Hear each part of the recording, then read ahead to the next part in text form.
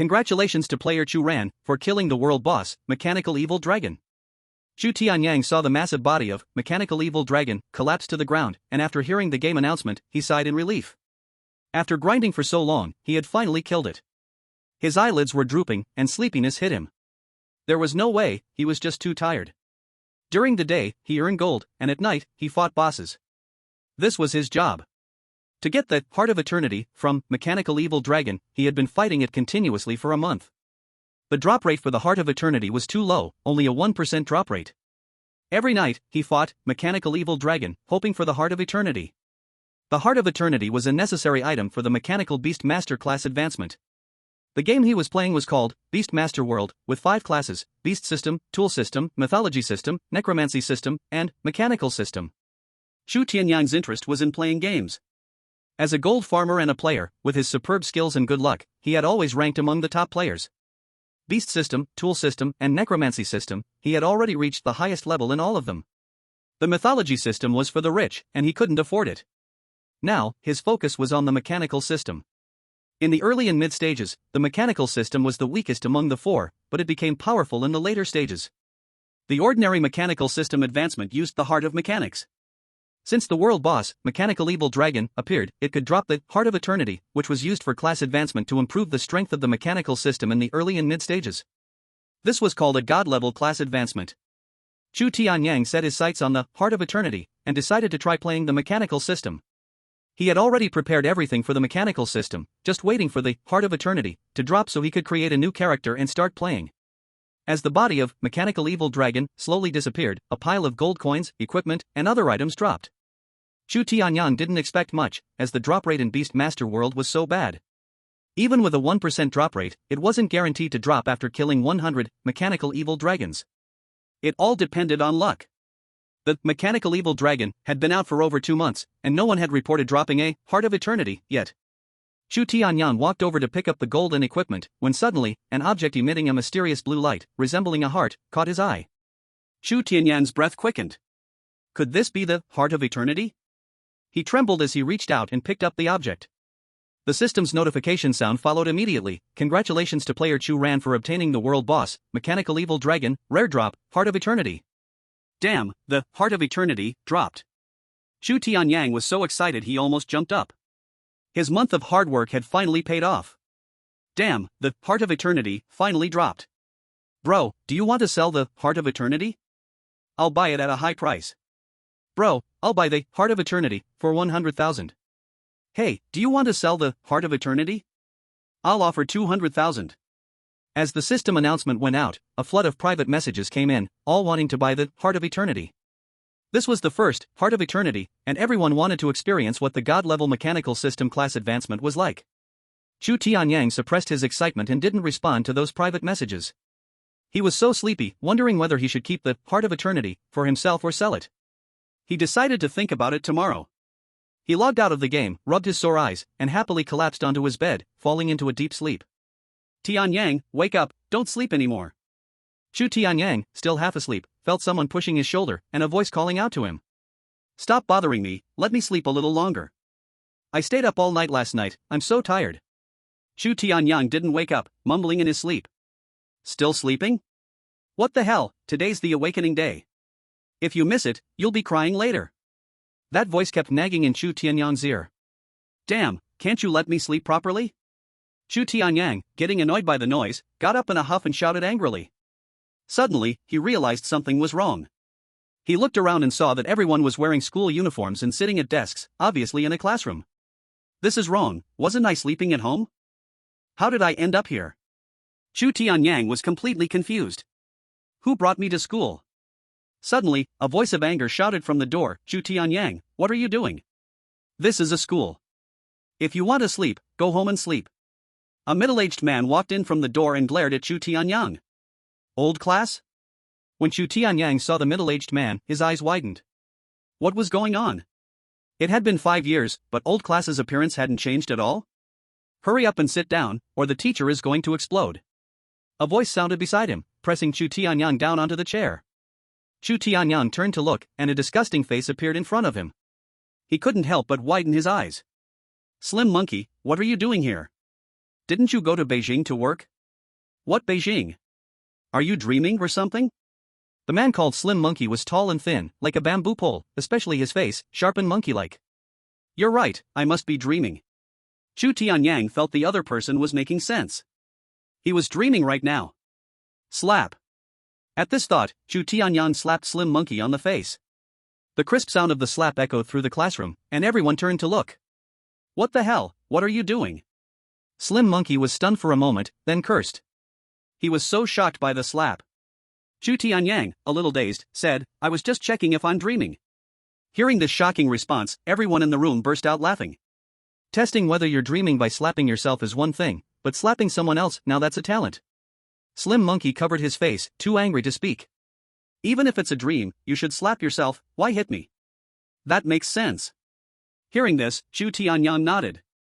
He reached out to pinch his arm, and the pain in his arm made him stop immediately. He stared at Slim Monkey in confusion. Damn, this isn't a dream. Alright, both of you, stop fooling around and sit down. The class teacher, Zhao Changshan, knew today was the awakening day, and everyone was nervous. These two antics helped liven up the atmosphere. He continued, don't worry about the awakening. Treat it calmly. Even if you can't awaken, being an ordinary person isn't the end.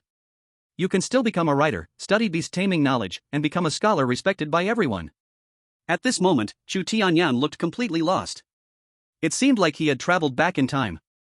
Zhao Changshan was their senior year class teacher, which meant he was back 7 years ago, during his senior year. I've struck it rich. Thinking about this, Chu Tianyang was excited. He had returned to 7 years ago with memories of the next 7 years, wasn't he rich now? The lottery winning numbers? He couldn't remember. He never bought any. Am I supposed to experience the college entrance exam again? Get into a top university and reach the peak of my life? But the problem was, after so many years, he had already forgotten everything from high school. Was he supposed to relearn everything? Was it still possible? Now, Chu Tianyang discovered some good news and some bad news. The good news was that he had traveled back to. He didn't think much of it, leaning on the desk, watching Zhao Changshan giving a speech on the podium. Suddenly, the more he listened, the more confused he became. Something about awakening day, spirit beasts, beast mastery knowledge. What's going on? Chu Tianyang was now completely bewildered, unable to understand what the homeroom teacher was talking about. Ding ding ding. At this moment, the school bell rang, interrupting Zhao Changshan's speech on the podium. He glanced at the time and said, the awakening is about to begin. As I always say, don't be nervous. Everyone, let's go to the awakening room. Led by Zhao Changshan, everyone followed him upstairs. Chu Tianyang was still leaning on the desk, puzzled, where are we going? Where else? To the awakening room. Hurry up and follow me. The thin monkey was a bit speechless. He grabbed Chu Tianyang's hand and followed behind the rest of the group. In the corridor outside, students from other classes also began to rush toward the awakening room. A few minutes later, Chu Tianyang arrived in a spacious indoor area where all 10 classes of the senior year had gathered. In front of them, there was a high platform, built from dark gray rocks, about 10 feet high.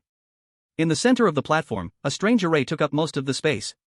The lines were drawn in dark brown, as if some kind of mineral pigment mixed with blood-red sand was used to sketch twisted, coiling patterns on the slate, with 12 crystal stones embedded along the edges, resembling some kind of starry trajectory. An old man walked out from the side, followed by a middle-aged man. Chu Tianyang recognized the old man and the middle-aged man as Principal Han Jinghua and Director of Education Tan Guowei. The principal stood at the bottom of the steps, looking at the students from the 10 classes with a kind smile on his face. He chuckled and said, so soon, it's another annual awakening day. I'm just here to go through the motions, so I won't say much. I hope everyone stays calm and treats it with a normal heart. Here, I wish everyone great fortune, and I hope you all awaken your favorite spirit beasts.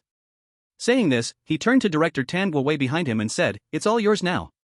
Tan Guowei nodded, then stepped up onto the high platform. Chapter 2, Spirit Beasts? A game entering reality? Upon reaching the platform, Tan Guowei's gaze fell on Class 1. Class 1, come first. The first one, step up. The student at the front of Class 1 heard the call, swallowed nervously, and stepped forward. His face was full of nervousness as he walked up to the high platform and arrived at the array. His breathing became rapid. Tan Guowei on the side comforted him, don't be nervous, just stand there and don't move. As soon as he finished speaking, the array seemed to detect someone entering. The patterns beneath his feet began to light up, connecting to the student's feet. The student's body lit up in a crimson glow. The red light surged up like flames from his feet, quickly spreading along his meridians throughout his body. The student's body suddenly tensed, his teeth clenched tightly, beads of sweat forming on his forehead. The patterns on the array became clearer, and countless ancient symbols began to flow along the glowing lines, as if alive, wandering on his skin. He could clearly feel a scorching power pouring into his body through the array, sometimes flowing like magma, sometimes piercing like fine needles, probing his body. As the glowing lines kept flashing, every inch of his muscles shimmered with a faint red halo under the glow. The red light became more intense, nearly engulfing his entire body. From a distance, it looked like a burning fire in the center of the array, with the ancient array patterns around it, creating a strange yet spectacular scene. The red light, it's a first-level spirit beast. Lucky, the first one has a good start. Even though it's a first-level spirit beast, it's still a beast master. The students watching saw the red light emerging from their classmate and knew that the spirit beast he awakened was a first-level one. The level of spirit beasts is divided into 9 grades: red, orange, yellow, green, blue, indigo, violet, black, white, with each color representing a different level. The red spirit beast is rank 1, and so on, with the white one being rank 9 spirit beast. Just as the student was about to reach his limit, the light on the array map suddenly stagnated, and the wandering symbols retreated like a tide. A mouse flew out from his body, landing on his shoulder. This mouse was the size of a palm, with yellow fur, and its body was ethereal, as if made of spiritual light. The student stood there, drenched in sweat, panting heavily. The light on the array map dissipated, and the awakening was over. Tan Guowei saw the spirit form of the mouse and announced, "Awakening successful, rank 1 spirit beast, burrowing mouse." After reading this, he said to the student, "All right, go down now." The student looked at the mouse on his shoulder, somewhat lost, not showing any happiness. His feet felt as though they were shackled with lead blocks, heavy and sluggish, as he walked step by step down to the stage. Tan Guowei continued, "Next." In Class 7, Chu Tianyang saw all of this, his eyes wide open. Spirit beast?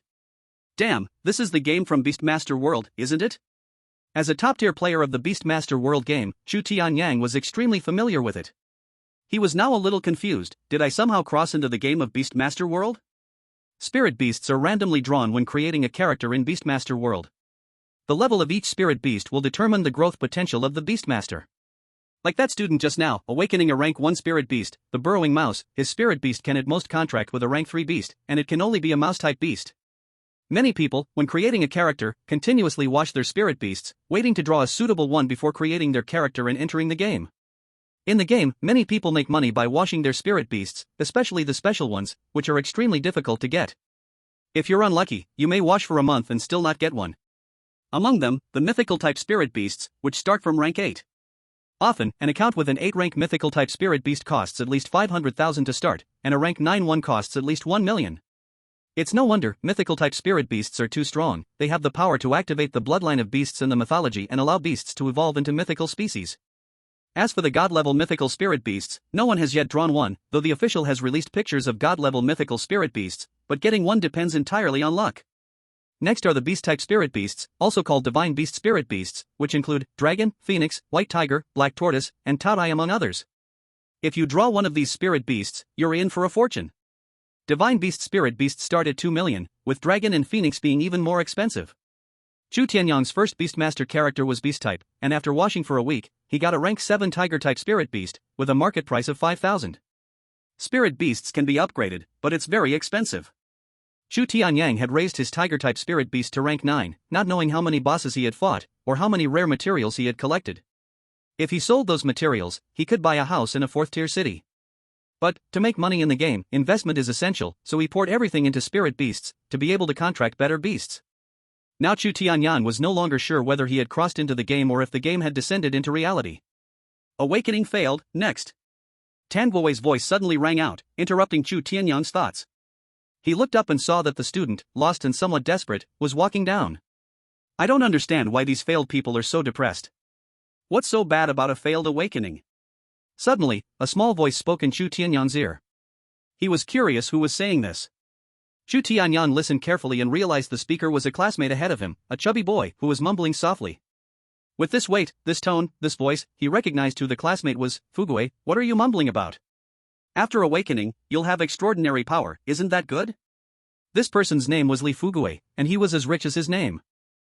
He was a rich second generation, his father ran supermarkets, and owned several large chain supermarkets in the city. Li Fuguei heard Chu Tianyang's words, turned around, and said, "You don't understand, the beast tamer profession is too dangerous, you could lose your life at any moment, I'd rather be an ordinary person." Fool! If the beast tide comes, ordinary people will die the quickest. The skinny monkey heard Li Fugui's words, shook his head and said, only by mastering powerful strength can you survive. The skinny monkey's real name was Chu Tianyang. Because of his appearance, he and Chu Tianyang lived in the same community. When he was young, someone gave him the nickname Skinny Monkey, and that's how it stuck. Li Fugui said, my family is rich, we can hire beast tamers to protect us. The skinny monkey disagreed, just having money but no power, you'll always end up as someone else's prey. The group chatted aimlessly like this, completely forgetting the tense atmosphere. Damn, the white light, it's a level 9 spirit beast. Hiss, a level 9 spirit beast appeared. It's Qin Shui from class 1. Suddenly, a stir broke out in the crowd, interrupting the conversation of the three. They turned their eyes in the direction of the noise. They saw a beautiful woman standing on the awakening platform, her long black hair cascading down her waist, her delicate face appearing even more ethereal in the glow of the formation. 12 silver patterns under her feet suddenly lit up, like stars falling into a deep pond, instantly activating the entire awakening formation's veins. White light burst out from the top of her head, initially a hazy glow, then turning into a towering beam of light piercing the sky. The pure spiritual power of the level 9 spirit beast spread like a tidal wave, and everyone below the awakening platform felt a suffocating pressure in their chests. Some of the weaker students unconsciously knelt on the ground.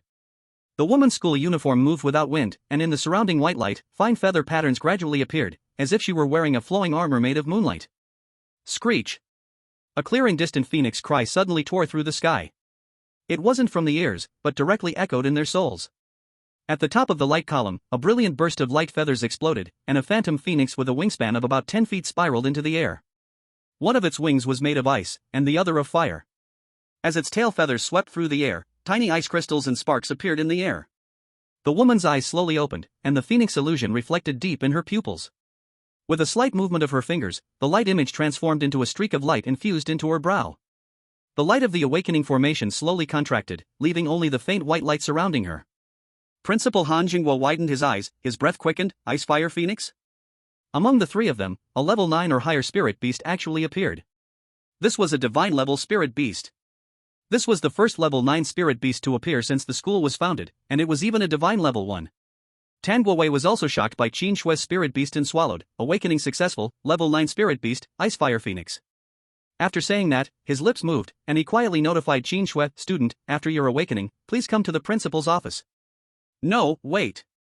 Chu Tianyang frowned when he heard Tan Guowei's announcement and thought to himself, this is clearly an Ice Fire Phoenix, why is it being read as an Ice Fire Xianfeng? As a high-end player of beast-taming, he kept track of every spirit. Tan Guowei smiled and said to Qin Shui, classmate, you can go down now. The sharp contrast in attitude from the head of the department left the students speechless. Next. Qin Shui's 9th level spirit master awakened, setting a good precedent, and everyone became excited, eagerly hoping they could also awaken a high-level spirit master. Awakening successful, 3rd level spirit master, Gale Wolf. Next. Awakening successful, 5th level spirit master, Blaze Snake. Awakening successful, 3rd level spirit master, Flame Dog. Awakening successful, 6th level spirit master, Mighty Elephant. It wasn't clear if it was due to Qin Shui's luck, but several students who went on stage to awaken also achieved higher level spirits, which boosted everyone's confidence even more. Next. As Tan Guowei announced the next person to awaken, a handsome young man stepped forward and walked toward the awakening platform. Lin Hao, go for it. Suddenly, in the awakening platform, a girl from an unknown class shouted loudly, cheering for the handsome young man on stage. Lin Hao, go for it. With the girl's lead, many other girls began shouting, cheering for him. The skinny monkey curled his lips, so it's this arrogant guy. Li Fugui also curled his lips and said, yeah, just because he's a little better looking than Fat Brother, why do all the girls like this pretty boy? Swish. Swish. Chu Tianyang and Skinny Monkey heard these shameless words and immediately turned to look at Li Fugui, their faces showing an expression of how dare you say that? What's wrong? Noticing their gaze, the chubby boy asked in confusion. Nothing. Chu Tianyang and Skinny Monkey shook their heads. The handsome young man on stage, Chu Tianyang recognized as Lin Hao, was a notable figure in their 3rd class. Not only was he handsome, but he was also a rich 2nd generation, with a family in real estate and a lot of money. Compared to Li Fugui, who was also a rich 2nd generation, Lin Hao was the true wealthy 2nd generation. Back when Chu Tianyang was in school, he never had any direct interactions with Lin Hao, but the latter had a good reputation. Despite being a rich 2nd generation, he never bullied his classmates and was liked by all the girls in school. It wouldn't be an exaggeration to call him a dream lover, and he was the enemy of all the boys. Silence. After Tan Guowei scolded, the noise from below finally died down. As Lin Hao stood on the awakening platform, the surroundings fell into complete silence, and hundreds of gazes were focused on him. In the next moment, the awakening formation under Lin Hao's feet suddenly lit up, and the dormant formation hummed like a waking giant dragon. 12 silver lines under his feet suddenly lit up, like stars falling into a deep pond, instantly activating the entire awakening formations network. White light surged out from the top of his head, eventually converging into a glaring beam of white light at the center of the formation, enveloping Lin Hao's body. That is his 9th level. It's a 9th level spirit master again. What's going on? Our third class has 2 9th level spirit masters this year. The students below gasped in amazement. They saw the white light around Lin Hao suddenly swell up, turning into a pillar of light, pure and untainted, illuminating the entire awakening room as bright as daylight. Tan Guowei, who was responsible for the awakening ceremony, widened his eyes. 9th level spirit master. Han Jingguo's murky eyes locked onto the light pillar. 9th level spirit master. This truly blesses our third class. Next year, the school's resources will at least triple. Roar! Suddenly, a tiger's roar erupted, not from outside, but from within Lin Hao's body. The sound started low like thunder, then grew deafening, as if an ancient divine tiger was awakening within his bloodline. Lin Hao's black short hair stood up on its own, golden tiger patterns appeared in his pupils, and a translucent tiger-shaped illusion gradually formed from the white light surrounding him. The tiger's strong paws created golden ripples in the air as it moved. He felt the surging spiritual power within his body, his clenched fists sweating slightly. Spiritual energy from heaven and earth rushed into his body, forcibly opening his meridians, emitting a subtle crackling sound.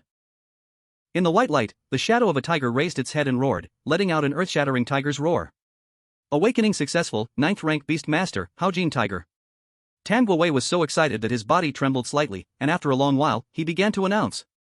The Haojin tiger, among the 9th rank beast masters, is considered a top-tier existence, with the attribute of gold and immense destructive power. Tan Guowei smiled at Lin Hao and said, "Classmate, you can go down now. After the awakening is complete, come to the principal's office." "Yes." Lin Hao nodded. Although his joy was well hidden, his clenched fists had already betrayed the excitement in his heart.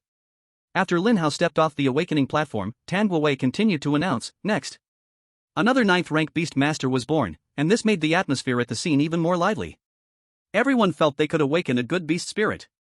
The fat boy clicked his tongue and said, "Another 9th rank beast master, looks like our school is making a fortune today." The skinny monkey grinned and said, "I'm not greedy. If I can awaken a 7th rank beast master, I'll be satisfied." Saying that, he put his arm around Chu Tianyang's neck and laughed, asking, "Tianyang, what about you?" "Whatever happens." Chu Tianyang had become nervous. He now guessed that it might be a game turning into reality, and they were in a beast master world. Even if he awakened a red level 1st rank beast master, he was confident he could raise it to 9th rank. But if he failed to awaken, then his life would be completely ruined. Now, Chu Tianyang prayed in his heart that he would definitely succeed in awakening his beast spirit. Time passed. Soon, all the students from the first 6 classes finished their awakenings. Apart from Qin Shui and Lin Hao, who awakened top-tier 9th rank beast masters, the rest of the students awakened average beast spirits. Among them, 2 students awakened 7th rank beast masters, 5 students awakened 6th rank beast masters, and the rest awakened 5th rank or below. The failure rate was quite high, with over 170 students out of 300 failing their awakening. Finally, it was the turn for the students of Class 7 to awaken, and Chu Tianyang started to feel nervous. He subconsciously clenched his fists. Next. Awakening failed. Awakening successful, 2nd rank beast master. Awakening failed. As the students before him stepped onto the awakening platform one by one, it soon became Li Fugui's turn. This fat boy was not nervous at all. As he walked, he muttered, "God, please make my awakening fail." Chu Tianyang heard his mumbling and twitched his mouth. This damn fat boy, everyone else was hoping to awaken, and he was praying for failure. Li Fugui stepped onto the awakening platform, and the next moment, the awakening array patterns engraved on the platform base lit up one by one, the lines moving like. Tan Guowei excitedly read aloud, "Awakening successful, level 8 beast spirit, Earth Bear." Chu Tianyang looked at Li Fugui, who had awakened the level 8 beast spirit, and his eyes couldn't help but show a trace of envy. The Earth Bear, although a level 8 beast spirit, its defense and abilities are comparable to, if not more terrifying than, those of a level 9 beast spirit. One could say, though it is a level 8, it can rival a level 9. As the glow of the formation dissipated, Tan Guowei smiled at Li Fugui and said, "After the awakening, go to the principal's office." Li Fugui nodded with a bitter face, not feeling happy about awakening the level 8 beast spirit. Chapter 4, Awakening, Heart of Eternity. This fat guy actually awakened a level 8 beast spirit. His luck is just too good. Did you just call him fat? What level beast spirit do you have? From now on, you should call him Fat Brother. Level 8 beast spirit, definitely a guarantee to top universities, his future is limitless. The classmate saw Li Fugui awaken a level 8 beast spirit and couldn't help but feel envious. A level 7 beast spirit is considered a genius, level 8 is a prodigy, and level 9 is a monster. Chu Tianyang and the skinny monkey saw Li Fugui's bitter face and were extremely angry. This damn fat guy, he said he didn't want to awaken a beast spirit, but secretly awakened a level 8 beast spirit, and now he puts on this miserable face. Isn't it infuriating? Tan Guowei announced, next. Finally, it was Chu Tianyang's turn. He took a deep breath to calm his nervous emotions, then walked confidently towards the awakening platform. As soon as he stepped on the awakening platform, Chu Tianyang kept praying in his heart, Heaven, please bless me, 3 purities, please bless me, Buddha Sakyamuni, Guanyin, and the Bodhisattvas, please bless me, Jade Emperor, please bless me, let my awakening succeed. As his feet completely stood still at the center of the formation, the air around him seemed to freeze. He clenched his fists, his heart pounding violently in his chest, almost about to jump out. Suddenly, the formation beneath his feet began to emit a faint glow, as if a slumbering giant dragon was slowly waking up, rapidly flowing along the intricate patterns, and the entire formation seemed to come to life. The light changed from red to orange, then from orange to yellow, green, cyan, blue, purple, black, and white, the formation continually shifting through these 9 colors. What's going on? Why does the color in the formation keep changing? Could it be that the awakening formation is broken? No way, this is too unlucky. The classmates watching Chu Tianyang's awakening were all a bit confused when they saw the colors of the formation changing. Even Tan Guowei was a bit dazed, this was the first time he had seen such a situation. Check the spirit stones, maybe they'd been exhausted. Han Jinghua quickly reminded, he too had never seen this situation before. Tan Guowei, feeling a bit confused, checked the spirit stones, they had just been replaced, so they shouldn't be exhausted so quickly. However, he still checked whether the spirit stones had run out, following the formation's perimeter. After inspecting, he found that the energy in the spirit stones was still abundant, not depleted at all, but he didn't understand what was going on. Tan Guowei scratched his head and looked at Han Jinghua, puzzled, saying, the energy in the spirit stones is still full. Han Jinghua, slightly worried, said, could it be that the formation is broken? This shouldn't happen. A warm energy rose from Chu Tianyang's feet, slowly flowing through his meridians, causing his tense body to gradually relax. He immediately felt relieved, his tense nerves suddenly relaxed, and the huge burden in his heart fell away. He could clearly feel the beast spirit that had been dormant in his body awakening, like a tender sprout breaking through the earth, full of vitality and hope. Now, he could finally relax. As long as he had a beast spirit, he could walk the path of a beast master he had long dreamed of. The glow of the formation grew stronger, enveloping him completely, warm and peaceful. Then, a phantom figure flew out from Chu Tianyang's body. The ethereal figure hovered 3 feet in front of Chu Tianyang's chest, as if shaped and molded by an invisible hand. Gradually, the outline of the heart began to emerge. In the transparent, ice-like material, the precise gears slowly turned in rhythm with his breath, and golden light flowed through the conduits, as if melting stardust into liquid. In the very center, a ghostly blue flame ignited, casting the internal structure into a hollowed-out glass lamp shape. When the first metallic click sound resonated, the entire heart suddenly erupted in a pulse of light. Eternal. Heart of Eternity? Looking at his own familiar spirit form, Chu Tianyang's eyes widened. The heart before him, he knew it better than anything else, it was the legendary item Heart of Eternity he had fought for a month to obtain in the game, an item for the mechanic class to change professions. The Heart of Eternity had actually crossed over with him, and now, it had become his spirit? Was this guiding him towards a path of mechanical beast mastery? Chu Tianyang's breath quickened. Ordinary mechanical beast masters were weaker in the early to mid stages, but once they reached the later stages, they could control powerful mechanical beasts in battle. And this Heart of Eternity could enhance the mechanical beasts of a mechanical beast master, filling the gap in the early and mid stages and even making them more terrifying in the later stages. What kind of spirit did this student from Class 7 awaken? It looks like a heart, but it doesn't seem like a spirit. It's just a heart, and a mechanical heart at that. Look closely at it, there are mechanical parts. I've seen a lot in my life, but this is the first time I've seen a spirit like this. The students watching below the awakening platform saw Chu Tianyang's awakened spirit, and it was a heart, a mechanical heart at that. They began to gossip among themselves. They had never seen such a peculiar spirit, and their eyes were opened. The Heart of Eternity emitted golden veins that extended from the surface of the heart, like neural synapses, entering Chu Tianyang's heart. At this moment, the heartbeat of the Heart of Eternity gradually synchronized with the heartbeat in his chest. Each time the ghostly blue flame rose, tiny particles of light seeped out of his pores, condensing into swirling blue fire in the air. When the last gear clicked into place, the entire heart suddenly turned into flowing light and drilled back into Chu Tianyang's body. This is... Tan Guowei stared at the mechanical heart awakening in Chu Tianyang, merging into his body. He opened his mouth but didn't know what to say. Even though he had seen all kinds of spirits, this was the first time he had encountered such a bizarre one. He didn't recognize it and couldn't tell its rank. Because the formation's colors kept changing, it was impossible to tell the spirit's rank. He turned his gaze towards Han Jingguo, hoping to learn some information about this mechanical heart, but was met with a shake of Han Jingguo's head. Now, Tan Guowei was stuck. The only person who could tell him the information was Chu Tianyang, the owner of the spirit. He surely knew something about the spirit. So he lowered his voice and asked, "Classmate, what rank is your awakened spirit? What is its name?" Upon hearing Tan Guowei's question, Chu Tianyang was stunned for a moment. His mind raced quickly. He didn't know the rank of his Heart of Eternity, and when it awakened, he couldn't see its color. In the game, the Heart of Eternity was a god-level item, but in reality, he wasn't sure if it belonged to a god-level spirit. He couldn't claim it was. In university, they will test your spirit-taming rank. If the rank is wrong, your university qualification will be cancelled. Ah. Is that so? Chu Tianyang was a bit stunned. He had just crossed over and didn't know about this. Of course. Otherwise, how would the university recruit? Tan Guowei nodded, his face serious, and said, "So you better report your spirit-taming rank honestly." Alright, actually he was lying to Chu Tianyang. Currently, there was no method to test spirit-taming rank. It could only be seen during awakening with the awakening formation, or when the spirit beast master themselves declared it. However, Chu Tianyang's awakening was so strange that the spirit-taming rank couldn't be detected. Tan Guowei could only try to probe like this. Chu Tianyang gritted his teeth and still insisted, "Director, my spirit-taming rank is level 7, definitely not wrong." No matter whether the university could detect the spirit-taming rank during the college entrance exam, as long as he could receive the university's training in the early stages, he didn't care about whether he could go to university in the future.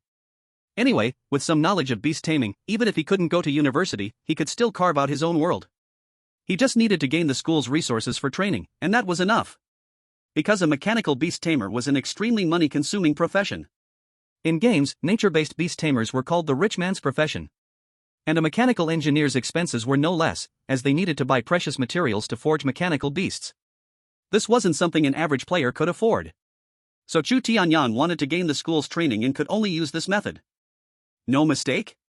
Tan Guowei looked at Chu Tianyang's eyes and asked again. No mistake. Chu Tianyang nodded, very sure.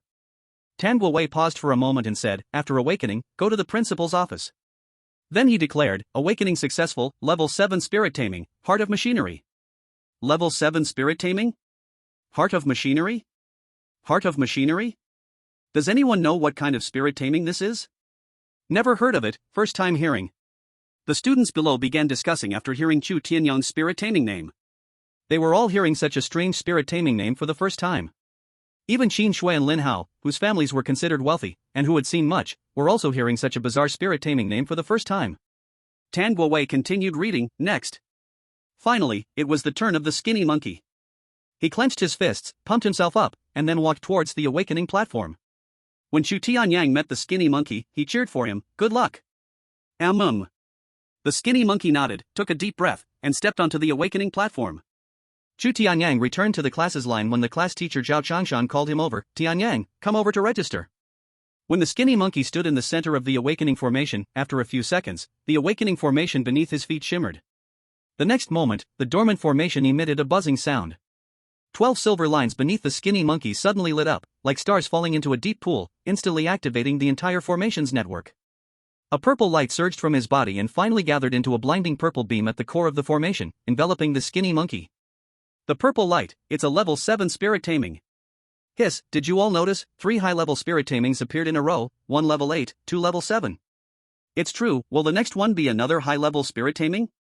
The students below, seeing the skinny monkey awaken a level 7 spirit-taming, recalled that 3 high-level spirit-tamings had already appeared consecutively.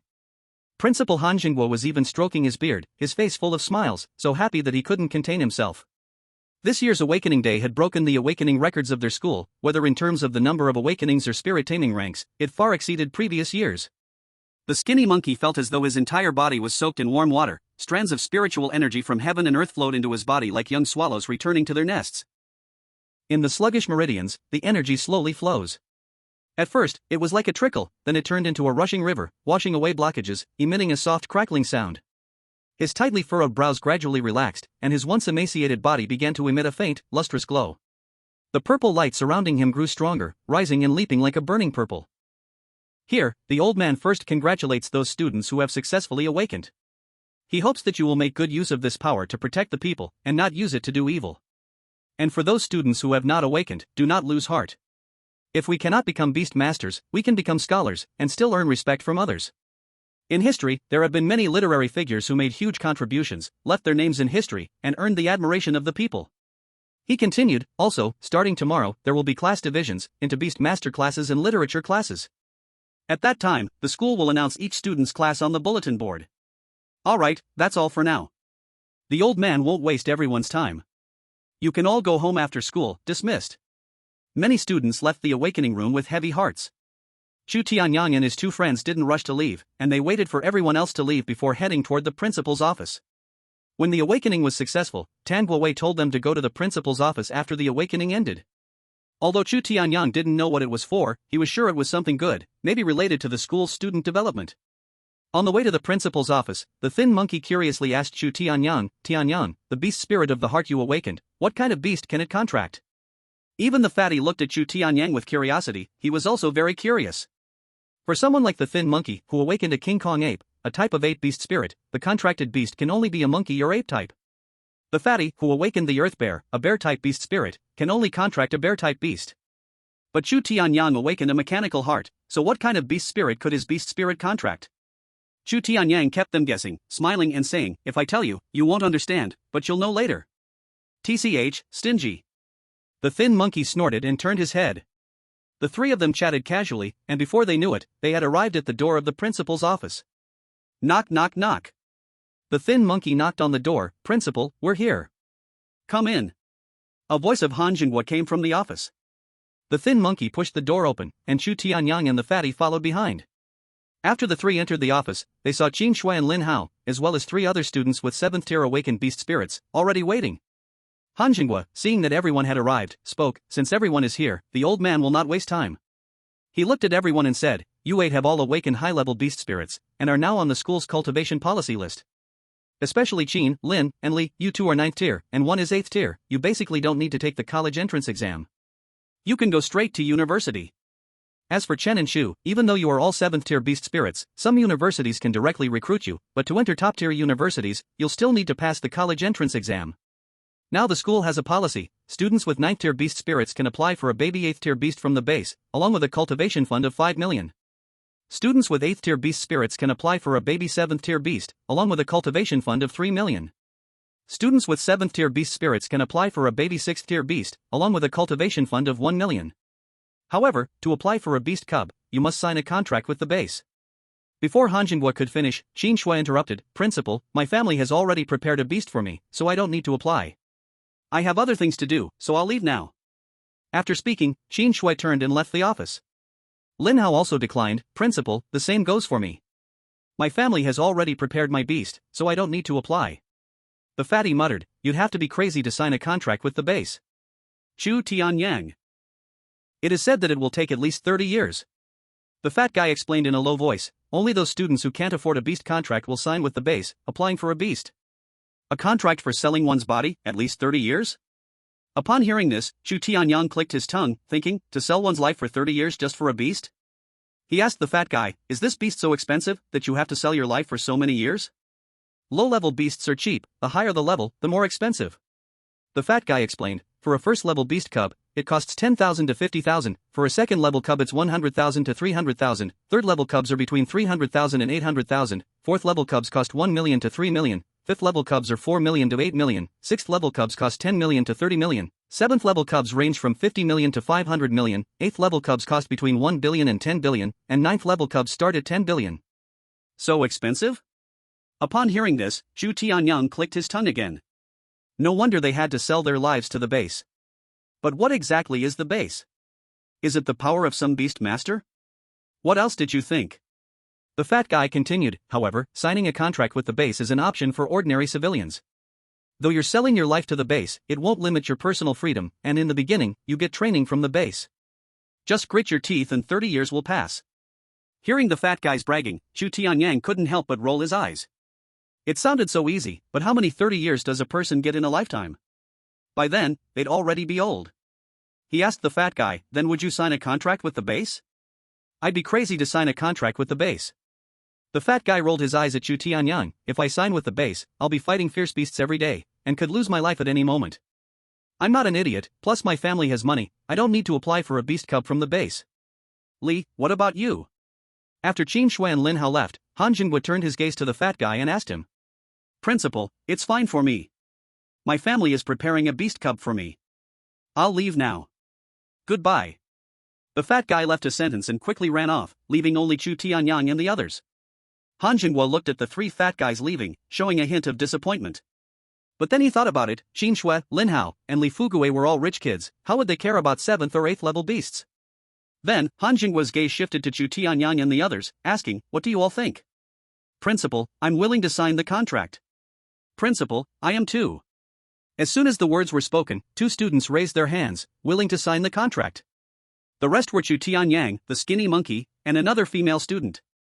The skinny monkey's face kept changing, he was having an inner struggle. After a moment, he stood up and said, Principal, can I go back and discuss with my parents before making a decision?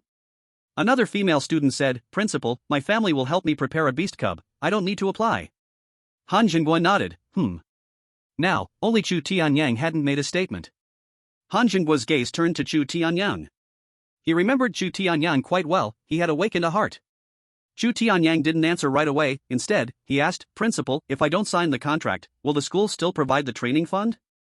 Han Jinghua answered, yes, it will still be provided. The school's training fund has nothing to do with the base. Chapter 7, A Wide Open Eye. After leaving the principal's office, Chu Tianyang walked side by side with the skinny monkey. When they reached the downstairs, they saw the fat guy at the stairway, looking at the wall, as if waiting for them. Chu Tianyang asked in confusion, Fat guy, you haven't left yet? Waiting for you guys. The fat guy curiously asked, so? Something's not right. Upon hearing this, Chu Tianyang's gaze scanned the fat man's body. For you to be so kind, lending us money without interest and with no conditions, and with the promise that we'll repay you when we have the money, this is really unusual. Indeed. Skinny Monkey nodded in agreement and said, you've always been stingy. I remember once when I took a snack from you, you pestered me for 2 days asking for compensation. The fat man was hit hard and said, what you're saying, we've been in the same class from middle school to high school. We're not real brothers, but we are closer than brothers. In fact, the 3 of them had been in the same class since middle school, all the way through high school. However, Chu Tianyang and Skinny Monkey were from the same neighborhood, growing up together, so their bond was a bit stronger. Speak plainly. Chu Tianyang and Skinny Monkey both got goosebumps and said in unison. Alright, I have a little selfish reason. The fat man stopped pretending. Once we contract our beast masters, the school will surely take us out of the base for training. Then the 3 of us can form a team. He continued, plus, you 2 are high-level beast masters. Your future achievements will definitely be significant. Having one more friend can never hurt. The 3 of them had basically grown up together. The fat man knew them both very well, understanding their personalities, so he felt quite at ease with them. Now that's more like it. Hearing the fat man's explanation, Chu Tianyang and Skinny Monkey felt like they understood. Fat man, are you serious? You'll really lend us the money? Skinny Monkey was very excited. His family was middle class, and unless they sold their house, he wouldn't be able to afford a high-level beast master. Because of this, he was considering whether to go back and discuss with his parents whether to sign a contract with the base. Now that the fat man said he could lend him money, it gave him hope. He wouldn't need to sign a contract with the base. How many times in life can one have 30 years to look forward to? The fat man slapped his chest. Fat Master always keeps his word. Below 5 million, Fat Master can handle it. Anything above 5 million, don't bother asking me. Skinny Monkey happily said, good, then it's settled. What about you, Tianyang? The fat man turned his gaze to Chu Tianyang and asked. Thanks. Chu Tianyang thanked the fat man, but the school has a training fund, so I shouldn't need it for now. If I run out of money, I'll borrow some from you. All right. The fat man casually said, if you don't have enough, just come to me. The 3 of them chatted as they walked and left the school. On the way home, Chu Tianyang was amazed and saw all kinds of beast masters. It felt like he was in a magical world, constantly marveling at everything. Beast masters were everywhere, thoroughly integrated into this world, becoming part of people's daily lives. Chu Tianyang was so focused on watching the beast masters that he was suddenly startled by a sharp bird call, almost crashing into a road sign. He saw a blue bird, with wings almost a yard wide, perched on the eaves of a pastry shop, tilting its head while pecking at the osmanthus cake the shop owner handed to it. Across the street, a pure white jade-faced fox was using its adorable appearance to attract customers. On the street, a slow-moving armadillo covered in tough armor crawled across the cement road, with a bamboo basket filled with fresh vegetables on its back. Its owner was beside it, muttering, "Stone, hurry up, I'll give you extra food tonight." Chu Tianyang's gaze was then drawn to an elderly man passing by, who was riding on a dog about the size of a calf. The dog's fur was red, and its forelimbs were on fire. Every step it took left a trail of sparks. Chu Tianyang recognized it as a flamehound, a level 3 beast master. He was starting to get excited about this magical world. When they reached the pedestrian street, the fat man separated from them. They weren't from the same neighborhood. After leaving the pedestrian street and walking a little farther, a loud noise came from the road behind, accompanied by the sound of hooves. It was as if a group of wild beasts was running. Chu Tianyang instinctively turned to look, only to see a group of large beast masters appearing from behind. The master carrying them came running wildly. These beast masters were all different, some were tiger-type beasts, some were bull-type beasts, and some were bear-type beasts. Their massive bodies caused the ground to tremble slightly with each step they took. Their masters wore uniform black outfits, with an embroidered pattern of the number 88 on their chests, clearly part of some force. As these beast masters passed by Chu Tianyang and the others, they stirred up a cloud of dust. The guards from the base have been deployed. Shoho looked at the departing figures of the beast masters and said, "Could it be that fierce beasts are wandering outside the base?" Base? Again with the base, what base is it? Hearing Shoho say the word base again made Chu Tianyang very confused. What kind of power was this base? Unfortunately, he had crossed over, everything had changed, and he had no memories of this world at all. Chu Tianyang thought to himself, when I get home, I need to check the information about this world, or I'll be completely blind. After walking for about 10 minutes, Chu Tianyang and Shoho returned to the neighborhood, and fortunately, in this world, his home had not changed. Oh, Xiaoyong and Tianyang are back. The security guard saw Chu Tianyang and Shoho returning and smiled, asking, "How was the awakening of your beast spirit today?" "It was okay." Shoho humbly said, "I only awakened a 7th level beast spirit." "Ha, then congratulations." The security guard obviously didn't believe Shoho's words but still cheerfully congratulated him. After all, both of Shoho's parents were ordinary people, so the chance of their child awakening was quite low. Even if they really awakened a beast spirit, it wouldn't be of high grade. This has been proven by research. When both parents are ordinary people, the chances of their offspring awakening a beast spirit are very low. In contrast, if the parents are beast masters, the offspring will definitely have the talent for beast mastery and awaken a beast spirit. Generally, beast masters will not marry ordinary people. They want to ensure their children can become beast masters to survive in this world. Upon entering the neighborhood, Chu Tianyang parted ways with Shoho. His home was in Building 12, while Shoho's was in Building 14, in different directions. Getting into the elevator, Chu Tianyang pressed the button for the 14th floor, and the elevator rose slowly. Ding! The elevator stopped on the 14th floor, and the door opened slowly. Chu Tianyang stepped out of the elevator and walked to the door of 1401, entering the password on the keypad. Click. Welcome home. The door unlocked, and the keypad sounded a voice prompt. Our son is back. His mother's voice came from the living room, filled with a hint of anticipation and anxiety. Chu Tianyang entered the house, closed the door, opened the shoe cabinet, took out a pair of slippers, and changed into them while responding with a smile, "Yeah, I'm back." He went to the living room and saw both of his parents at home, seemingly waiting for him to return. Chapter 8, Excited Parents. Jialan looked at her son with a hint of anxiety and some anticipation, nervously asking Chu Tianyang, "Son, how was the awakening today?" Chu Mingyuan was also the same, nervously looking at his son, waiting for the answer. He. Chu Tianyang chuckled and said, "Mom, you don't need to worry, I successfully awakened. I will be a beast master from now on." "That's great." Jialan exclaimed excitedly, "My son has become a beast master." Chu Mingyuan impatiently asked, "Son, what level of beast spirit did you awaken?"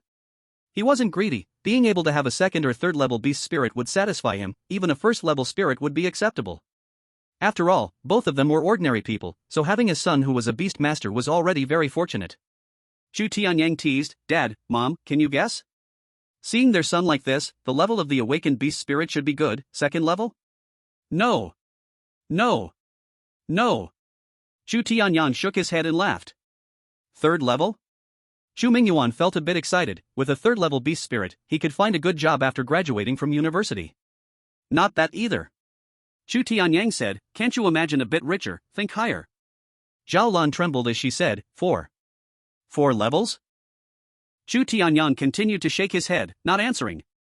Seeing the scene, Chu Tianyang's body trembled with excitement. It can't be a 5th tier, right? Sigh. Chu Tianyang pretended to sigh, forget it, I won't let you guess, your son has awakened a 7th tier spirit beast. 7th tier? The couple exclaimed in unison. Especially Zhao Lan, so overly excited, her body swayed, almost losing her balance. Mom, what's wrong? Are you feeling unwell? Chu Tianyang was quick and helped his mother, looking worried.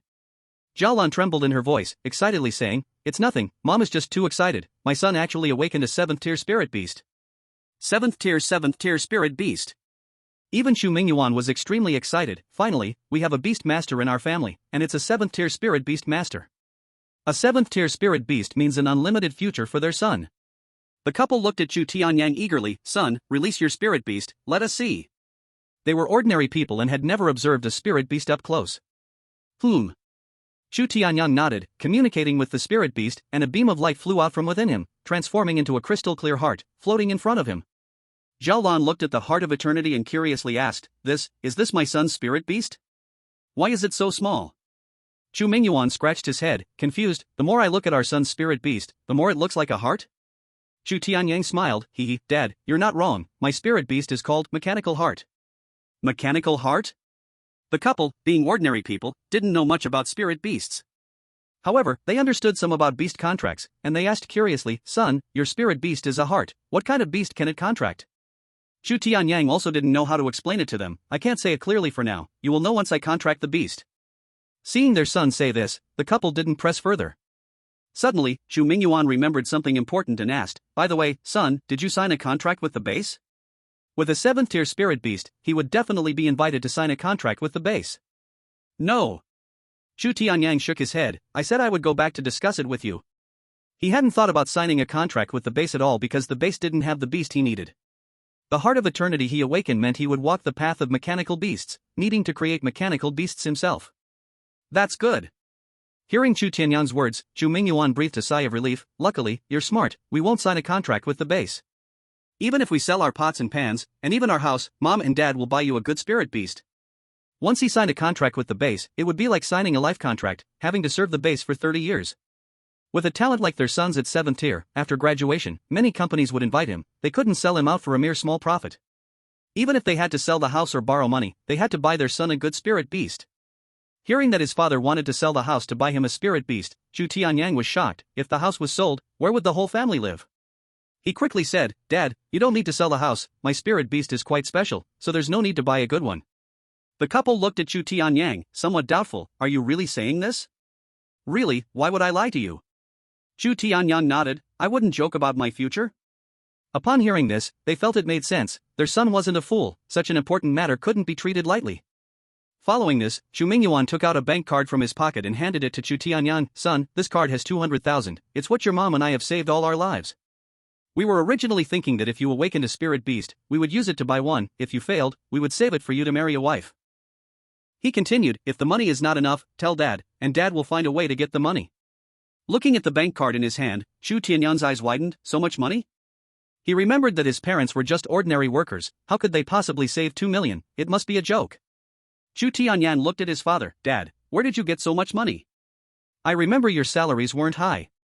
Your mom and I together earn more than 10,000 a month, we live frugally, and manage to save 1,000 each month. Chu Mingyuan said with a smile, however, a large part of it is what your grandpa left us.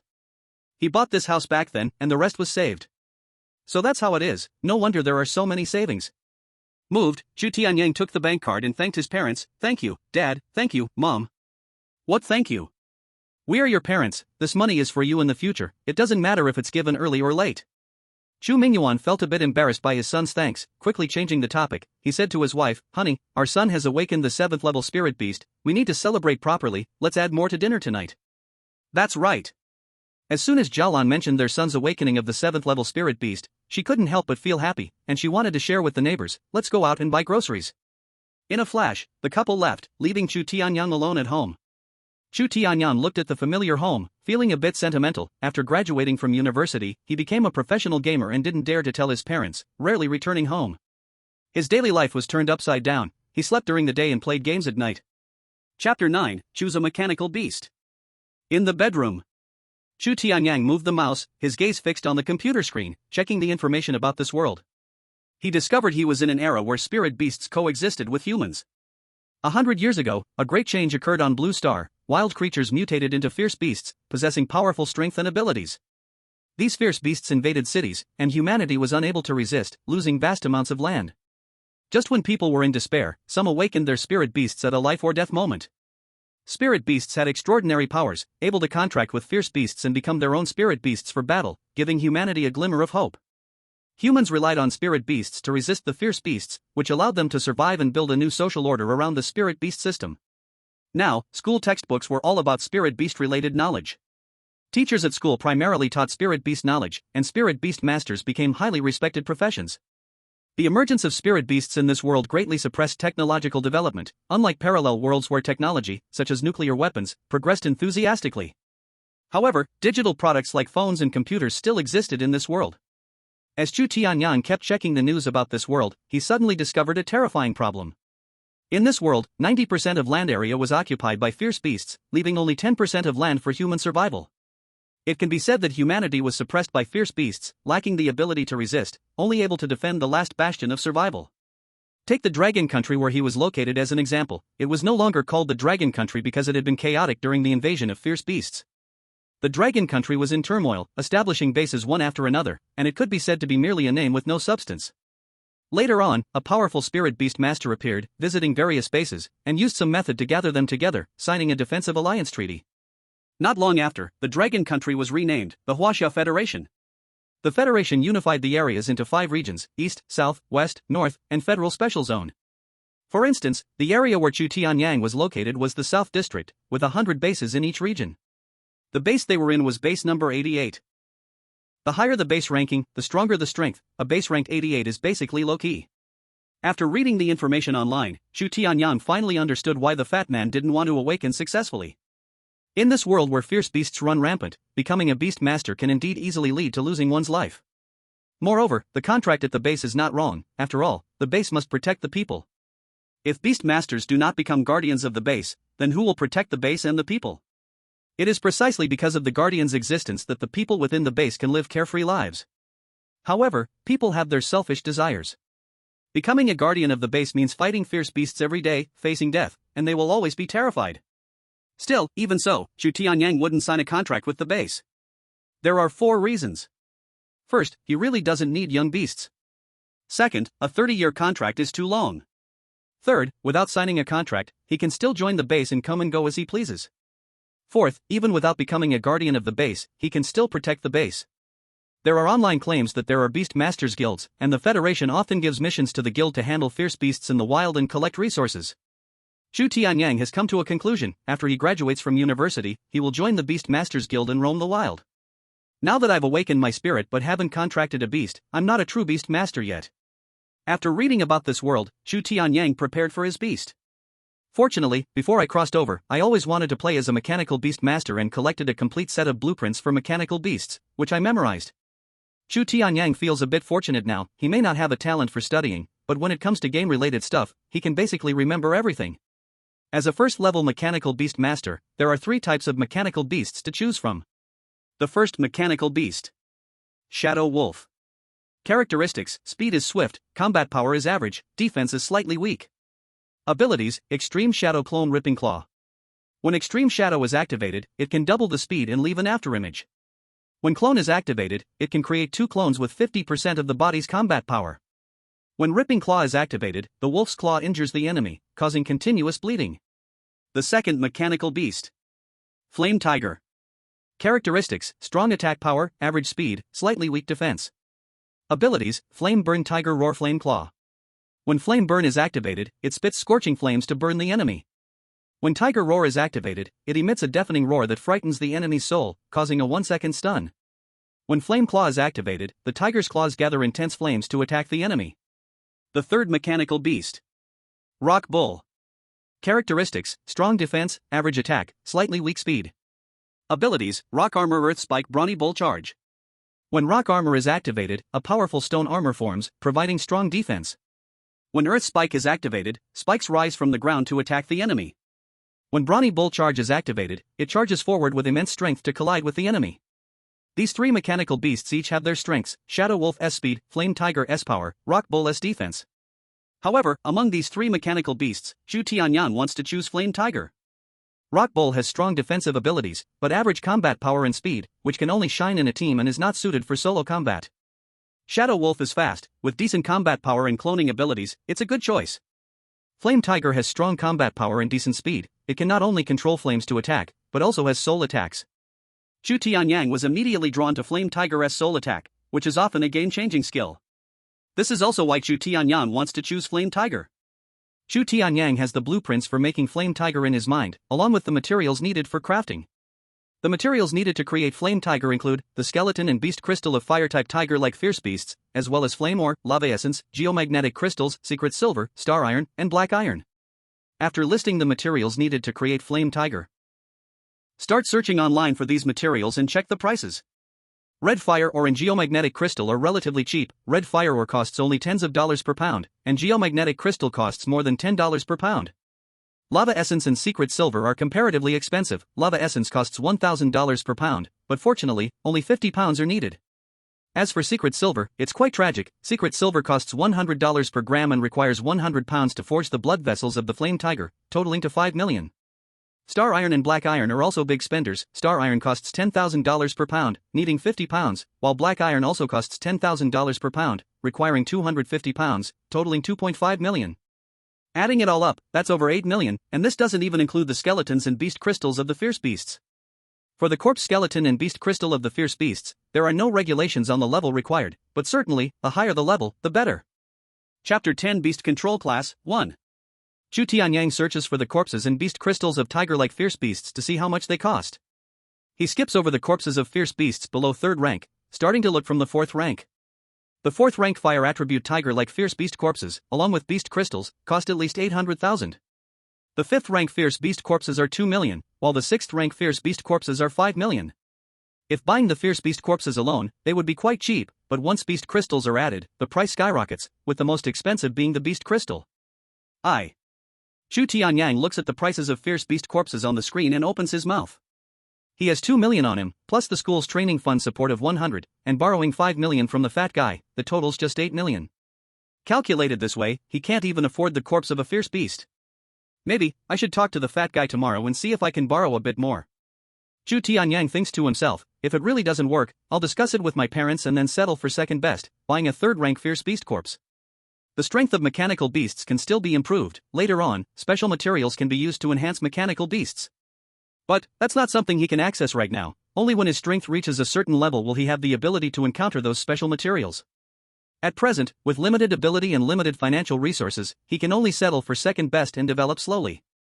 After coming to this realization, Chu Tianyang closes the computer, lies on the bed, looks at the ceiling, and falls into deep thought about his future path in life. That night, his mother prepared a lavish dinner to celebrate Chu Tianyang. The couple's mouths didn't close, constantly smiling happily.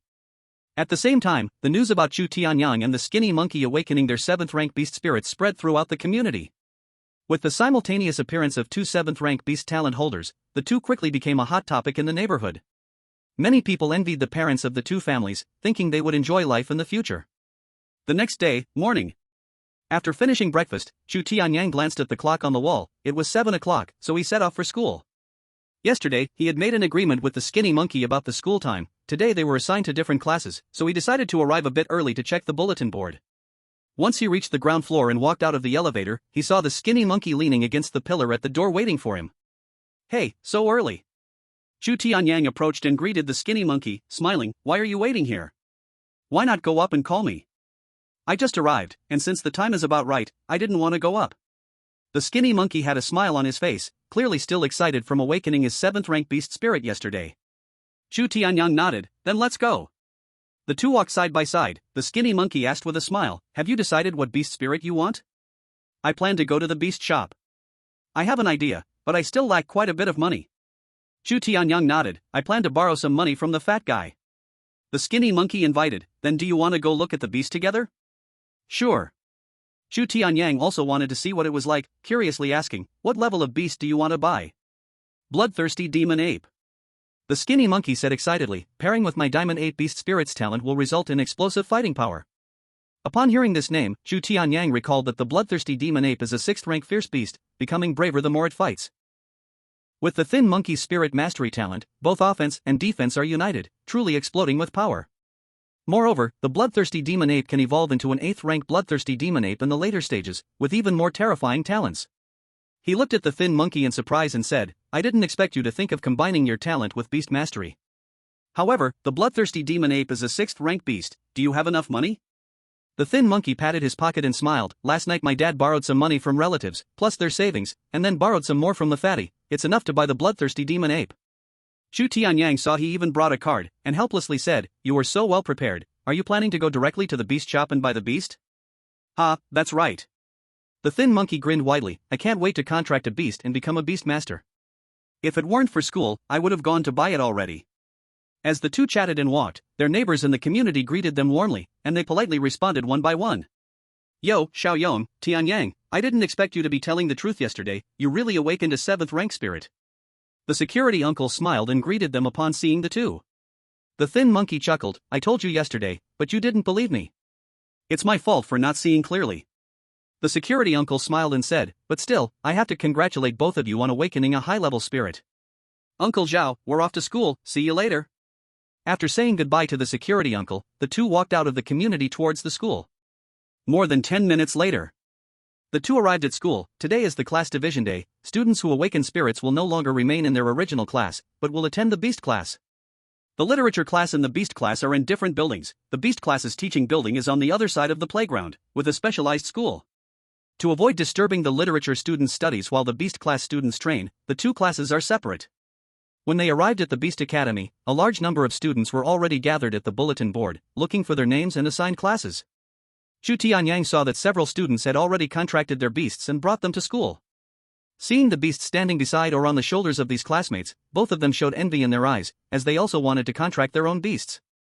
Chu Tianyang curiously asked, it shouldn't have started the training class yet, since many students haven't contracted their beasts. Can those who have brought beasts attend class?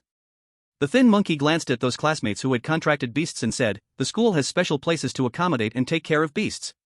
No wonder. Chu Tianyang understood, no wonder these people brought their beasts. Tianyang, thin monkey. Suddenly, a familiar voice called out to them. The two turned around and saw the fatty walking towards them, still gnawing on a meat bun. The fatty swallowed the last bite of the bun and came before them, smiling, no need to look, we are definitely all in Class 1. Class 1 consists of the best talents, and the school focuses on training them. This matters for college entrance exams. The more students who get into key universities, the more resources will be allocated to the school next year.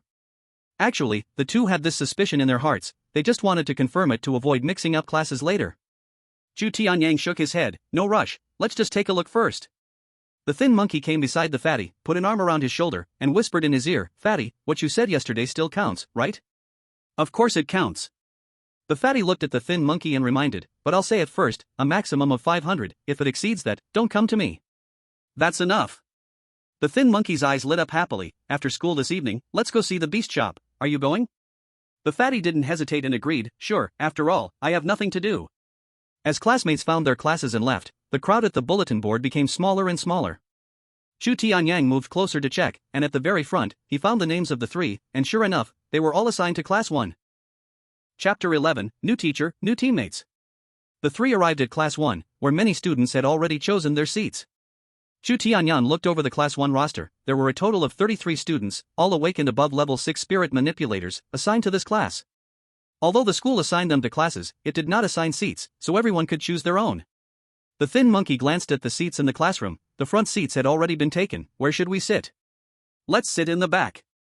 The fat guy scanned the back of the classroom. During class, we won't be called on to answer questions. Makes sense. Chu Tianyang agreed with the fat guy's logic. So the three ran to the last row and settled into a corner.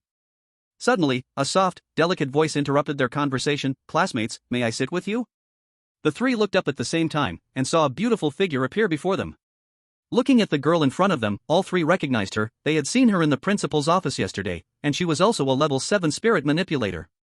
Chu Tianyang had a deep impression of her. No, it should be her spirit, which was the three-headed thunder serpent. This spirit was a mutated one, frighteningly powerful in the later stages, capable of evolving into the level 9 three-headed thunder dragon, and even into the divine level 3-headed thunder dragon. He remembered that she had also refused to sign a contract with the base yesterday and then left. Chu Tianyang was a bit confused, the three big men sitting together, and this beautiful classmate wanted to sit with them. What's going on? Not to mention Chu Tianyang, even the thin monkey and the fat guy looked completely baffled.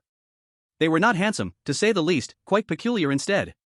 Chu Tianyang was neither ugly nor handsome, just somewhat delicate in appearance, not exactly in the handsome category. The fat guy was wide and hefty, practically round like a ball. The thin monkey had a sharp nose and lean body, describing him as creepy wouldn't be an exaggeration. Any pretty girl would look past the three of them. Yet this striking beauty wanted to sit with them, clearly she had an agenda. Chu Tianyang straightforwardly asked, "Classmate, if you have something to say, just say it, no need for all this." Shen Ruoyan lowered her head, blushing, "I want to team up with you." "I knew it. Only a blind girl would look at all three of us." Hearing this, the thin monkey chuckled. He was quite self-aware about his looks. "That's your own problem, don't drag us into it." Chu Tianyang and the fat guy retorted in unison. "Form a team?"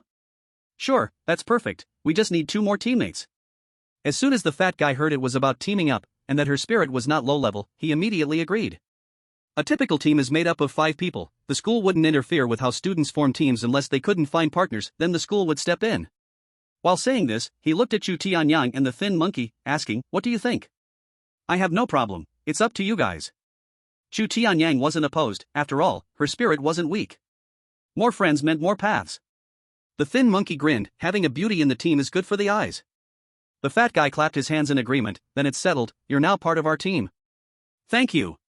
Shen Ruoyan was thrilled to see the three agree to her joining, repeatedly thanking them, "My name is Shen Ruoyan, please take care of me from now on."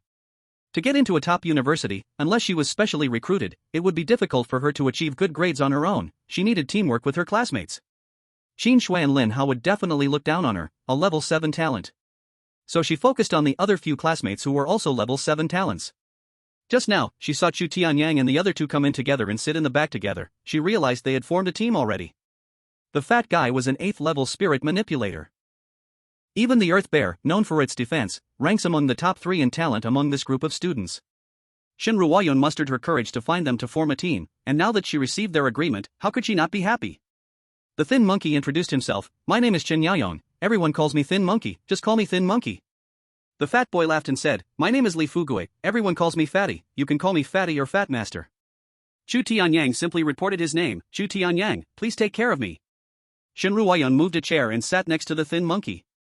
The thin monkey caught a whiff of the fragrance coming from her and felt a bit awkward, daring not to look at Shen Ruoyan, his face blushing, as if he was shy. Since childhood, due to his appearance, he had never sat so close to a girl, making him feel a little embarrassed. The thin monkey patted Chu Tianyang's arm, "Tianyang, let's switch places." "What's wrong?" Chu Tianyang was a bit confused, wondering why they should switch places for no reason. The fatty also looked over curiously, only to see the thin monkey's flushed face, instantly understanding what was going on, teasingly laughing, "Huh, thin monkey, you must be shy because there's a beauty beside you. If you want to switch, switch with me." L. The thin monkey felt a little embarrassed and shot back at the fatty, pulling Chu Tianyang up. "Alright, stop pulling, I'll just get up and switch." Chu Tianyang stood up, giving up his seat to the thin monkey. He. Seeing the thin monkey's amusingly shy demeanor, Shen Ruoyan couldn't help but laugh out loud. With that laugh, the thin monkey's face turned even redder. They say what's apparent should not be stated, yet this fat boy had to point it out, so the two of them began to banter. Chu Tianyang ignored their playful scuffle, his gaze falling on the classmates in the classroom.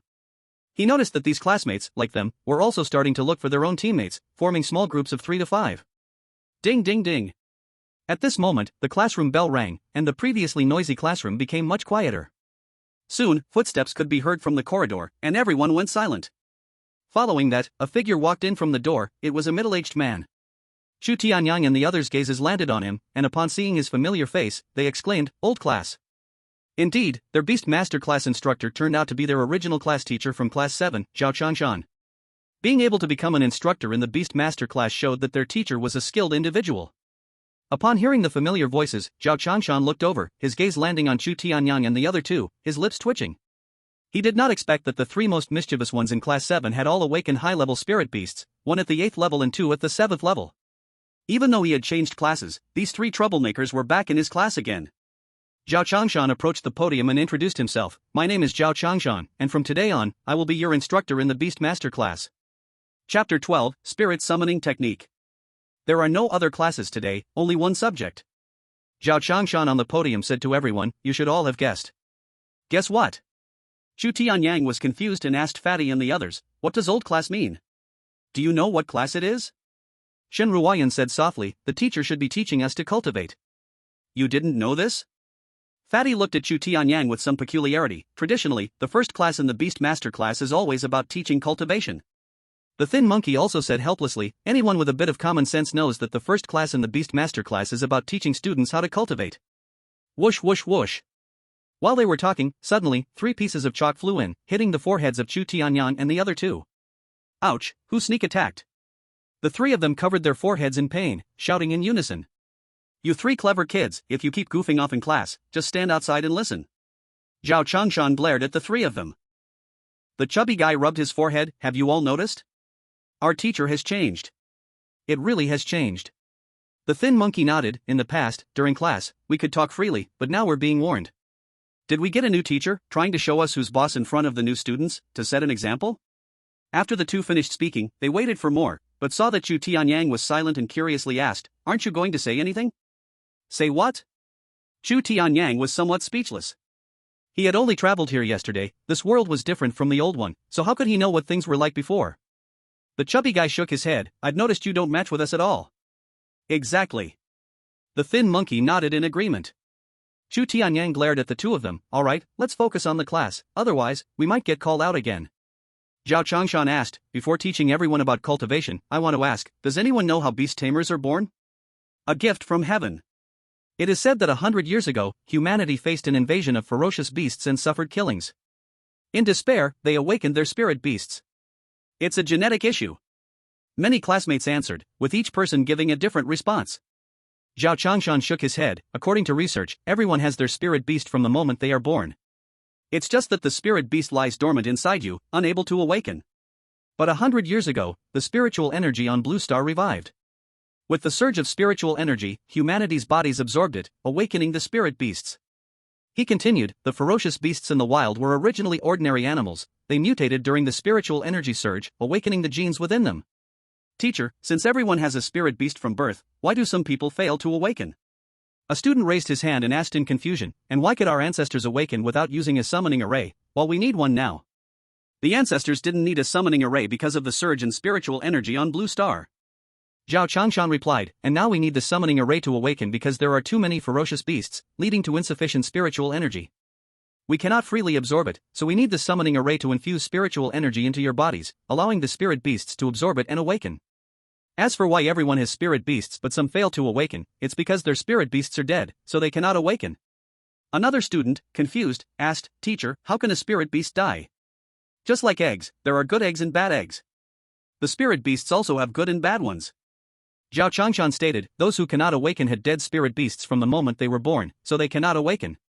Alright, today's topic is not this, you will research it slowly later. Returning to the main topic, the birth of beast-tamers is related to the spiritual energy of heaven and earth.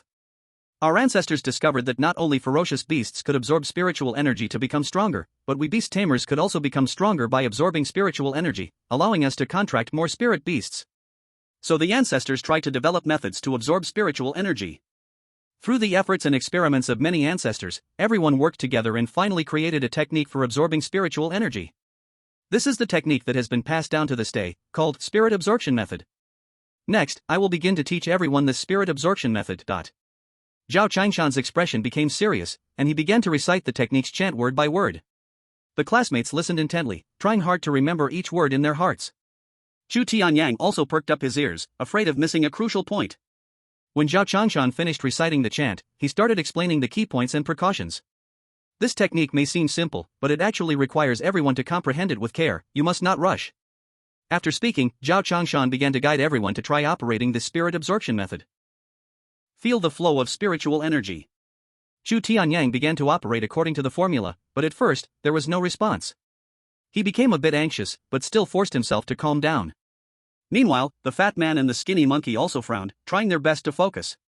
Suddenly, Chu Tianyang felt a faint stream of spiritual energy enter his body, and he felt a surge of joy, focusing more intently on guiding the energy to circulate within him. At that moment, the spiritual energy in the classroom seemed to all rush toward him, forming a small vortex. Zhao Changshan, who was observing the students' cultivation, suddenly noticed the movement of spiritual energy in the classroom, all of it rushing toward Chu Tianyang's position. How is this possible? Seeing this scene, Zhao Changshan widened his eyes. How long has it been? This brat, how could he already feel the spiritual energy and absorb it into his body? Calculating the time, it's only been about 5 minutes. Has Chu Tianyang already mastered the spirit gathering technique this quickly? This kid only has a 7th level talent, right? Zhao Changshan was a bit dazed. Could it be that his comprehension is so high, that's why he learned the spirit gathering technique so fast? When he practiced the spirit gathering technique back in the day, it took him 2.5 days to learn it. He had seen the fastest learner of the spirit gathering technique, an 8th level spirit master, who took almost a whole day to begin to practice. What kind of freakish talent does this brat have, learning the spirit gathering technique in just 5 minutes? Chu Tianyang formed the spirit gathering seal with both hands, and his pores seemed to turn into countless tiny whirlpools, greedily sucking in the spiritual energy of the world. The pale green spiritual energy flowed into his body like a stream, rushing through his meridians, bringing a cool, tingling sensation wherever it passed. He focused his mind, guiding the spiritual energy toward his dantian, where mist swirled, and the energy spun rapidly under the guidance of his technique, slowly condensing into shimmering silver threads. These threads of spiritual energy intertwined and compressed within the dantian, emitting a faint buzzing sound. Chu Tianyang could clearly feel the mixed aura within the energy being slowly stripped away, leaving only pure energy that gradually turned a faint white, flowing slowly like melted golden water inside his dantian.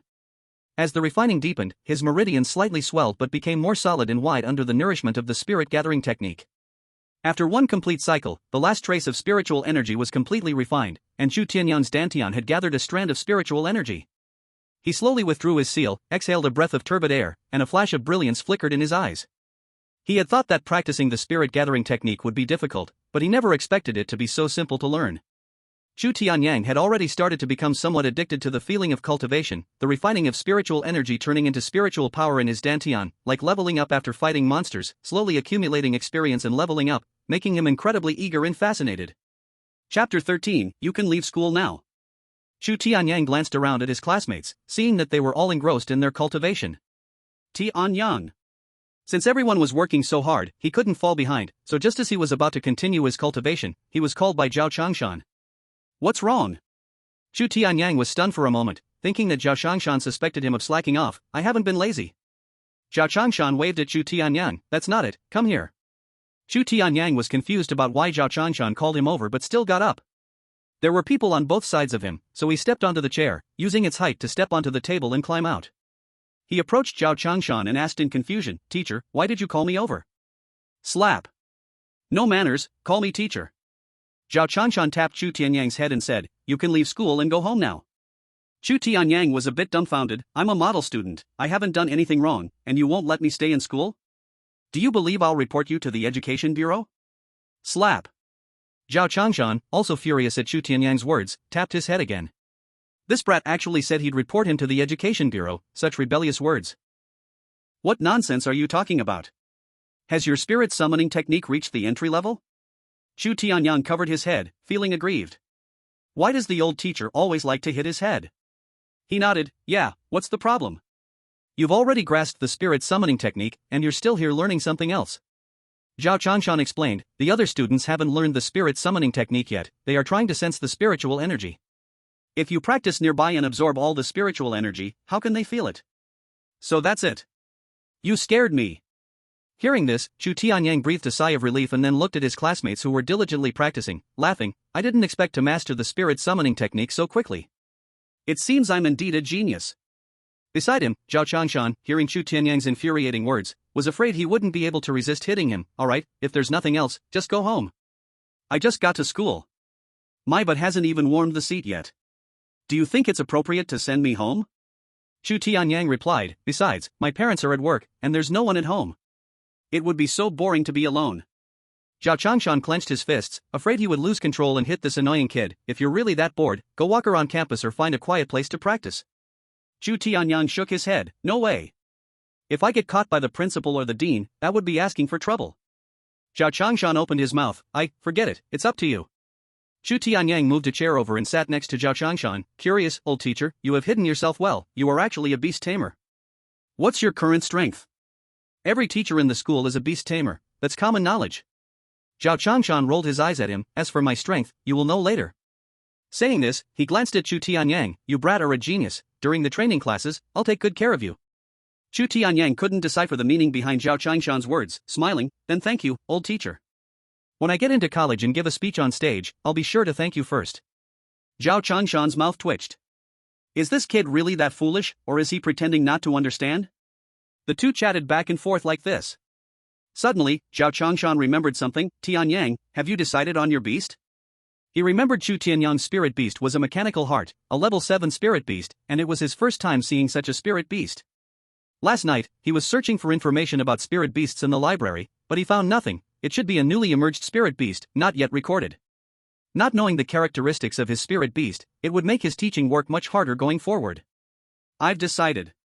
Chu Tianyang nodded. I'll go take a look after school, but I'm a bit short on money. Short on funds?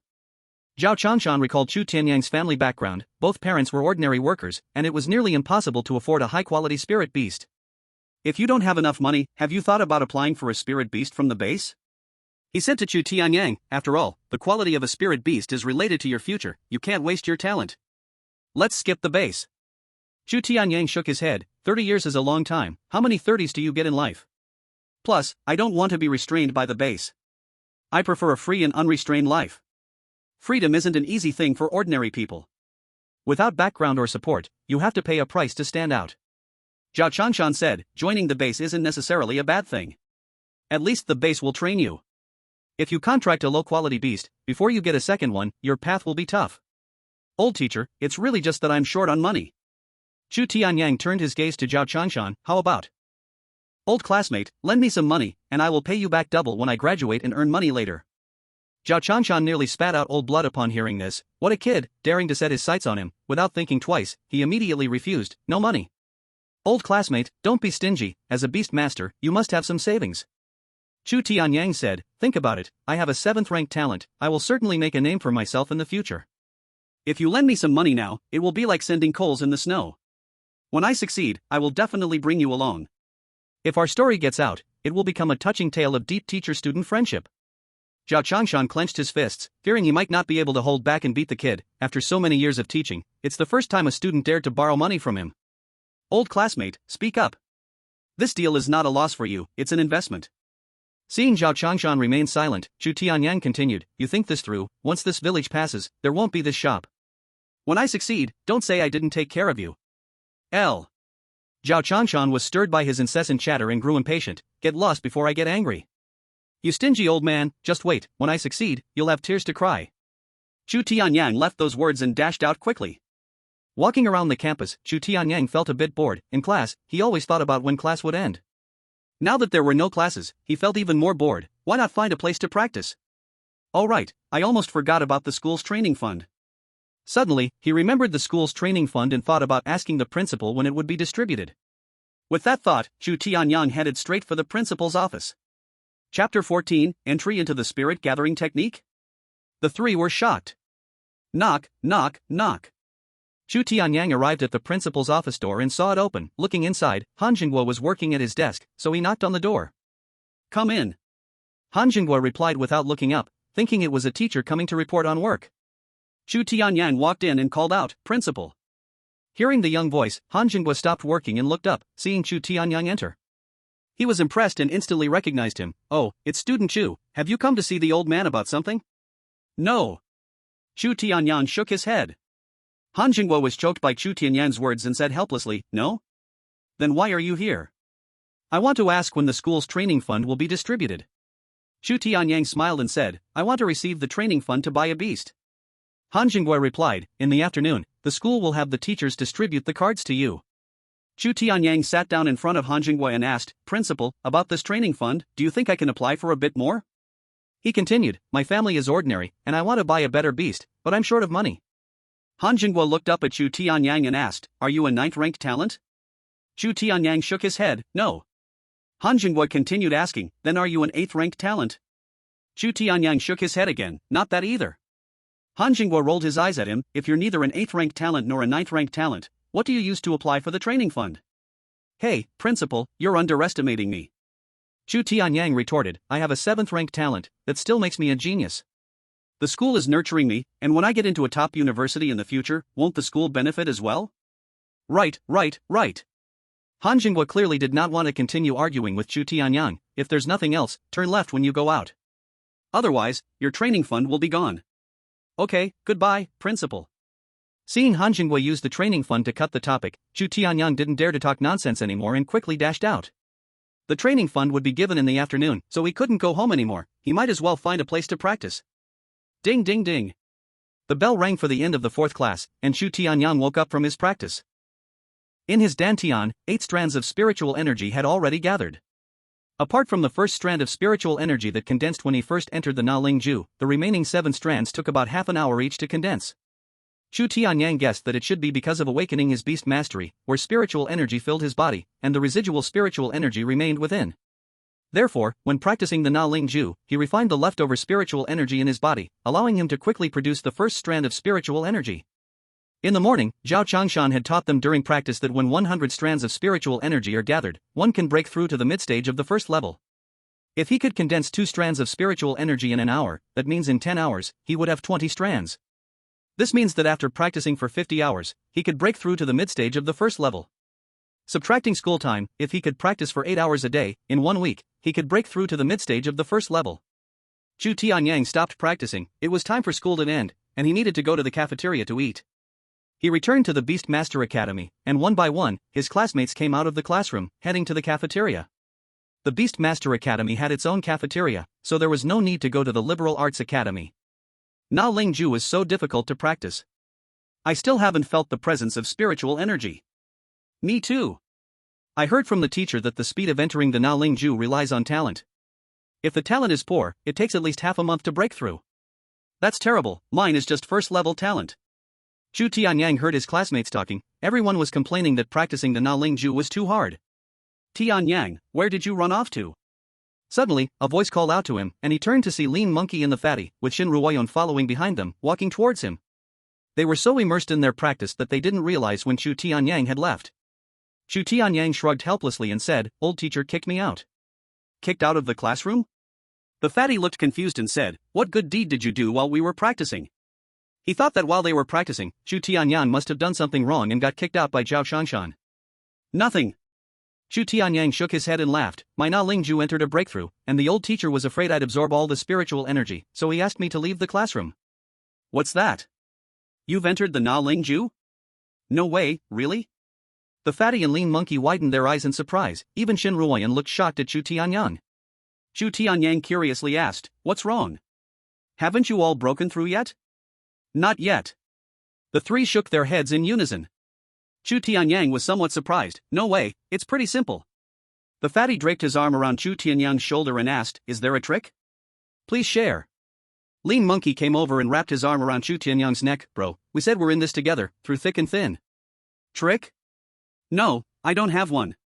Chu Tianyang paused for a moment. It's just like the old teacher said, feel the spiritual energy around you, then operate Na Ling Ju to absorb it. Is it really that simple? No other tricks? The 2 looked unbelieving, wearing skeptical expressions.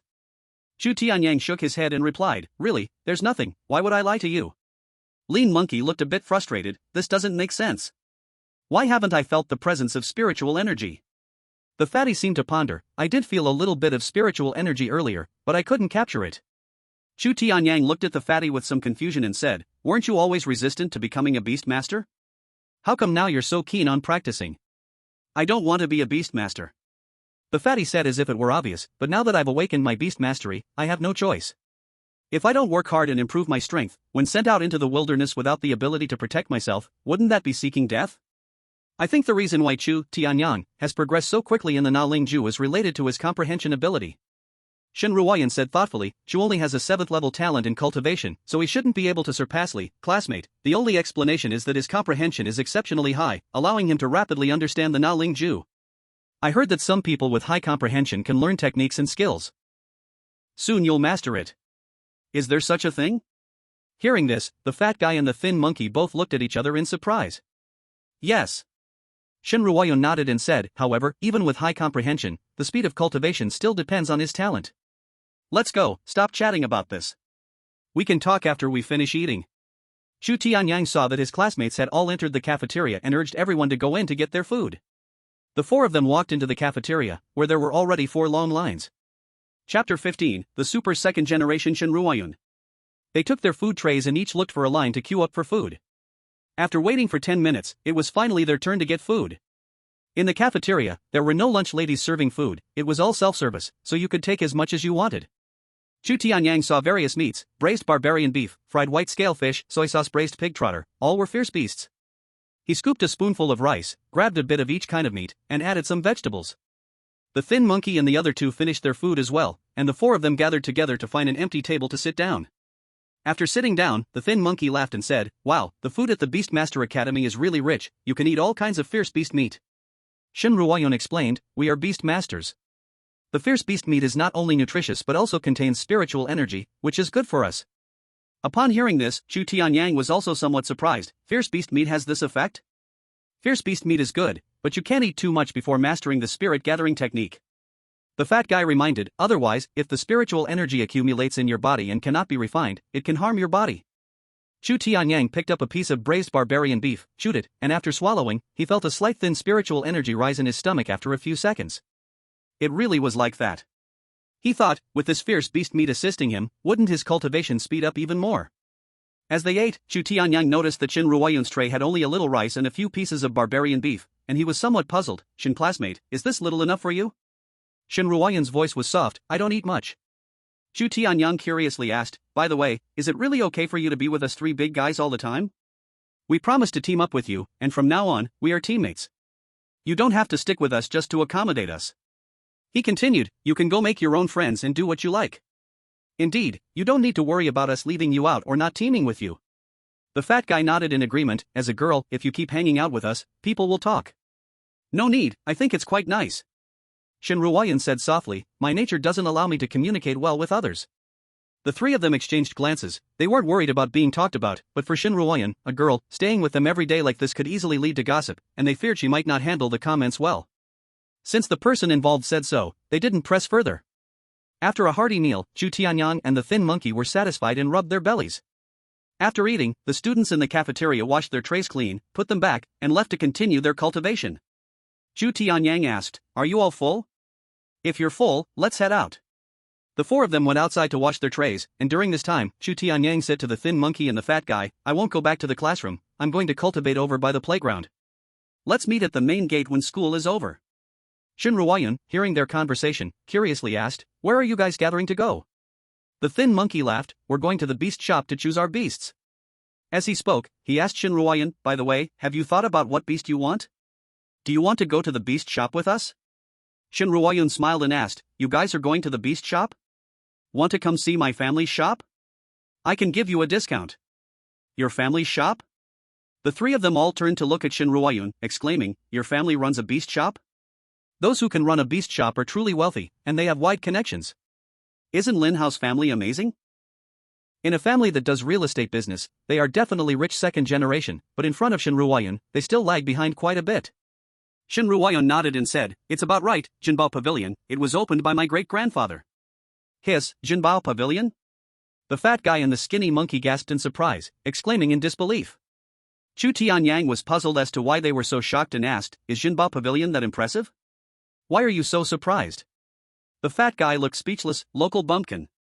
The skinny monkey was equally at a loss for words. "You're telling me, you don't even know about Jinbao Pavilion? Super big shot?" Seeing their reactions, Chu Tianyang guessed that Shin Ruoyun's Jinbao Pavilion must be quite powerful. The fat guy explained, Jinbao Pavilion's headquarters is in the Federation District. In the 5 main districts, every base is filled with Jinbao Pavilion's branches. Jinbao Pavilion claims that as long as you have money, anything can be bought. Isn't that impressive? Hiss. Upon hearing this, Chu Tianyang couldn't help but gasp. This was more than a super big shot, it was simply a super big shot. The fat guy looked at Shin Ruoyun and curiously asked, "By the way, as a super rich second generation, why did you come to base 88 to study?" Shin Ruoyun's eyes flickered as she said, "For some reasons, I transferred to the 3rd middle school." It was said that the internal strife in wealthy families was fierce. Everyone speculated it might be due to family conflicts, forcing Shin Ruoyun to transfer to base 88 to study. Chu Tianyang looked at Shen Ruoyan, his expression changed, revealing a smiling face as he rubbed his hands together and said, Shen classmate, no, Ruoyan, since we are classmates and teammates, can we get a discount when buying things at your family's store? Don't call me that, it's too disgusting. Shen Ruoyan felt a chill as she saw Chu Tianyang grinning lewdly and calling her so nicely, making her skin crawl. At most, I can give you an 80% discount, I don't have the power to give you more. Chu Tianyang murmured, 80% off? That's pretty good, I can save a lot of money. Thinking of this, he looked at the fat guy beside him and waved, Fat guy, come here. What for? The fat guy walked over, confused. Chu Tianyang put his arm around the fat guy's shoulder and took him a short distance away before stopping and saying, Fat guy, aren't we brothers? Just say what you want, are you borrowing money? The fat guy rolled his eyes, having somewhat guessed what was going on, and asked directly. As expected of a brother, perceptive. Chu Tianyang gave him a thumbs up, brother, we're short on money, I want to borrow a bit from you. How much? The fat guy thought that when Chu Tianyang said a bit, he meant within 5 million. Chu Tianyang grinned and said, not much, just need to borrow 10 million.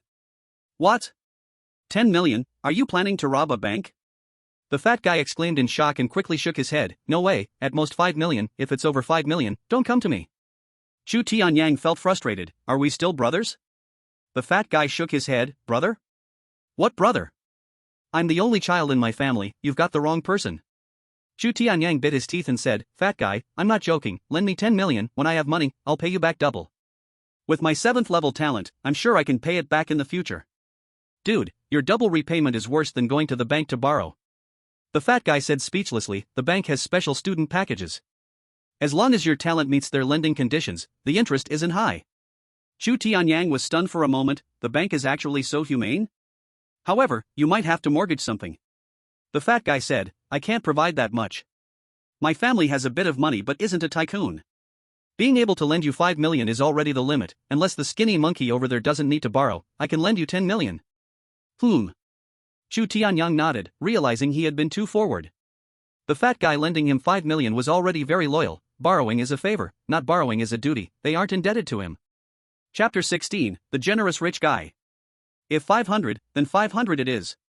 Chu Tianyang calculated in his heart, plus the 5 million from the fat guy, his 2 million, and the school training fund of 1 million, that makes 8 million. Shen Ruoyan said she could give an 80% discount. After buying the materials, there should be more than 1 million left, enough to buy a 4th-tier fierce beast corpse and cover the crafting expenses. A 4th tier is fine. Chu Tianyang secretly thought, when I have money later, I'll upgrade the flame tiger. What's wrong? The fat guy saw Chu Tianyang standing there in a daze, unsure of what he was thinking, but he could roughly guess that it must be something about money. It's nothing. Chu Tianyang came back to his senses, released his hand resting on the fat guy's shoulder, and smiled, let's go. Watching Chu Tianyang's back as he walked away, the fat guy gritted his teeth and finally followed him. After leaving the cafeteria, Chu Tianyang separated from the 3 of them and headed to the playground, finding a spot to sit and practice. In 2 hours, he had gathered 6 strands of spiritual energy, 2 of which came from the fierce beast meat. Unfortunately, the school only provided fierce beast meat for lunch every day, if only there was fierce beast meat for dinner as well. Chu Tianyang continued to practice until the 3rd class bell rang. He remembered that the principal had said in the morning that they would distribute training funds in the afternoon to their teachers.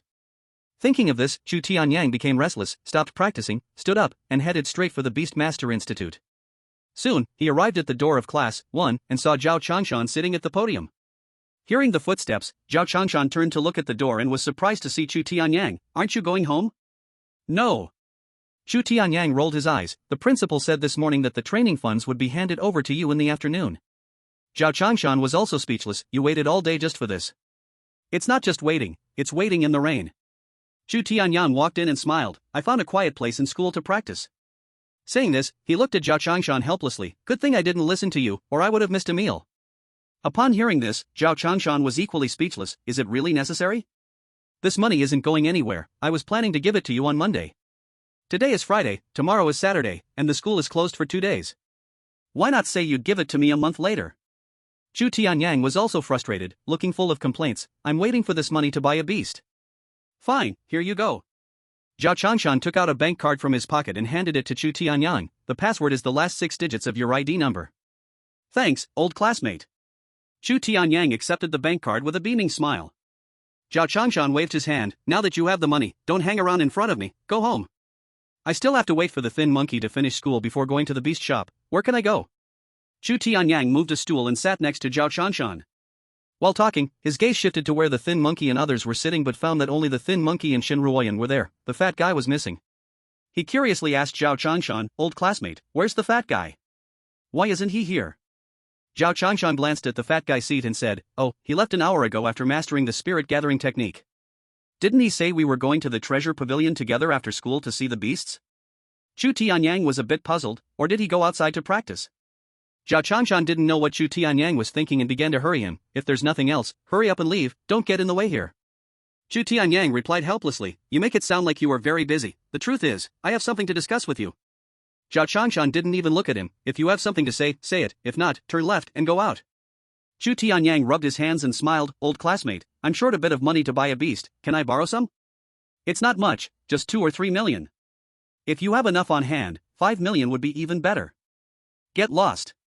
If you don't disappear from my sight, I'll hit you. Zhao Chanshan was also annoyed. This kid constantly talked about borrowing money. Have you ever seen a student borrow money from a teacher? If you don't want to lend, then don't, no need to get physical. Chu Tianyang bolted out of the classroom. Walking in the corridor outside, he held his hands behind his head, teased the old classmate, and felt delighted. School would be out soon. No more training. He just turned the corner and went down the stairs, meeting a fat man head-on. Fatty, where have you been? Going back to get you some money. The fat man rolled his eyes at Chu Tianyang. He took out a card and handed it to Chu Tianyang, 10 million, password, 123456, this is my biggest effort, if you need more, think of a way yourself. Chu Tianyang stared blankly at the card the fat man handed over. Didn't you say before that you didn't have that much money and could only lend 5 million? The school's training fund has 3 million, I just got 2 million back. The fat man said, this is all I can help you with. Chu Tianyang hugged the fat man tightly, excitedly kissing his face, gratefully saying, fat uncle, from now on, you are my best brother. If anyone dares to bully you, I will go up and give them a caca beating. The fat man wiped the spot on his face where he was kissed with some disgust, saying, can't you be a little less gross? What are you two doing?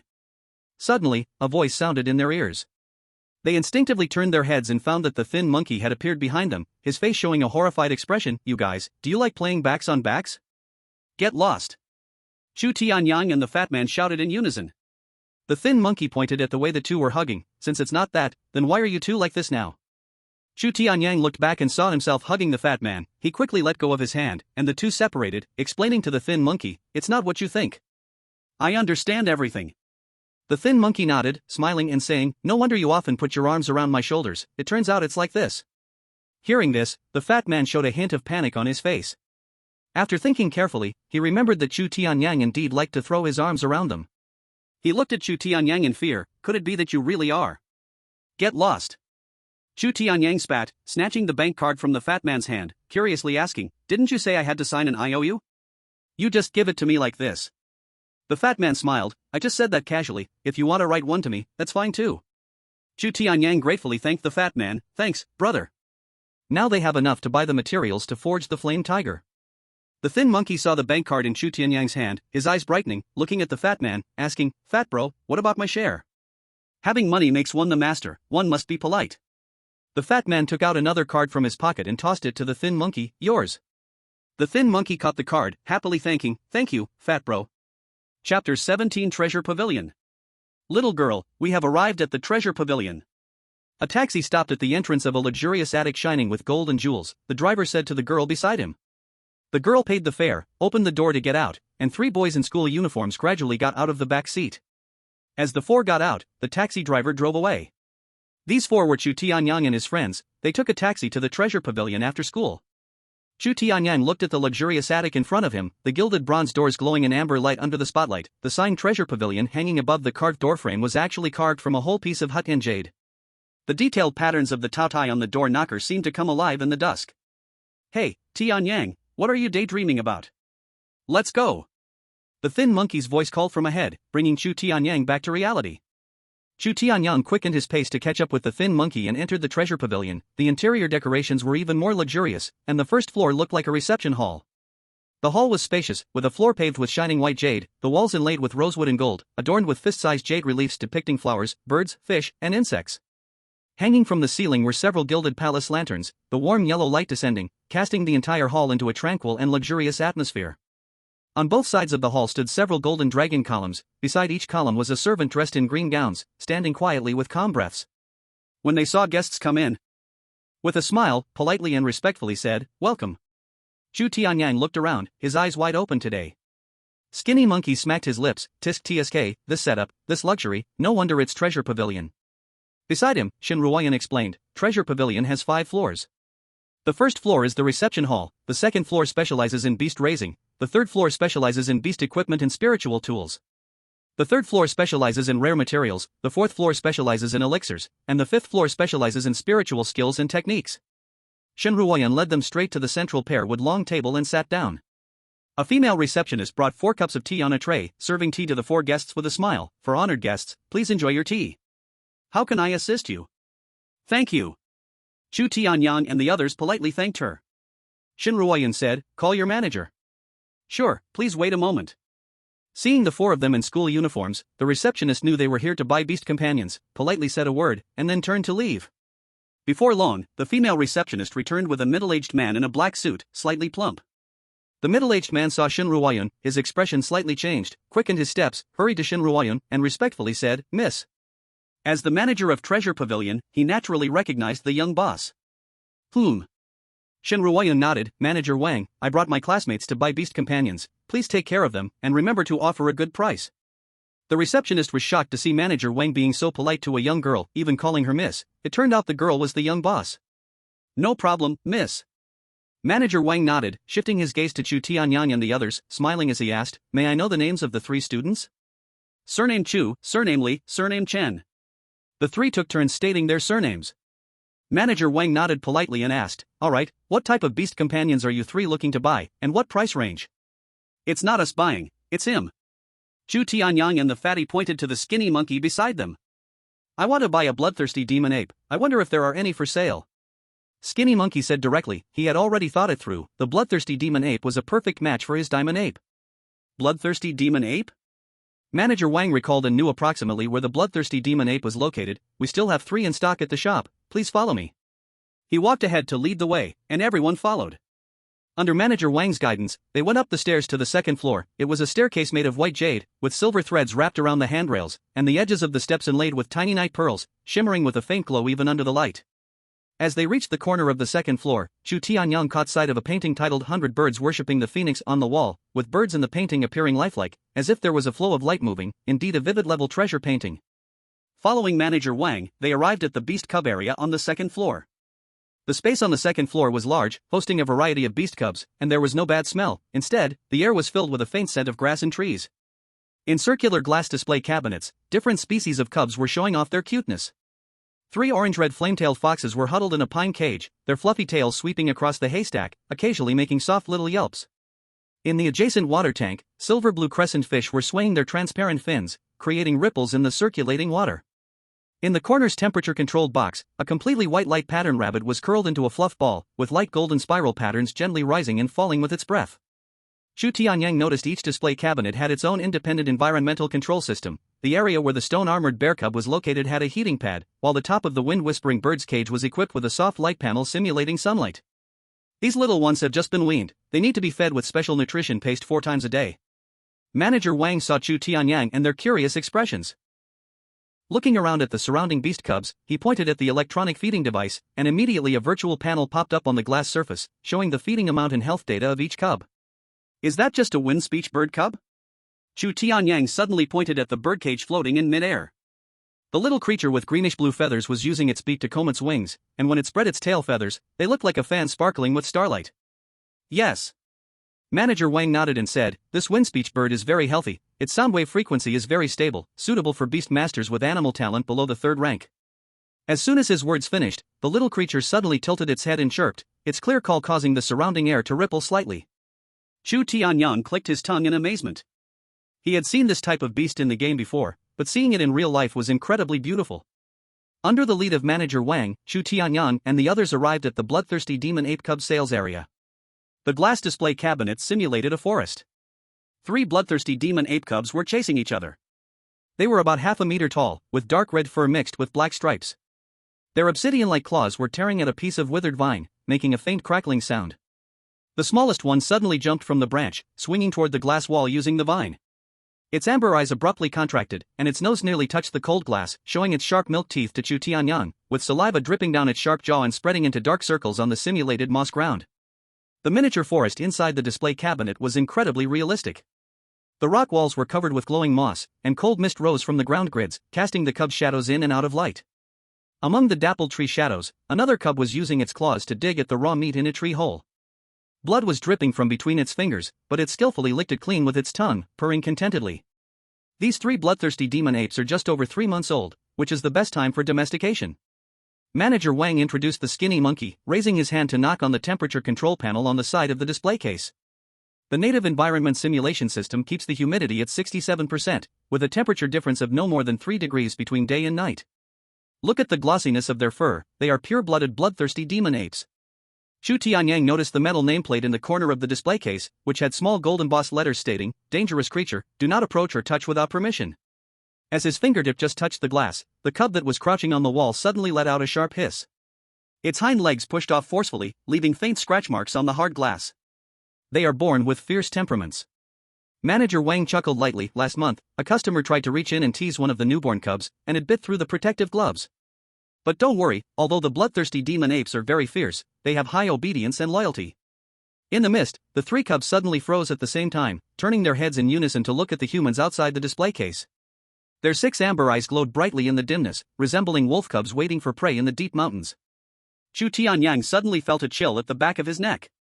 Among those seemingly innocent claws and teeth, he could almost smell the bloody scent of an adult demon ape tearing apart its prey. The skinny monkey looked at the bloodthirsty demon ape cubs in the glass display, eyes shining brightly, deeply moved. Suddenly, Chu Tianyang noticed one of the bloodthirsty demon ape cubs.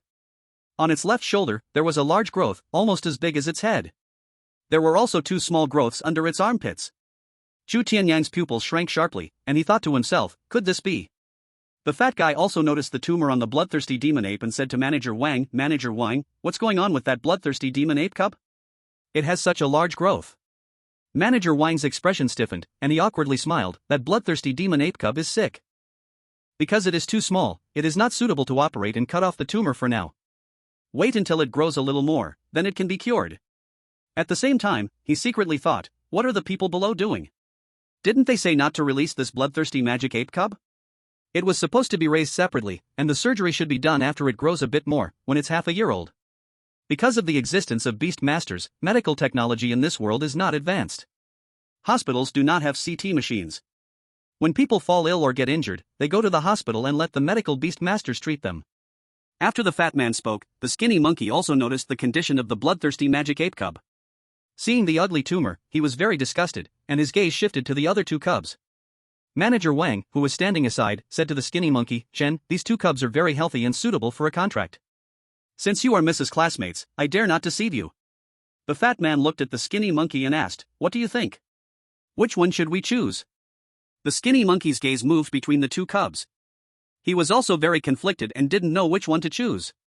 Suddenly, Chu Tianyang spoke up and asked, "Manager Wang, if we buy the cub with the tumor, can we get a discount?" Shwa, shwa, shwa.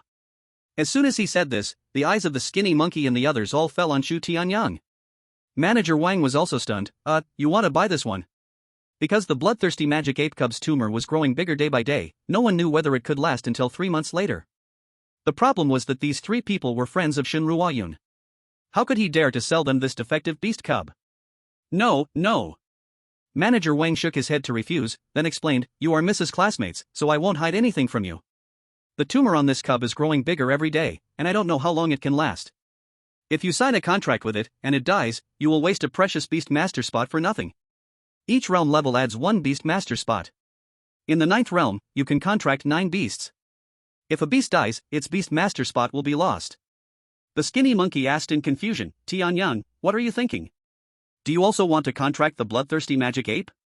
Chu Tianyang dragged the skinny monkey towards the door. "Skinny monkey, come here, I have something to say to you." The skinny monkey was confused. What's going on? When they reached the door, Chu Tianyang finally released the skinny monkey's hand and whispered, "Skinny monkey, buy that bloodthirsty magic ape cub with the tumor and contract it." "What are you talking about?" Hearing this, the skinny monkey widened his eyes. "Are you crazy, or am I crazy? Contract that sick cub? If you trust me, buy that cub and contract it." Chu Tianyang explained. That bloodthirsty magic ape cub is not sick, it's mutated. Did you notice the big tumor on its shoulder and the tumors under its armpits? He continued, this is a mutated bloodthirsty magic ape cub, evolving into a two-headed bloodthirsty magic ape, with 4 arms. Its quality has reached a 7th level beast. When he saw the bloodthirsty magic ape cub earlier, Chu Tianyang was also shocked. Because in the game, he had seen other players contract a mutated bloodthirsty magic ape, and it looked exactly like this cub. After leveling up, it evolved into a 2-headed, 4-armed bloodthirsty magic ape with a 7th level quality. What, 7th level beast? The skinny monkey widened his eyes in surprise, then looked at Leoman with a bit of doubt. Tianyang, are you not tricking me, are you? Why would I trick you? Besides, when have I ever tricked you since we were young? Chu Tianyang rolled his eyes. I've always told you, read more books, read newspapers, eat fewer snacks, and sleep more. Did you ever say that? The skinny monkey was a bit confused, and then helplessly said, how can you say you've never tricked me? I've been tricked by you so many times, when we were kids. I'm talking serious business, why are you bringing up ancient history? Chu Tianyang rolled his eyes at him. Such an important matter, can it be joked about? I read it in a book, believe it or not, but when someone buys it, you will be the one crying. The skinny monkey was itching with excitement because if it was really a mutated beast, then he would rise to fame. He still wasn't sure, so he asked Chu Tianyang again, are you sure you are not joking? Chu Tianyang weakly replied, really not, how could I dare to joke about such a thing? Seeing that Chu Tianyang didn't seem to be joking, and considering their relationship, he surely wouldn't mess with him on such a matter. So, he gritted his teeth, alright, I trust you, let's buy that cub. Thus, the two returned inside, where the fatty and Shinruoyan were somewhat puzzled, wondering what these two were discussing. Chu Tianyang continued the previous topic, Manager Wang, we want that tumor-covered bloodthirsty magic ape cub, how much can we get a discount? Upon hearing this, Manager Wang advised, Chu, you guys really shouldn't buy this cub. Chu Tianyang interrupted him, Manager Wang, don't worry, even if something happens, it's our own problem, it has nothing to do with you. The skinny monkey nodded in agreement, yes, it's our own choice, it has nothing to do with you. Hearing the skinny monkey's words, the fatty and Shinruoyan showed a look of surprise. What did Chu Tianyang say to the skinny monkey that made him change his mind and choose that ugly, sickly cub? Chapter 19, Bargaining. Manager Wang was also helpless, it wasn't that he didn't want to sell. After all, he didn't want the cub to be stuck with him, but he didn't dare sell, considering the other party was Shinruoyan's classmate. With no choice, he could only turn his gaze to Shinruoyan, seeking her opinion. Shinruoyan nodded to indicate that he could sell it to them. She was also very curious why Chu Tianyang and the others insisted on buying this sick cub. Fine. After receiving Shinruoyan's signal, Manager Wang breathed a sigh of relief and said, first, let's make it clear, it's your insistence to buy. If anything happens to the bloodthirsty magic ape cub, it will be none of our business. Don't worry. The skinny monkey nodded, even if something happens, it's our own problem, it has nothing to do with you. That's good. Manager Wang nodded and said, the bloodthirsty magic ape is of low-grade 6th tier qualification, its price is roughly between 11 million to 12 million. Although this cub is sick, it can be treated when it grows a bit. He continued, how about this, since you are all classmates of the young lady, the treasure pavilion won't make money off you. It's a flat price, 8 million. Hearing 8 million, the skinny monkey was overjoyed, wasn't this saving a few million? Just as he was about to agree, Chu Tianyang spoke up, 8 million is too expensive, how about 5 million? You can see that this bloodthirsty magic ape cub's condition has already started to worsen, who knows how long it can last. After all, as Manager Wang just said, surgery can only be done after half a year. It's only 3 months old now, we have to wait another 3 months. And during these 3 months, who knows if there will be any accidents. We are also gambling now. If it dies, not only will we lose money, but we'll also lose a monster taming spot, don't you agree? He continued, if you can't sell it and it stays with you, won't you also lose money, including treatment costs, meal costs, and management fees during this time? Everyone was stunned, Chu Tianyang's eloquence was surprisingly good. Manager Wang was also bewildered, this young man spoke so well and laid out the profit relations clearly one by one. Having been a manager for so long and encountered many customers, it was his first time meeting someone so articulate that almost made him believe it. Chu, you can't say it like that. Manager Wang said, our treasure pavilion has a professional monster treatment team, so there shouldn't be any problems. How about this, let's each take a step back, 7.8 million, how about that? Too expensive. Chu Tianyang shook his head, Manager Wang, since we are all one family, I won't let you lose. How about this? 5.5 million. Then the two of them started a tug-of-war over the price, spitting words, one desperately haggling, the other fiercely protecting the price. The fat man and his friends watched in shock, Chu Tianyang's bargaining power was off the charts. It was the first time we had seen someone so skilled at bargaining. After a tug-of-war that lasted more than 10 minutes, Manager Wang finally admitted defeat, almost running out of saliva. He helplessly said, "Chu student, I'll admit I'm scared of you. Let's each take a step back, 6.8 million. We just want a good start in business." Chu Tianyang replied, "Manager Wang, we are students with tight budgets. Since you mentioned each taking a step back, how about 6.5 million? We can't go any higher. Aren't we classmates with your young lady? Doesn't this friendship make the extra 300,000 worth it?" Forget it. Manager Wang opened his mouth and finally agreed, 6.5 million it is, I'll admit I'm scared of you. Gulpy. The fat man and his friends couldn't help but swallow. Chu Tianyang was just too amazing. In the future when buying things, we should definitely ask him to haggle, he's unbeatable. Manager Wang looked at the thin monkey and asked, "Chen student, do you want to contract the beast here, or take it back with you?" The thin monkey didn't think twice and said, "Right here." It was also his first time contracting a beast, and he needed professional guidance. "Our shop's rule is that you must pay first before we can arrange the beast contracting." Manager Wang said, "Please follow me to the front desk to check out." "Okay." The thin monkey nodded and followed Manager Wang to the front desk to check out. The fat man came to Chu Tianyang's side, clapped his hand on his shoulder, and smiled, "You're quite something. Just by moving your mouth, you saved the thin monkey over 1 million. Not bad." Chu Tianyang chuckled, his bargaining skill was honed from gaming. In the past, when selling equipment and materials in the game, customers haggled with him like this, and over time, he mastered the skill. The fat man curiously asked, "By the way, what's the deal?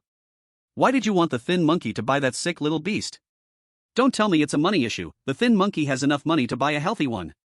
Shen Ruoyan also looked at Chu Tianyang with curiosity. She was puzzled as to why Chu Tianyang urged the thin monkey to buy the sick little beast.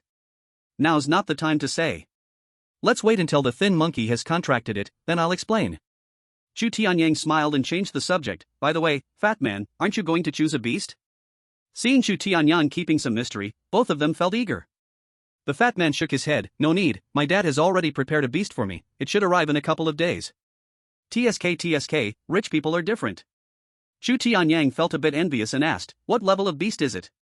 "You'll know when the time comes." The fat man smiled, keeping the suspense. Shin Ruoyan asked Li Yong'an, "Chu student, what about you? Are you not choosing a beast?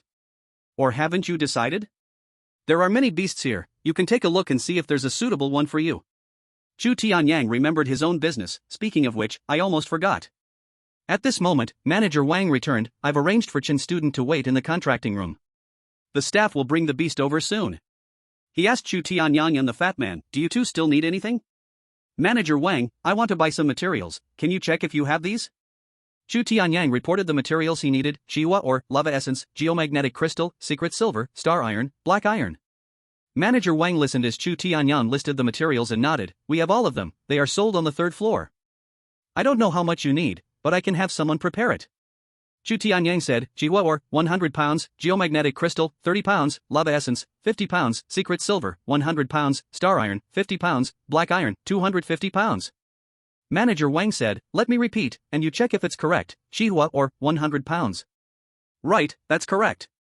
Chu Tianyang nodded as he listened to Manager Wang recite it without a mistake. "All right. No problem, I'll go have someone prepare it right now." Manager Wang nodded. "Please wait on the 3rd floor for a moment." Chu Tianyang and his companions followed Manager Wang, leaving the beast-taming area and heading to the 3rd floor. "Tianyang, what are you going to do with these materials?" Chu Tianyang and his companions followed behind Manager Wang as they walked to the 3rd floor. The chubby guy asked with some confusion. These materials were not something they could even touch right now. What was Chu Tianyang planning to do with them? Moreover, all the materials he listed were mining materials. Was he planning to become a blacksmith? "I want to craft something." Chu Tianyang didn't answer directly, just simply said a sentence before changing the subject and asking, "By the way, do you know where I can find a blacksmith?" "A blacksmith?" The chubby guy thought for a moment. "There should be one over at West Street, that's where they sell beast gear and tools." "No need to go that far. There's a blacksmith at the treasure pavilion. If you want to craft something, I'll have Manager Wang help you arrange it." Shin Ruoyan said, "But you'll have to pay the blacksmith some fees. The treasure pavilion has a contract with them. They get a commission for every item they craft."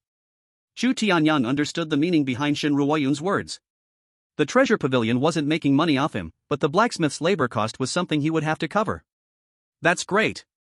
He thanked Shin Ruoyan gratefully. "Thank you." It's nothing, just a small favor. Shen Ruoyan shook her head and smiled. They arrived on the third floor, where Manager Wang arranged for them to sit in the reception area before going to collect the materials for Chu Tianyang. About 10 minutes later, Manager Wang returned and said to Chu Tianyang, "Student Chu, the materials you requested are ready. The total price is 8.13 million.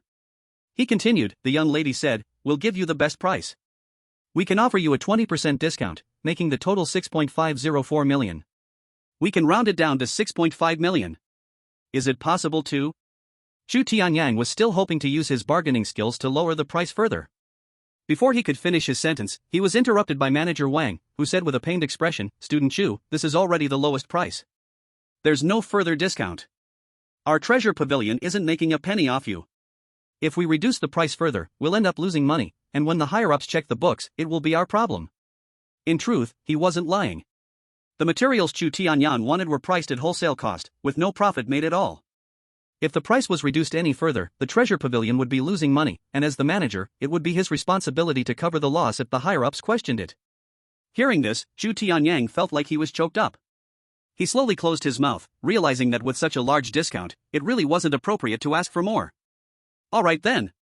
He nodded and asked, "By the way, do you have any beast corpses for sale here?" "Yes, but the beast corpses are too large. They're stored in the warehouse." Manager Wang nodded and said, "I'll bring over a machine.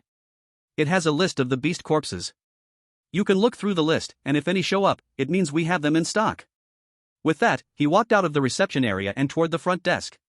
Soon, he returned with a machine that looked like a tablet. He handed it to Chu Tianyang and said, "You can search for any beast corpse you want. If it shows up, it means we have it in the warehouse." Chu Tianyang took the machine, typed fire-type tiger beast into the search bar.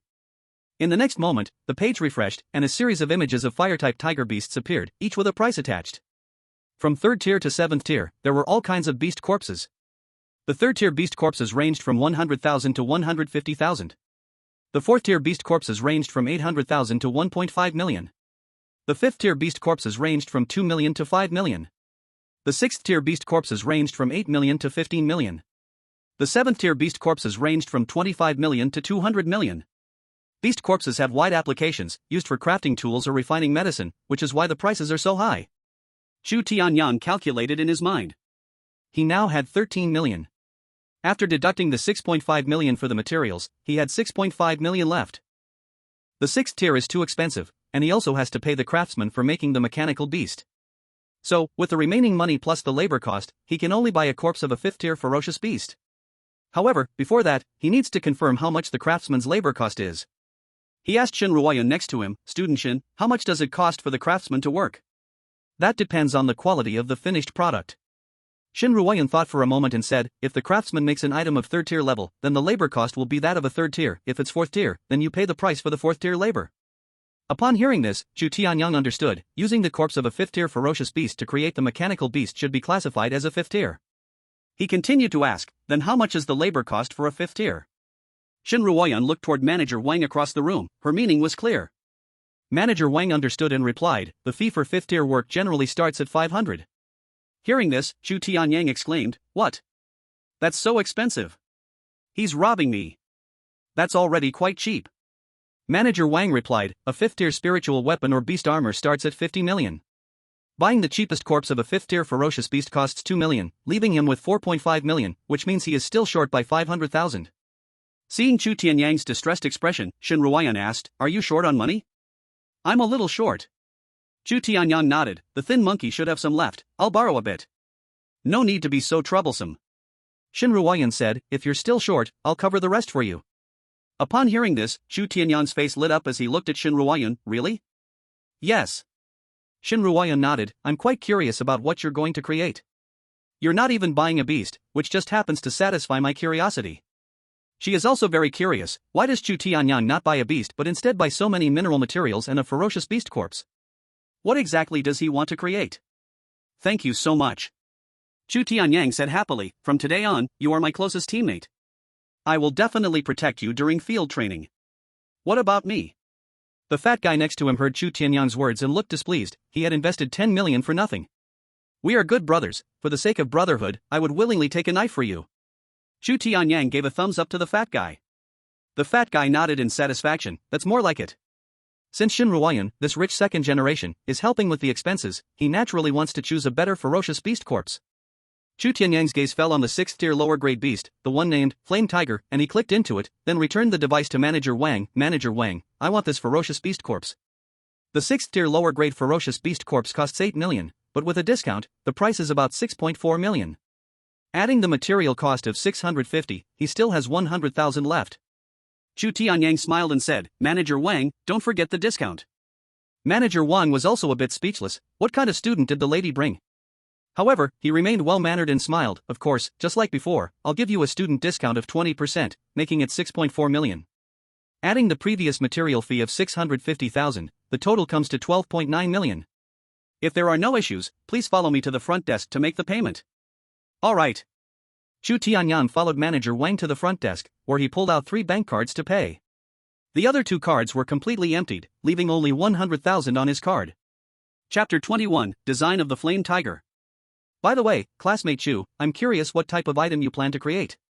After the payment, Manager Wang asked Chu Tianyang, are you creating beast armor or spiritual weapons? What type? Is it your own design, or will the craftsman design it? These questions need to be clarified first, otherwise, what if the finished product doesn't meet Chu Tianyang's expectations? I've already made the design, you just need to help me create it according to the blueprints.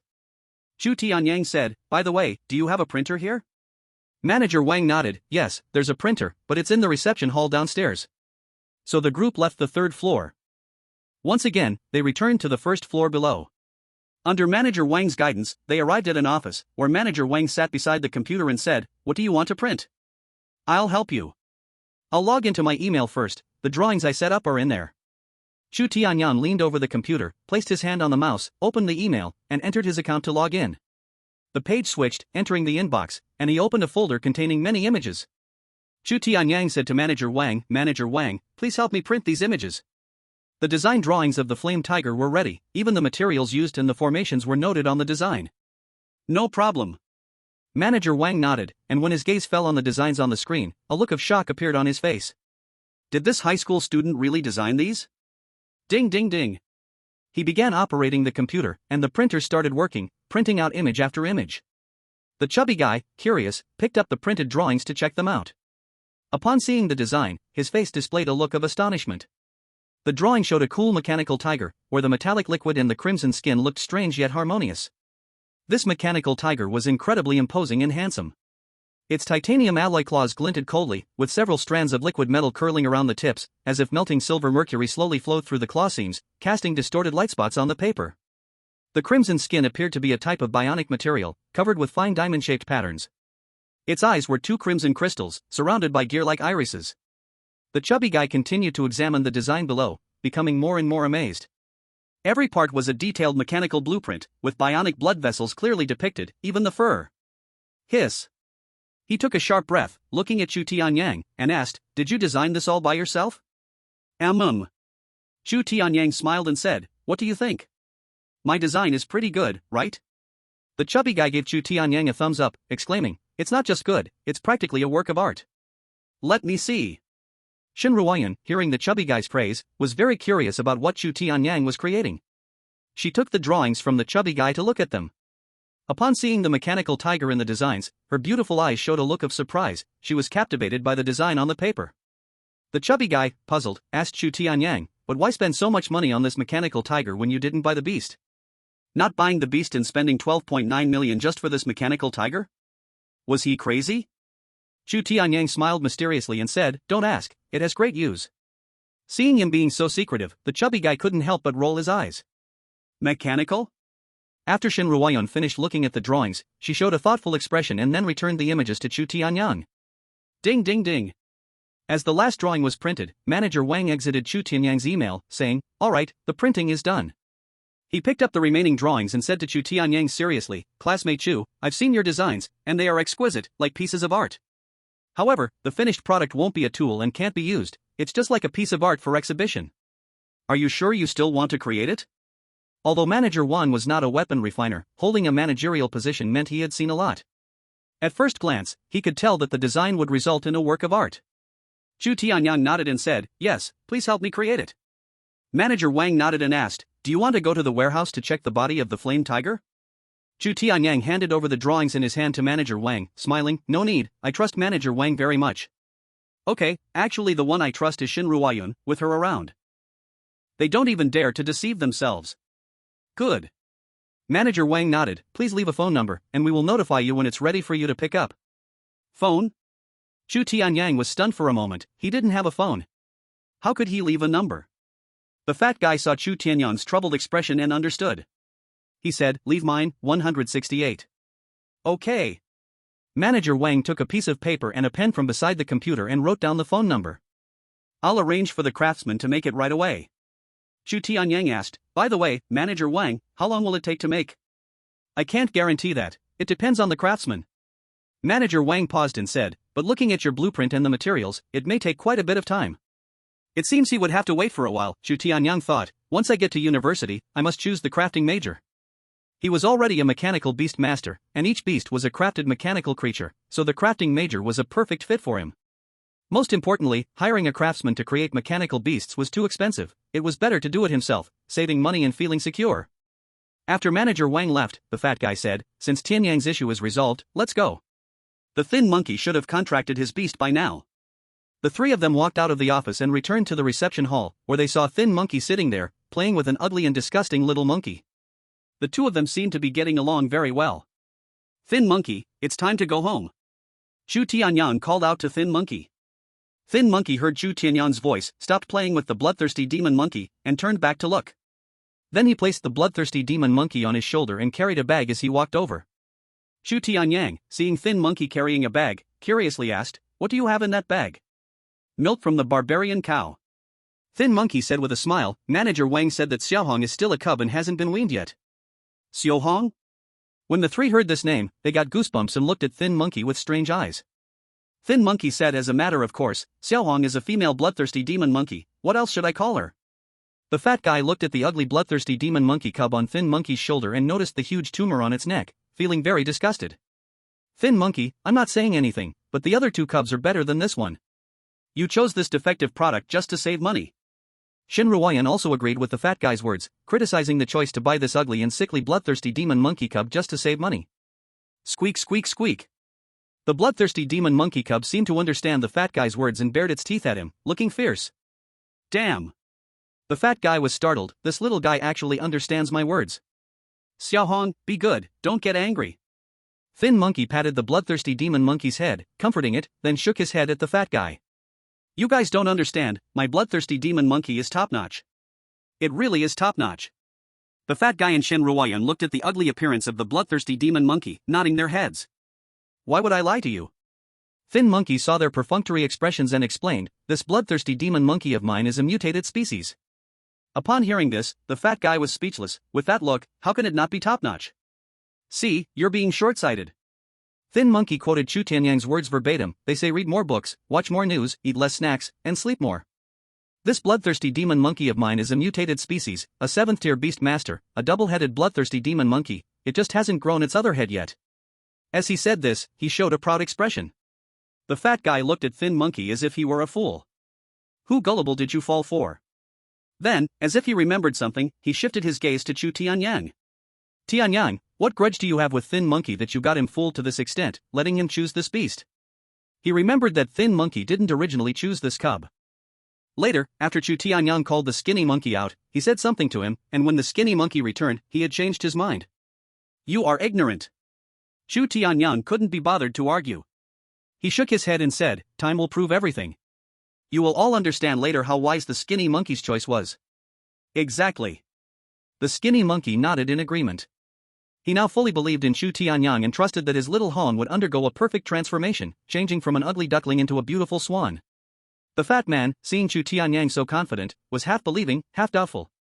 Chu Tianyang and the skinny monkey had grown up in the same pants. Their relationship was so good that it seemed impossible he would deceive the skinny monkey. After the four of them left the treasure pavilion, Shin Ruoyan parted ways with them since they weren't going the same way home. Chu Tianyang and the others took a cab back, and when they passed by the pedestrian street, the fat man got off the car, leaving only Chu Tianyang and the skinny monkey to ride back. Manager Wang took Chu Tianyang's flame tiger design to the weapon-making department to find a blacksmith to forge it. Thinking that Chu Tianyang was Shin Ruoyan's classmate and seemed to have a good relationship with her, otherwise, he wouldn't have given them a discount and even covered the forging fee. Manager Wang found a blacksmith with good skills and techniques. He pushed open the door of one of the forging rooms and called to a middle-aged man, bare-chested. Inside, Master Liao, there's an urgent order. Please help handle it. Master Liao stopped swinging his hammer and turned to look. Seeing Manager Wang, he asked, an urgent order? Why did it come to me? You know, I never take such orders. There's no choice. Master Liao, you're the best blacksmith in our treasure pavilion. Manager Wang smiled and said. This customer is a friend of the boss's daughter. We've been instructed to do it. Master Liao felt a bit of a headache. The boss's daughter's friend, what could he do? He looked at the stack of blueprints in Manager Wang's hands. Let me see. What do you want to forge? Here. Manager Wang handed over the design.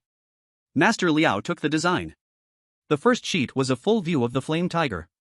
The second sheet and onward were detailed blueprints of the different parts of the flame tiger, with every part, including the bionic blood vessels, clearly drawn.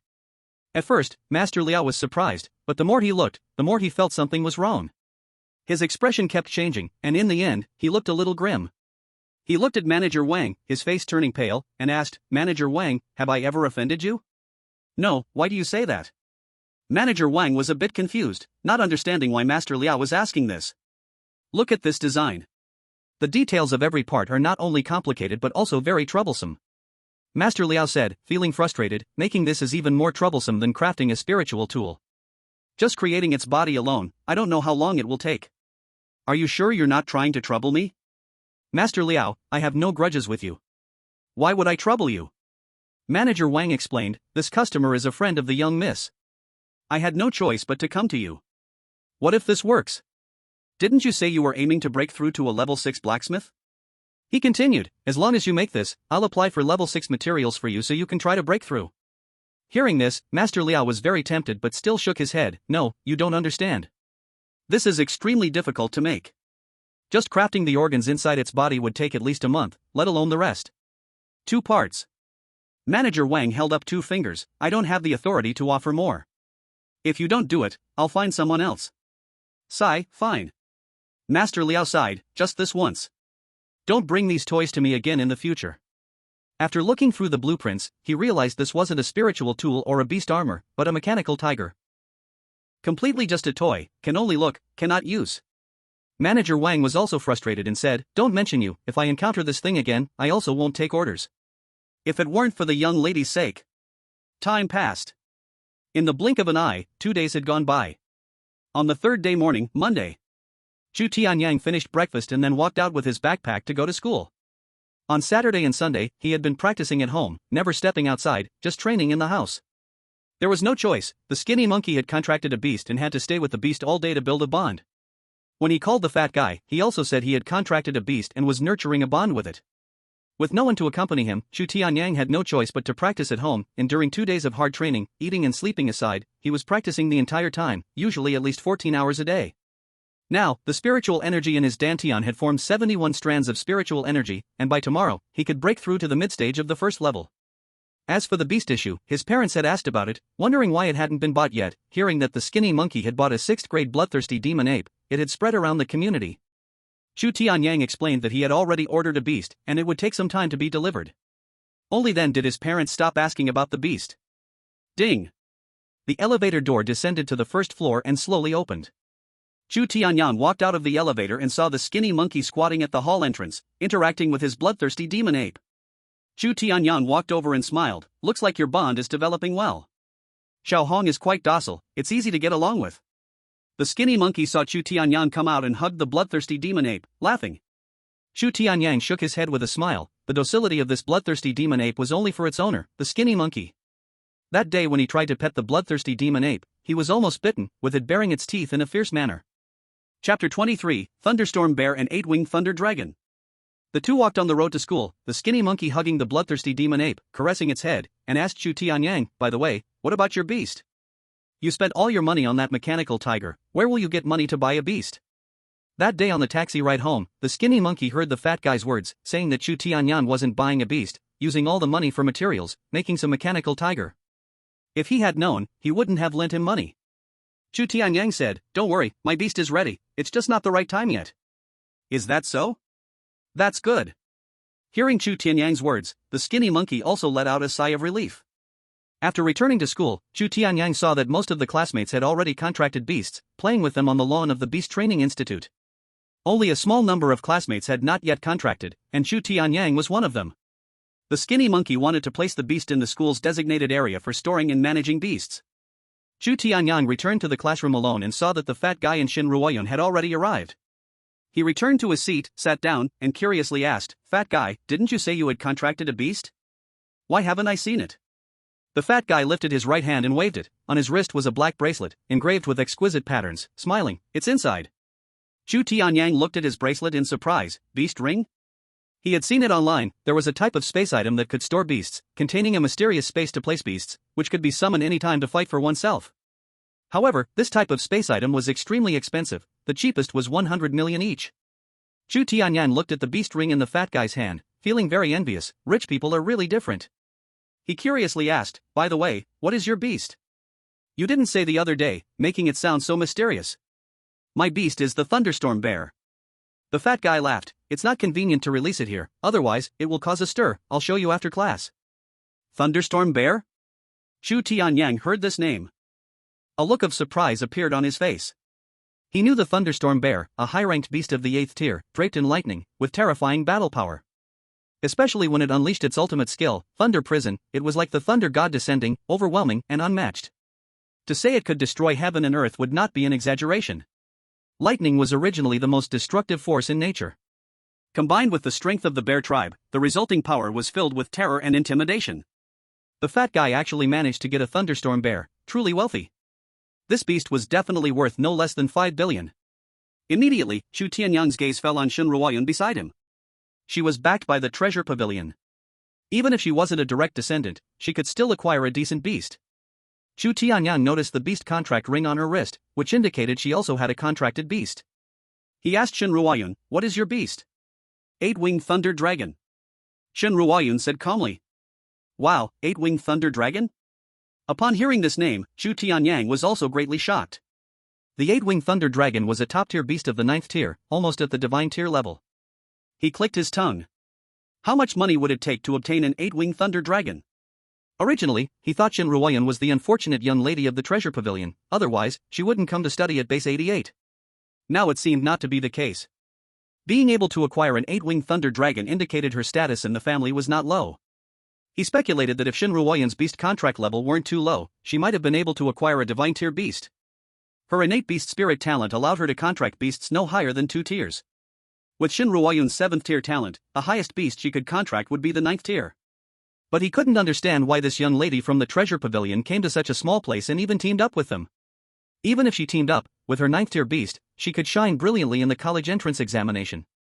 She could even team up with Qin Shui and the others, so why did she choose them? However, Chu Tianyang didn't delve too deeply into this question. Among their 4-member team, he was the only one who hadn't contracted a beast. He still didn't know how long the treasure pavilion would take to forge his flame tiger. After the skinny monkey settled his bloodthirsty magic ape, he returned to the classroom and chatted with the fat guy and Shin Ruoyun about cultivating emotions with their beasts and training them. Chu Tianyang, having no beast, couldn't join their conversation and could only silently listen from the side. Ding ding ding. The class bell rang, and Zhao Changshan appeared at the door, followed by a man around 60 years old. "Hello, teacher." Looking at Zhao Changshan who walked into the classroom, everyone greeted in unison. Zhao Changshan walked onto the podium and said to all the students, "Let me introduce a new teacher to you. This is Teacher Liang Runtao, who is responsible for teaching you the knowledge of beast-taming." "Hello, Teacher Liang." Everyone exclaimed in unison. Teacher Liang Runtao nodded. Zhao Changshan continued, "Next, I want to announce your future classes.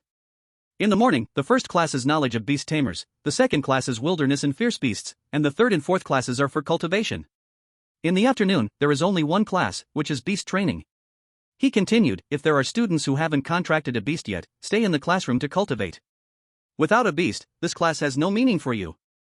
Moreover, you need to hurry to contract a beast because there are just over 3 months until your college entrance examinations. Every day counts as you prepare for the exam. Teacher Liang, I'll leave the class to you." After saying this, he acknowledged Liang Runtao and then turned to leave the classroom. Teacher Liang wasted no time and directly started the lesson. "Students, open your new textbooks. Today, we will talk about." Time passed quickly. Soon, the second class ended, and a different teacher taught the second class. This teacher was a female teacher.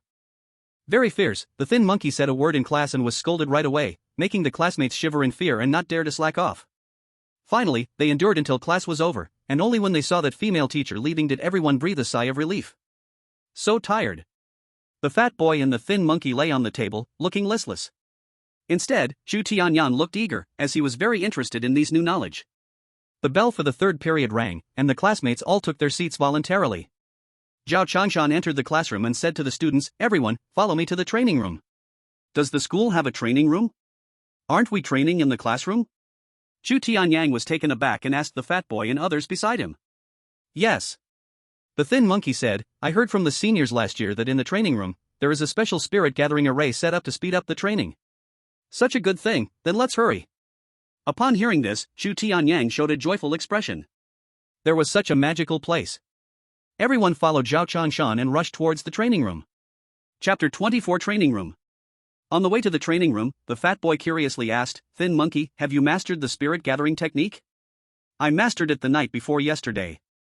The thin monkey nodded and said he had a 7th grade talent and could be considered a genius, so his speed in mastering the spirit gathering technique was naturally not slow. The training room was right behind their classroom, a single-story building with 3 rooms. Soon, they arrived at the door of the training room, and Zhao Changshan opened the big door with a key, telling the students behind him, "Once you go in, find a place to sit down, there's no need to fight, they are all the same."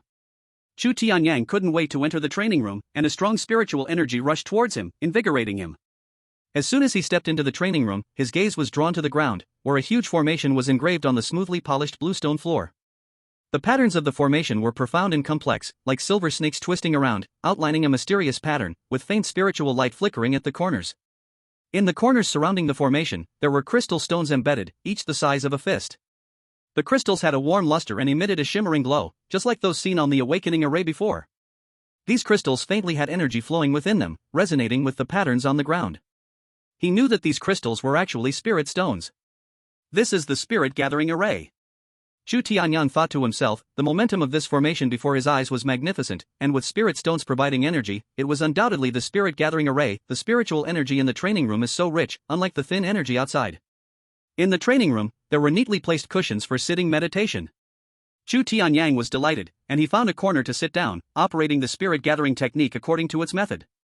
In an instant, he felt the spiritual energy around him being drawn in, continuously gathering towards the training room, flowing through the ground's patterns, and finally surging into his body. The spiritual energy was several times richer than outside and purer, flowing smoothly as he operated it. Others also found their own places to sit down and began their training, not wanting to waste any time. The fat boy, thin monkey, and the others also sat down next to Chu Tianyang, operating the spirit gathering technique and starting to train. Chu Tianyang immersed himself in training. He could clearly feel the spiritual energy flowing into his body like a trickling stream. As he kept refining the spiritual energy, it transformed into strands of spiritual power stored in his dantian. He could distinctly feel his spiritual power slowly increasing. In just 10 minutes, he had refined a strand of spiritual energy, doubling the speed compared to usual where he would take half an hour to refine one strand. At this rate, wouldn't he be able to refine 6 strands in one class and 12 strands in 2 classes? Chu Tianyang was absorbed in his training. Completely forgot about the time. Ding ding ding. Unknowingly, the time had come to the end of the 4th period. As the class bell rang, Chu Tianyang noticed that the spiritual energy in the training room was decreasing. He heard Zhao Changshan's voice ringing in everyone's ears, "Time's up, stop your cultivation." Upon hearing Zhao Changshan's voice, everyone awakened from their practice, each showing a look of reluctance on their faces. They said to Zhao Changshan, "Teacher, can we cultivate a little longer?"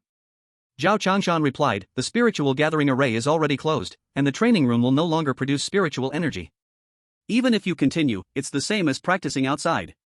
Sigh. Hearing Zhao Changshan's words, everyone looked disappointed and got up from their cushions. In Chu Tianyang's dantian, he had already stored 83 strands of spiritual power. If he could cultivate for another 2.5 hours, he could definitely break through to mid-stage of the 1st level. He stood up from the ground and walked towards Zhao Changshan with a smile, saying, "Old class, I haven't contracted a beast yet, can I cultivate here in the afternoon?" "What are you thinking?" Zhao Changshan rolled his eyes at Chu Tianyang's shameless words. "The school opens the training room for each class for 2 hours every day. Do you know how much that costs?" Calculating at 500,000 per class per session, 3 classes in a day would be 1.5 million. With over 3 months until your college entrance exam, how much do you think that will add up to? So don't be so ungrateful, the school has its difficulties. After saying this, Zhao Changshan told the students, "The afternoon is training class. Students who have contracted beasts, remember to bring your beasts and gather at the training ground. As for those who have not contracted beasts, you can go home or stay in the classroom. On the way to the cafeteria, the thin monkey curiously asked Chu Tianyang, "What are you going to do this afternoon?" Among them, only Chu Tianyang had no beast and could not attend the training class. "I'll go home." Chu Tianyang said, "I just want to buy a phone, so I'll go check out the walking street." Suddenly, he remembered something and said to Shin Ruoyan, "Ruoyan, can you help speed up the process of that machine I built?" "No problem." Shin Ruoyan nodded. Chu Tianyang happily said, "Thanks a lot." After lunch, Chu Tianyang did not hurry to leave but found a place to cultivate for a while, refining the spiritual energy contained in the fierce beast meat. After more than half an hour, he added 3 strands of spiritual power to his dantian before stopping his cultivation and leaving the school. That night. Ding ding ding. Just as Manager Wang was about to get off work, his phone rang. He saw an unfamiliar number and wondered who was calling. Manager Wang pressed to answer and said, "Hello, I am Wang Dahai." A voice came from the other end, "Manager Wang, I am Shin Ruoyan." Upon hearing this, Manager Wang perked up and smiled, "Oh, it's the young lady. I wonder what you need from me." Shin Ruoyan said, "Manager Wang, please have the craftsman speed up the process of the mechanical tiger my friend is building." Manager Wang nodded repeatedly, Okay, don't worry, young lady, I will hurry and push them." After hanging up the phone, Manager Wang rushed to the crafting room, arriving at Master Liao's workshop door, knocking on it. However, the sound of hammering inside drowned out his knocks, and he could only push the door open and go in. He saw Master Liao swinging a big hammer to forge metal, loudly shouting, "Master Liao." Master Liao heard someone calling him, stopped his actions, and turned to see Manager Wang, looking annoyed. "Manager Wang, why are you here? Is it another urgent order?" "No." Manager Wang explained, "The young lady is urging you to speed up the production of the mechanical tiger." Upon hearing this, Master Liao was stunned for a moment, then handed over the big hammer in his hand. "Here." "What for?"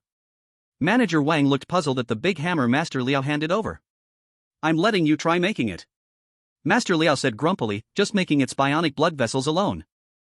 It takes a long time, not to mention anything else." Manager Wang found this situation somewhat difficult and asked, "Is there any way to speed up the process?" "Yes, arrange for me a few assistants, or let other blacksmiths forge the other parts of this mechanical tiger." Master Liao explained, "In the end, it all needs to be assembled together." Chapter 25, Has the Flame Tiger Been Forged? In the blink of an eye, half a month passed. Every student in the class had already made a contract with a beast, except for Chu Tianyang, who still hadn't formed a contract with a beast.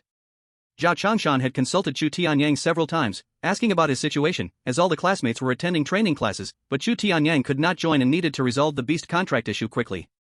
With less than 3 months left until the entrance exams, and outdoor training in half a month, time was of the essence. Chu Tianyang was also feeling helpless. He could only tell Zhao Changshan that the beast was still in transit and hadn't arrived yet. One day, while having a meal in the cafeteria, Chu Tianyang surveyed his classmates in the cafeteria, who were all in small groups, just like them, having formed their little teams. He noticed a problem. Since the class had been divided after the awakening, he hadn't seen Qin Shui and Lin Hao at school again. Just now, he thought these two had taken leave for some reason, but now, over half a month had passed, and they still hadn't appeared. He curiously asked Fatty and the others, "By the way, have you noticed that Qin Shui and Lin Hao from our class haven't shown up since the awakening?" Fatty didn't find it strange and voiced his thoughts. They are both 9th-tier talents and have been directly recommended to top universities. It doesn't matter whether they attend school or not. That's true. Thin Monkey also strongly agreed. If it were me, I wouldn't bother coming to school after being recommended. As he said this, he turned to look at Fatty and curiously asked, "Speaking of which, Fatty, you are an 8th-tier spirit master and also being recommended. Why are you still coming to school? Do you think I want to go to school?" Fatty shook his head, feeling helpless. "If it weren't for participating in outdoor training, I wouldn't come to school at all. I just waited home for the acceptance notice." Chu Tianyang was puzzled by his words and asked, "Is there any connection between the two?" Fatty explained, "I've heard that universities arrange outdoor courses every month. If I don't learn some skills at school, will I go to university completely unprepared and wait to die? That seems a bit reasonable." Chu Tianyang and Thin Monkey nodded in agreement, feeling that Fatty had a point. This really matched Fatty's fearful personality. Working hard to learn a bit now would at least provide some security when they got to university. Suddenly, Fatty's hand paused while eating. He took out his phone from his pants pocket, realizing he had put it on vibrate. He pressed the answer button. "Hello, who is it?" "Oh, it's Manager Wang. Is it done?" "Good." Fatty covered the microphone and asked Li Yong'an, "Tianyang, Manager Wang said your mechanical tiger is done. He wants to know if you'll pick it up at the treasure pavilion or have it delivered somewhere." "Is it done?" Chu Tianyang's face brightened, and he quickly replied, have him send it to Happy Community, Building 14, Floor 14, Room 1401. Fatty relayed Chu Tianyang's words to Manager Wang, then turned back to ask. Manager Wang said no problem. What time are you free so he can arrange for the delivery? Li Yaomin didn't think twice and blurted out, have him arrange for it to be delivered now, I'll go home right after I finish eating. In the afternoon, there was a training class, and he didn't have a beast, so he didn't need to attend the training class and could go home worry-free. Alright, thank you, Manager Wang, goodbye. After Fatty hung up the phone, he told Li Yaomin. Manager Wang said the delivery will be arranged for around 1 o'clock. Chu Tianyang quickly stuffed food into his mouth, finishing his meal in haste, then got up and said to Thin Monkey, help me wash the plate. After speaking, he jogged out of the cafeteria, leaving the Thin Monkey in disarray in the wind. Chu Tianyang returned home. It was already 12:45, and thinking about the flame tiger that would arrive soon, he became excited. His beast was finally here. Waiting for 40 minutes, the time had already reached 1:25, and it still hadn't arrived. Chu Tianyang frowned and said, why is it taking so long? Wasn't it supposed to arrive around 1? Ding ding ding. Just as he was puzzled, the doorbell rang. Is it finally here? Chu Tianyang showed a joyful expression, responding, coming. Click. He stood up and quickly walked to the door, and when he opened the big door, he saw a huge item wrapped in a black cloth, being lifted with difficulty by 4 burly men. The burly man standing in front on the right saw Chu Tianyang open the door and asked, you are Mr. Chu, right? Manager Wang sent us here with the delivery. Sorry for keeping you waiting. The item is too big, it couldn't fit in the elevator, so we had to take the stairs, wasting a lot of time. Please forgive us. Yes, that's me. Chu Tianyang nodded, thank you for your hard work. The man asked, where should we put this item? Chu Tianyang said, please just place it in the living room. The burly man nodded, alright, please step aside, we will bring it in. Chu Tianyang pushed the big door to the side to make the entrance wider, then moved the coffee table aside in the living room to create more space. The delivery men struggled to carry the item into the living room and carefully placed it down. The 4 of them were panting, and one of them took a list and a pen from his pocket, handing it to Chu Tianyang, saying, Mr. Chu, please check the item and sign for it. Chu Tianyang took the list in pen, signed it directly, and handed it back. That's fine, thank you everyone.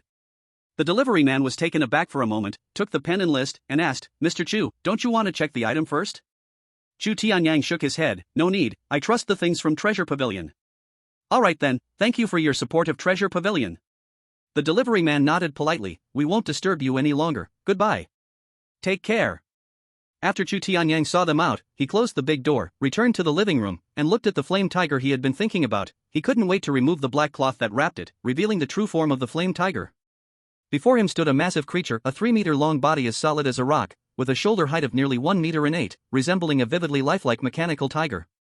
The frame made of mysterious iron shimmered with a cold, hard light, but was tightly wrapped in the fur of the flame tiger, with an orange-red base colored with dark golden patterns, which was the unique flame totem of the flame tiger. Every hair was clearly visible, glinting with a natural sheen under the light, the tips of the fur gathering tiny sparks. This was not real fire, but the residual fire attribute energy condensed into a faint light by the Forge Master after mixing it with the red fire mine to refine the tiger's skin, as if it could catch fire at any moment. The tiger's head was slightly raised, with golden eyes embedded with 2 pigeon blood rubies as its gaze, cold and fierce, so vivid it seemed as if it would roar deafeningly in the next second. The tiger whiskers were even more extraordinary, they were twisted together from quenched dark iron and secret silver, the silver white revealing a light gray tone, gently trembling with the flow of air. Even the downy hair at the roots was clearly visible. Its limbs were strong and powerful, with traces of gears interlocking at the joints. The mysterious iron and warm orange fur overlapped, making it not only look seamless but resembling the natural armor of a ferocious tiger. The metallic claws were sharp and dark iron, gleaming with a ghostly light, as if they could easily tear through steel. He reached out almost instinctively, and as his fingertips barely touched the tiger's back, the metal beneath the fur gave a slight hum, like a slumbering giant beast breathing deeply.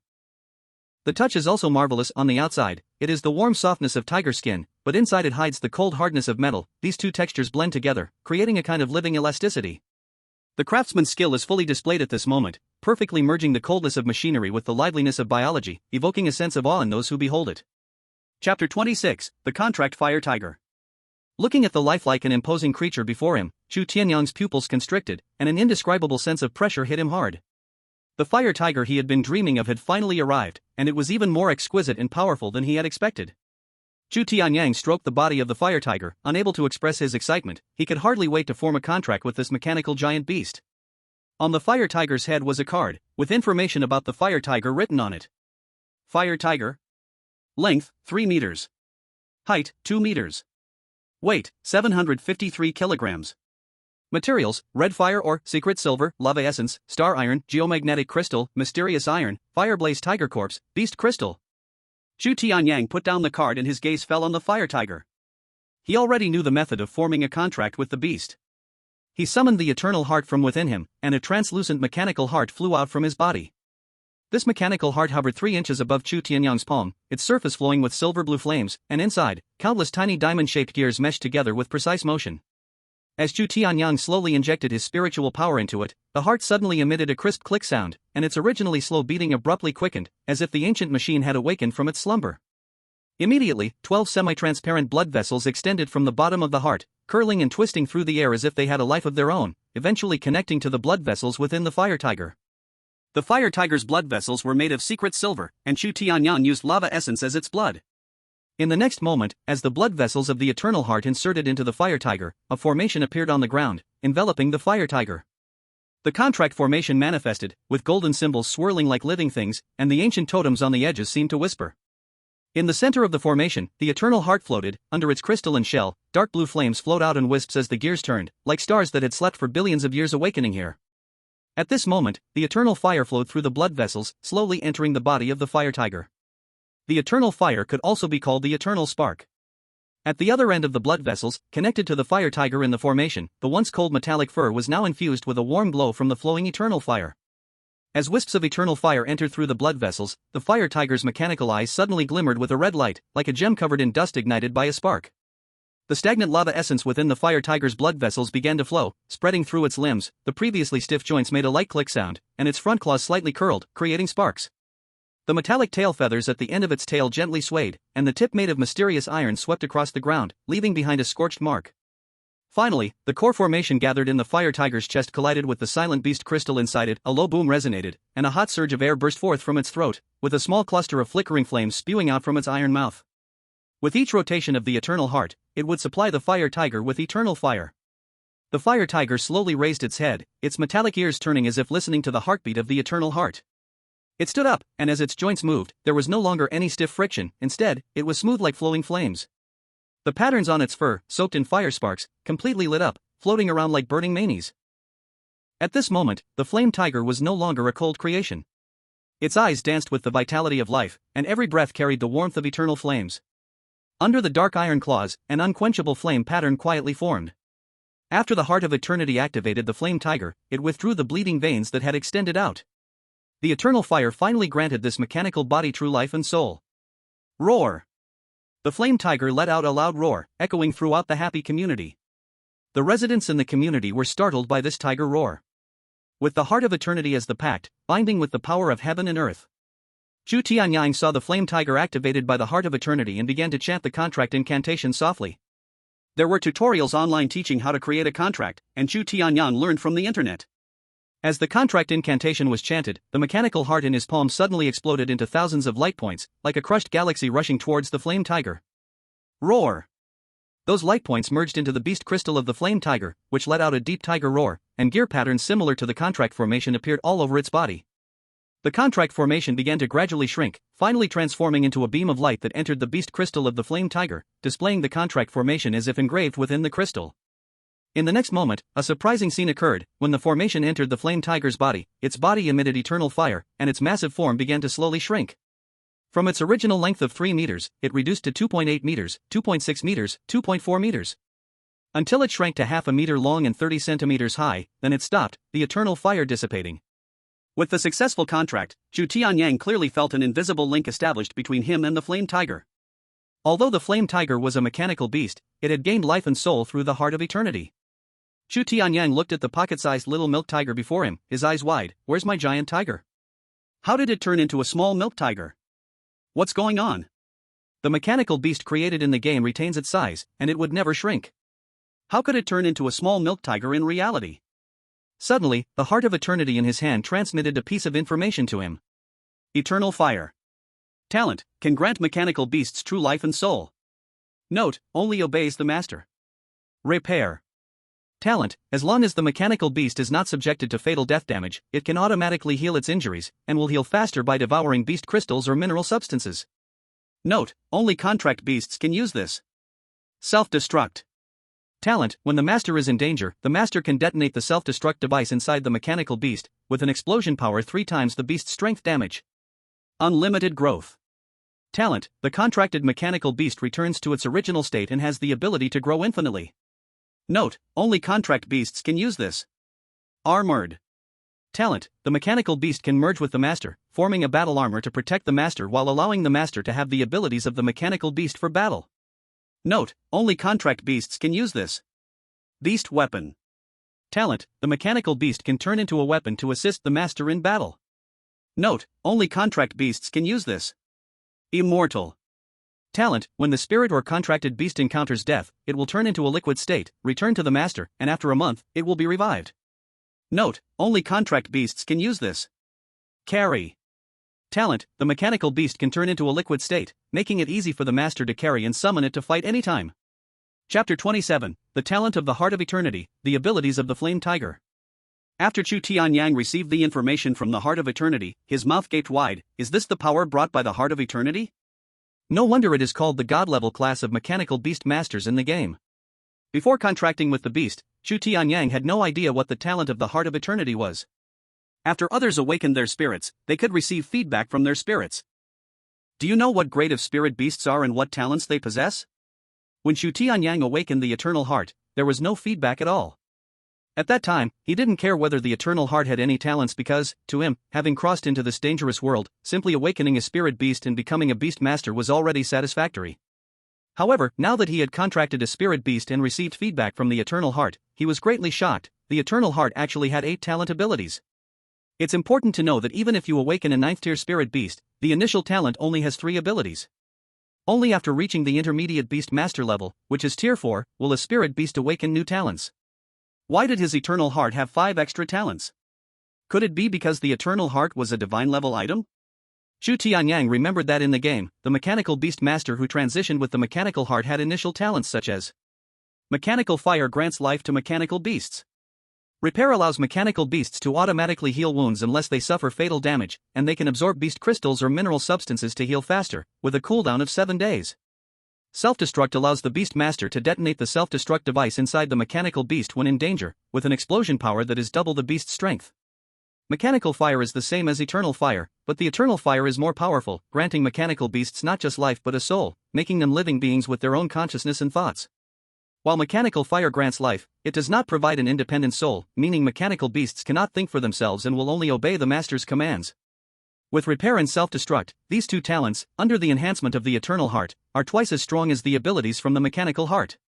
Moreover, the talents awakened by his Eternal Heart had 5 extra and all were powerful and abnormal. Immortality ensures that the spirit beast does not die and can also combine with the self-destruct talent, providing a life-saving ability in critical moments. Armor can protect him during battles, preventing him from taking dangerous damage. Armor weapon allows him to have self-defense capability when he has more spirit beasts, making him fearless against enemy targeting. Infinite growth means he won't have to worry about upgrading materials for his spirit beasts, they can continuously grow, even to god-tier beasts. Carrying is an even more exaggerated talent. The mechanical beasts and spirit beasts he creates can be carried around, ready for battle at any time. The talents brought by the Eternal Heart, regardless of which one, are all considered abnormal and divine skills. Is this the Eternal Heart that is called a divine level transition in the game? Chu Tianyang's breathing became a little hurried. He could imagine how powerful and glorious his future achievements would be with these abilities. Next, Chu Tianyang's gaze shifted to the little milk tiger beside him. After the flame tiger was granted true life and soul by the eternal fire of the Eternal Heart, its appearance changed drastically, looking no longer like a mechanical creature. Its body was covered with red mane, flowing down like a cascading flame, looking no longer like cold metal but like a living creature. Chu Tianyang stroked its body, and the formerly sharp mechanical edges had now become soft and fluid, no longer cold like before. Every inch of its skin seemed sculpted from the purest flames, shimmering with flowing light. The outline of its head was more robust and graceful, and a pair of eyes burning with red flames replaced the previously sparkling gem eyes. The corners of its mouth slightly lifted, revealing a gentle yet majestic smile. It was no longer a cold killing machine but a life full of wisdom and power. With each breath, the flames surrounding it moved rhythmically, exuding a warm and powerful aura, as if capable of purifying all darkness in the world. This is no longer a cold mechanical creation, nor is it merely a body of flesh and blood, but a miraculous life woven from flame and soul. Chu Tianyang understood why the flame tiger had shrunk to this form. It was because of the Eternal Heart's ability of infinite growth that allowed the flame tiger to grow automatically, shedding the impurities of its body, leading to its current appearance. As it continuously became stronger, its body would gradually grow larger. Master! Suddenly, a voice like that of a child rang in Chu Tianyang's mind. Chu Tianyang looked at the small flame tiger in shock, joy written all over his face. You can talk. Not yet. The small flame tiger replied, I can only communicate with my master through a contract. Chu Tianyang recalled how the Eternal Heart had granted life and soul to the flame tiger, allowing it to have independent thought and communicate with him, which didn't seem too surprising. Flame tiger, aside from your own abilities, have you inherited the abilities of the burning flame tiger? The body of the flame tiger was crafted from the corpse of the burning flame tiger, and it also contained the beast crystal from the burning flame tiger. Chu Tianyang was unsure whether the flame tiger had inherited the abilities of the burning flame tiger. To his surprise, as soon as he asked, the Eternal Heart in his hand lit up with a glow.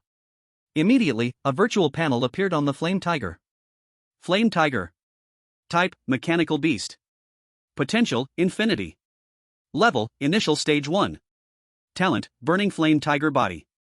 Abilities, Tiger Pounce, Tiger Roar, Flame Whip, Fireball, Burning Claw, Flame Burning. Chu Tianyang was amazed to see the information about the flame tiger having a talent and 6 abilities. The talent, True Body of Flame, was also an inheritance of the abilities of the burning flame tiger. Burning flame tiger body. Talent, when activated, the flame tiger's body enlarges 3 times, enveloped in scorching flames, greatly enhancing its power, speed, and defense, lasting for half an hour, with a cooldown of 1 hour. The 3 abilities, Tiger Roar, Burning Claw, and Flame Burning, are the initial abilities of the flame tiger. The 3 abilities, Tiger Pounce, Flame Whip, and Fireball, are inherited from the burning flame tiger. Tiger Pounce.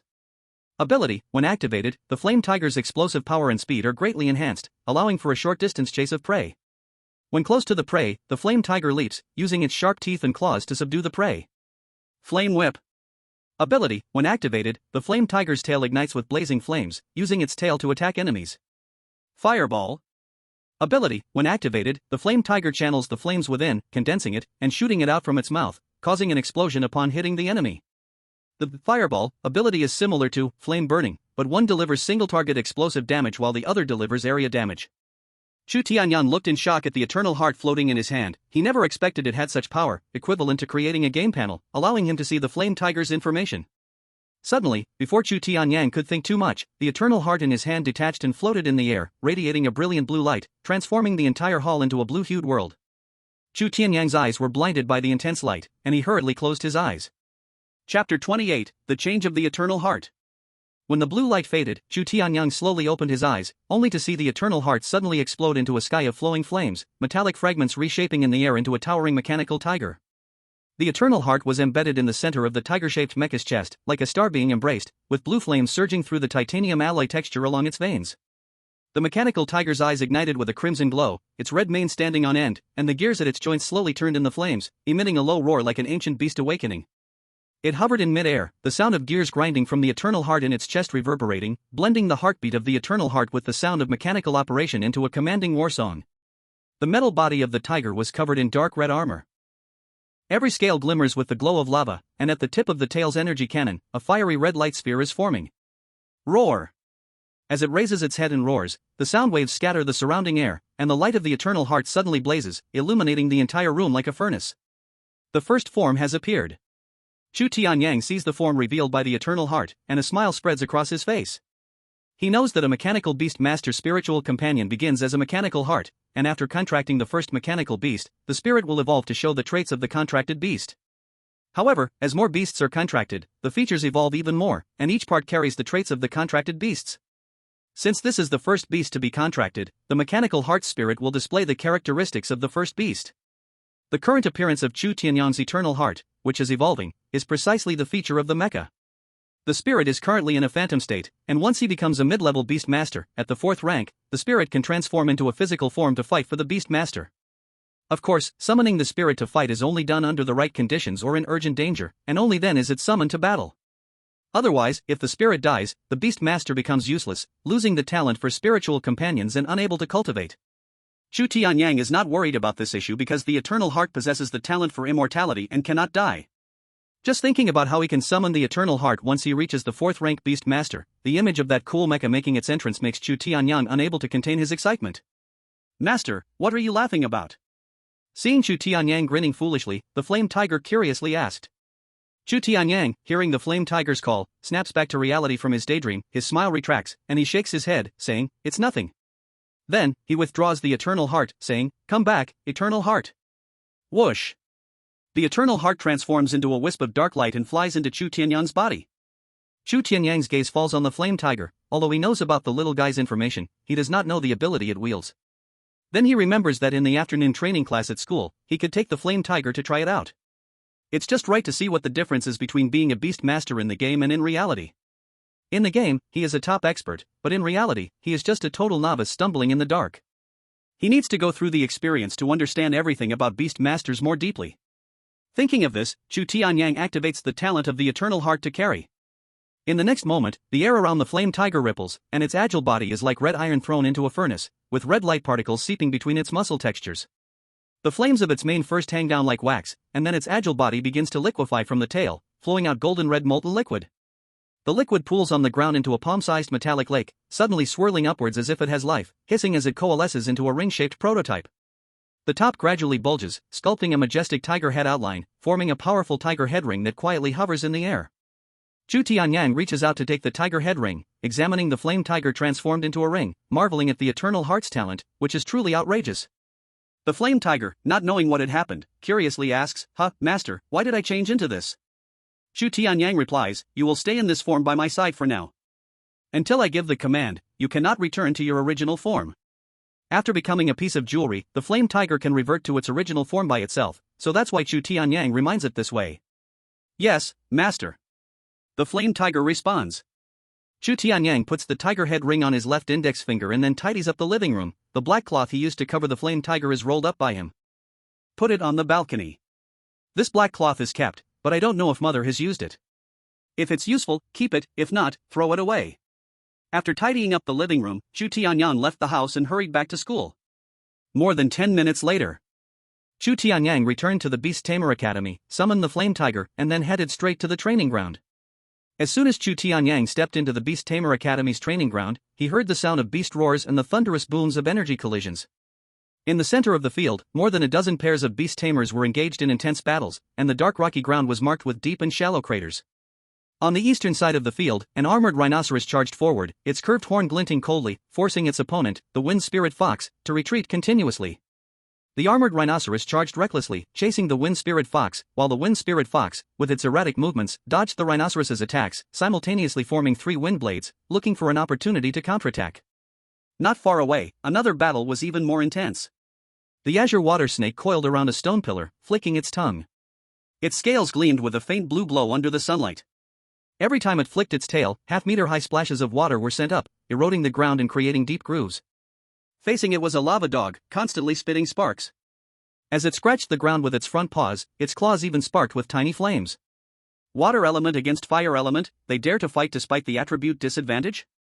Chu Tianyang muttered to himself quietly, his eyes scanning the sidelines. A girl with a high ponytail activated her beast-taming talent, and the azure water snake's body suddenly swelled by 1/3. Zhao Changshan stood at the edge of the observation platform, his hands clasped behind his back. His gaze was sharp, occasionally nodding, occasionally frowning and shaking his head. When he saw the armored rhinoceros break through the wind spirit fox's wind wall with brute force, he suddenly raised his voice, "Zheng Chuan, control the strength. Have you forgotten how I taught you?" The boy controlling the rhinoceros shuddered and hurriedly reduced its force. The armored rhinoceros's momentum immediately slowed, and the wind spirit fox seized the opportunity, striking its side with a wind blade, leaving a shallow white scar. Chu Tianyang had never attended a training class before. It was his first time seeing this, and he felt a rush of excitement. This was what he had imagined a beast tamer to be like. His gaze then fell on the vacant combat platform at the edge of the field. The stone surface there still bore the remnants of unclean frost, clearly indicating that someone had just used an ice element beast. The flame tiger, seeing the beast simulation battles on the training ground, was eager to try its hand and wanted to join the fight.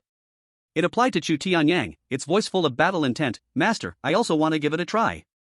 "Don't rush, wait a moment." Seeing the eager expression of the flame tiger, Chu Tianyang motioned for it to wait, needing to find an appropriate opponent for practice. His eyes scanned the training ground curiously, wondering why he couldn't see Shouho and the others training.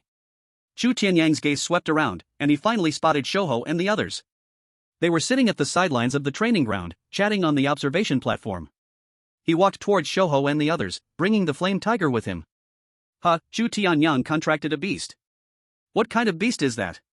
It looks a bit like the 6th tier flame tiger, but this beast has silver tiger stripes, while the flame tiger has black stripes.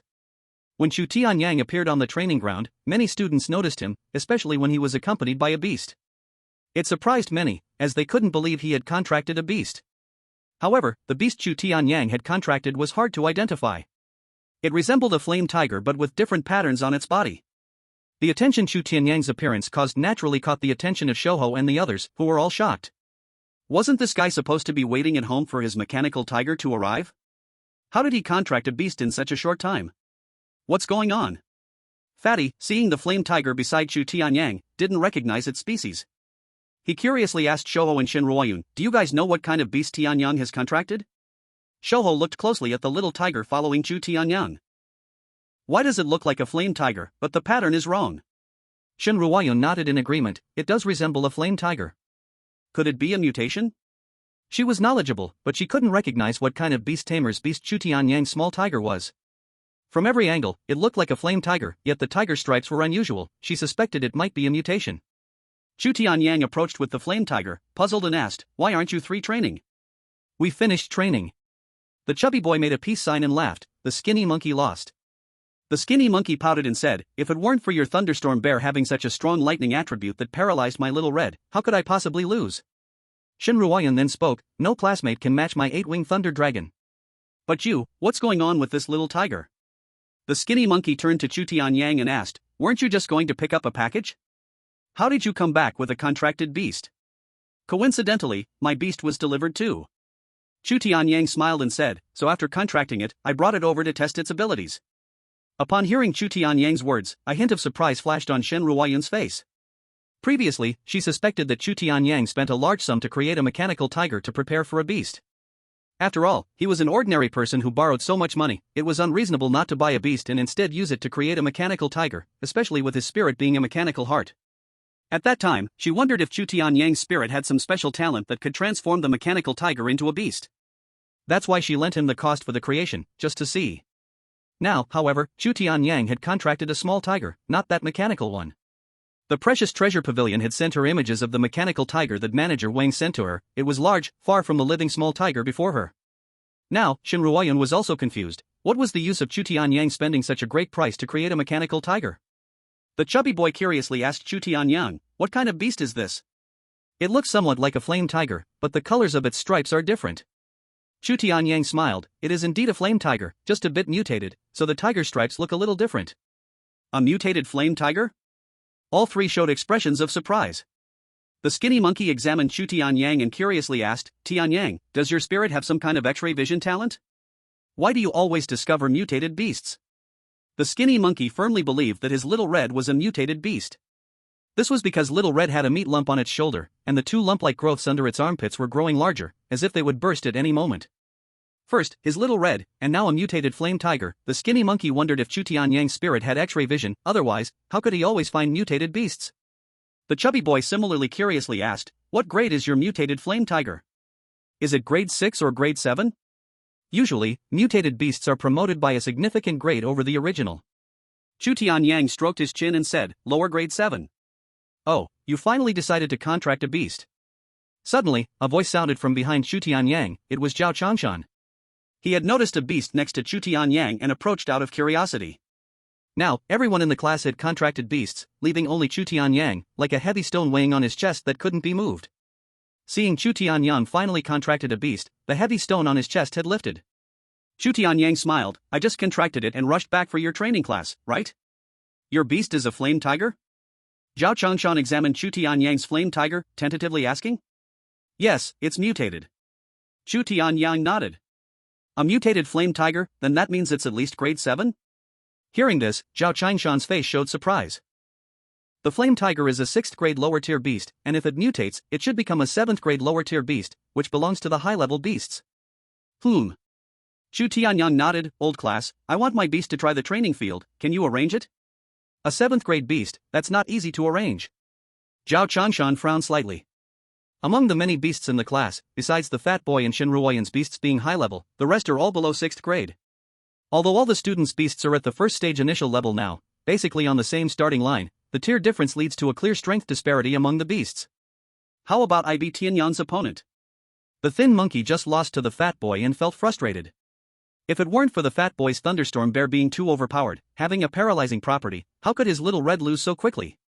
Seeing Chu Tianyang looking for an opponent, he was eager to try. Everyone's beasts are of the fire attribute, so there's no restraint involved. Sure. Chu Tianyang happily accepted the thin monkey's challenge. Other classmates were too weak to test the strength of the flame tiger. The thin monkey's bloodthirsty demon ape would be fine.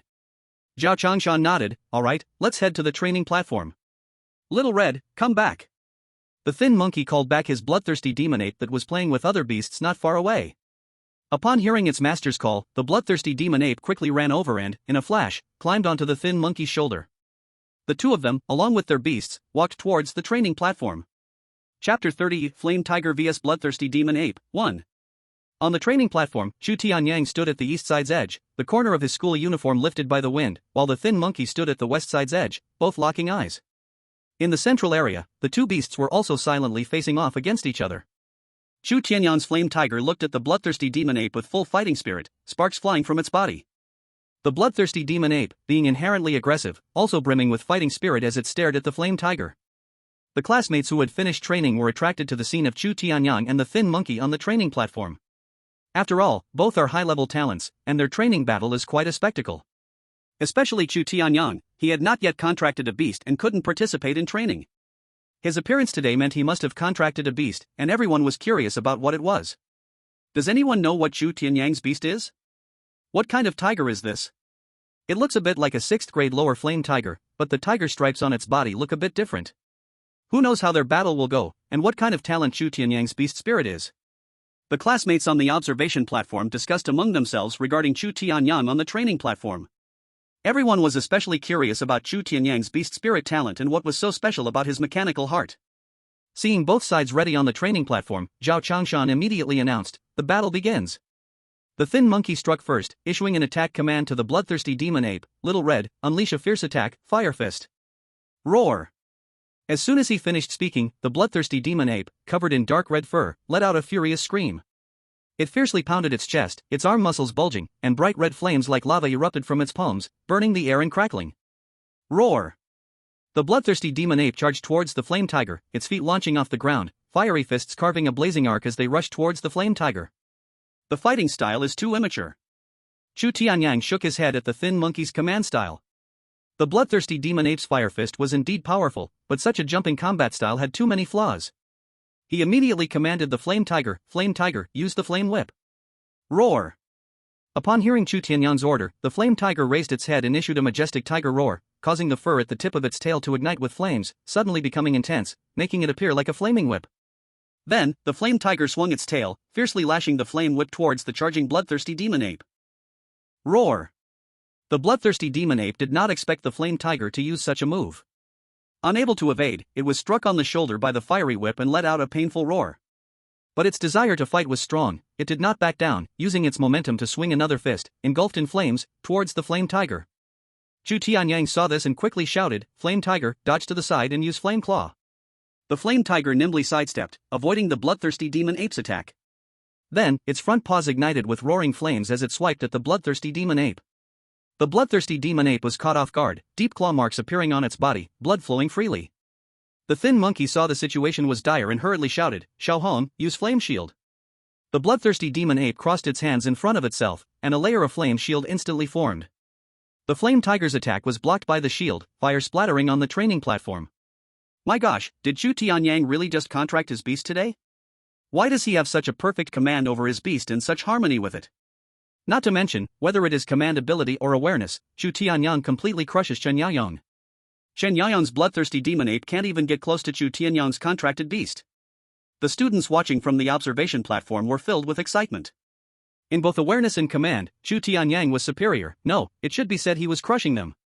They all wondered if Chu Tianyang had contracted his beast long ago, otherwise, how could his cooperation with the beast be so seamless? He didn't seem at all like a rookie who had just contracted a beast, he felt more like a seasoned fighter who had experienced many battles. My gosh!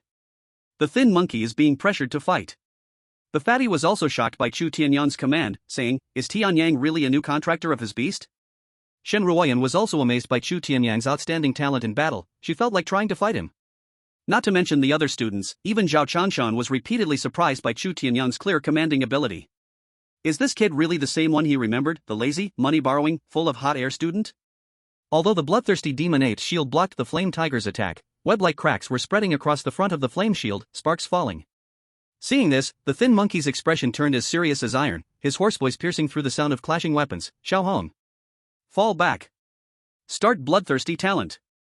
The bloodthirsty demon ape's talent was bloodthirsty. Once activated, it would enter a frenzied state, significantly increasing its combat power, devoid of pain, and without fatigue, only bound by the time limit of the talent. Roar. The bloodthirsty demon ape let out a low growl, quickly retreating. The flame tiger, of course, would not miss this opportunity, launching the fiery whip, its tail swinging, a fiery whip chasing after. Bang! It struck hard against the bloodthirsty demon ape's waist, sending its entire body flying and crashing to the ground. The bloodthirsty demon ape had a burn mark on its waist, gritting its teeth in pain as it struggled to get up. Seeing the bloodthirsty demon ape injured, the thin monkey also felt a pang of heartache. The heavy breathing of the bloodthirsty demon ape suddenly changed, its amber beast eyes turning crimson, the mane around its neck standing upright, even glowing with a strange bloodlight. The bleeding wound from before now emitted fine red light, filling the air with a rich smell of blood. Roar! The demon ape threw its head back and roared, its dark purple aura instantly tainted with blood, and the nails on its front paws grew half an inch, shining with a dim light. Has the talent been activated? Seeing the bloodthirsty demon ape begin its talent, Chu Tianyang reminded the flame tiger, be careful. The opponent has activated its bloodthirsty talent, which not only boosts combat power but also removes pain. Yes, master. Hearing Chu Tianyang's reminder, the flame tiger replied, its gaze locked onto the bloodthirsty demon ape. It's not over yet. The thin monkey shouted, King Kong ape, come out.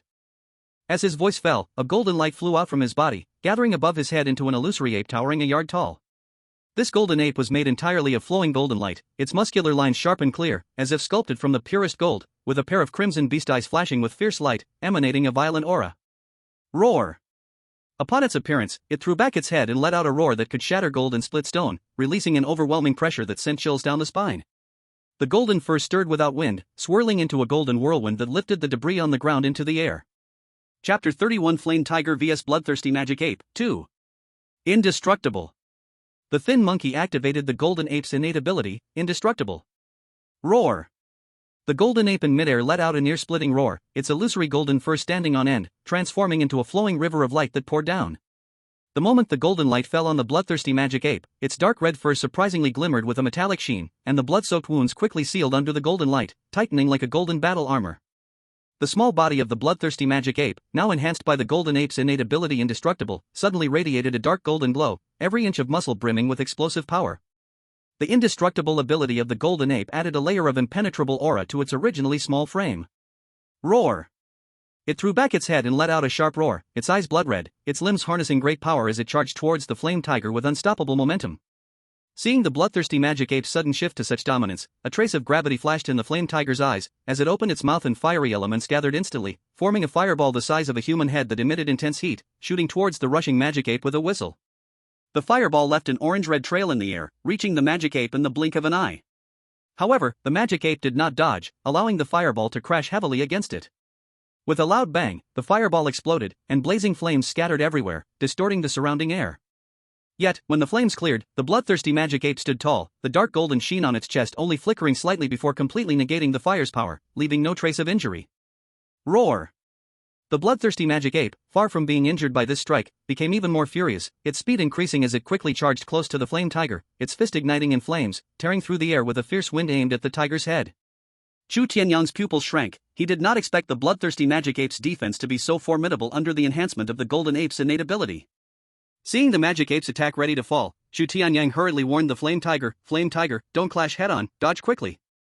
Hearing Chu Tianyang's command, the flame tiger leaped sharply to the side, narrowly escaping the formidable strike of the bloodthirsty magic ape.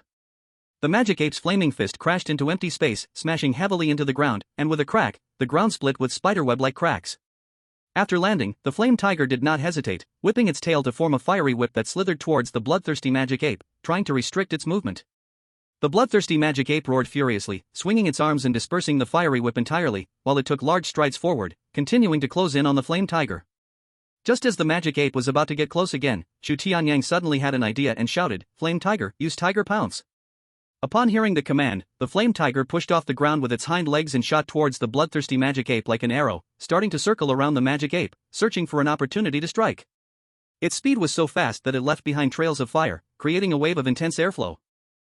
The eyes of the bloodthirsty demon ape simply couldn't keep up with the speed of the flame tiger, looking around in a daze.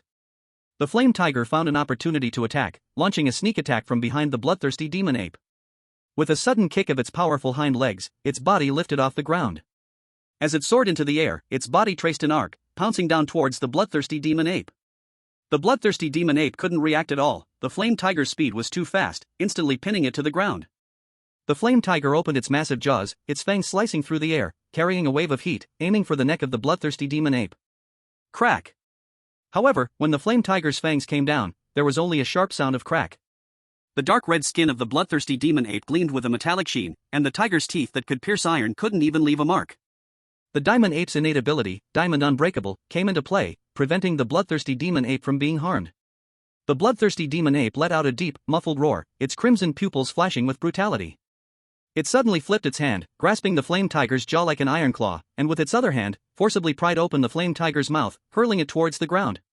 The flame tiger, being a mechanical beast, had no sense of pain, and its body was made of mysterious iron, so this attack couldn't hurt it at all.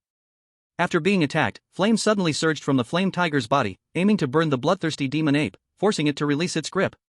However, the bloodthirsty demon ape, boosted by Diamond Unbreakable, was not afraid of the flame tiger's fire. It only slightly reddened its skin. Whoosh! The bloodthirsty demon ape gave no chance for the flame tiger to fight back. Its left hand shot out like lightning, fingers transforming into iron claws, accurately grasping the flame tiger's throat and lifting it up.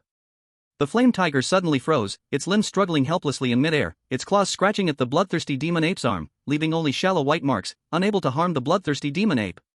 Squeak! The heavy breaths of the bloodthirsty demon ape mixed with laughter. Its claws grew tighter, as if the suffering it had just endured was finally avenged. The flame tiger was suspended in midair, feet off the ground, unable to exert any strength, only kicking wildly in the air. The bloodthirsty demon ape's right hand gathered intense flames, intending to end this match. The thin monkey saw the bloodthirsty demon ape capture the flame tiger and smiled with delight, believing the outcome was decided. He shouted across to Chu Tianyang, "Tianyang, you lost, surrender now, or else with this fire punch from Xiaohong, your flame tiger will be severely injured." Seeing the thin monkey's smug face, Chu Tianyang was speechless. This guy actually thought he could fool him, believing he had no way to counter him. Without hesitation, Chu Tianyang also revealed his move, shouting at the flame tiger, unleash tiger roar. Upon hearing the command, the flame tiger's struggling body suddenly trembled. Roar! Following that, a low rumble emitted from its throat, starting softly but quickly magnifying like rolling thunder. Sound waves turned into tangible airwaves, sweeping outwards from the flame tiger, centered on it. The bloodthirsty demon ape was struck by this sudden sound wave, its body shaking uncontrollably, its grip on the flame tiger freezing up. The thin monkey on the training platform also felt the effects of the tiger roar, his body swaying and unable to stand firm, his ears buzzing and a feeling of dizziness overtaking him. The thin monkey's expression changed. He hadn't expected Chu Tianyang's beast mastery included this move. When he regained his senses, he saw the bloodthirsty demon ape frozen in place, not making any move. The thin monkey quickly shouted, "Xiaohong, wake up!" But under the influence of the tiger roar, the bloodthirsty demon ape became dazed, its gaze gradually losing clarity. In this condition, the bloodthirsty demon ape had no defense, leaving numerous openings. Seizing the chance, the flame tiger broke free from the bloodthirsty demon ape's grasp. As it landed, flames surged from its body again, pouncing towards the bloodthirsty demon ape. This time, the flame tiger's attack was even fiercer, its claws igniting with scorching flames, crashing down onto the bloodthirsty demon ape's body.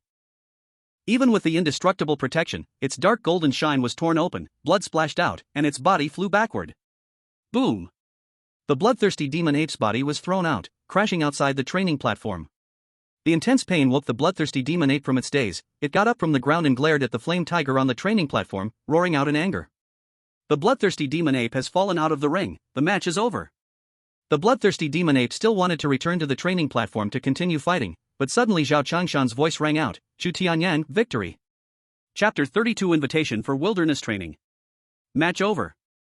Zhao Changshan announced the result, Chu Tianyang, victory. Roar!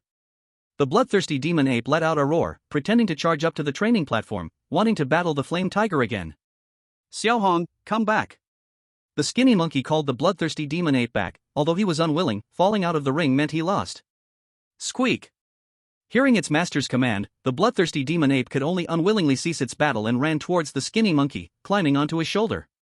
Seeing the bloodthirsty demon ape's body with a wound, scorched by the claw mark, the skinny monkey felt some pain and gently stroked the bloodthirsty demon ape's head to comfort it. This time we underestimated our opponent. We will never lose again next time. Squeak squeak. The bloodthirsty demon ape nodded in agreement, clearly unhappy about losing the match. Chu Tianyang shouted, "Flame Tiger, come back." The Flame Tiger walked towards Chu Tianyang, slightly frustrated, saying, "It ended so quickly, I was just getting warmed up." Ha ha. Hearing this, Chu Tianyang shook his head and laughed. "You were being lifted by the bloodthirsty demon ape and didn't have a chance to fight back." The Flame Tiger retorted, "That was because I wasn't serious yet." After the match ended, Chu Tianyang led the Flame Tiger down, and the skinny monkey followed behind them, indignant, saying, "This time I was careless, next time I will definitely win."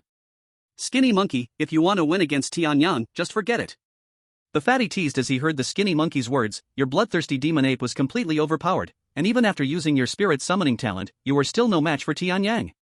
Having just witnessed Chu Tianyang's beast-commanding tiger roar, he was very wary. Even his thunderstorm bear could fall if not taken seriously.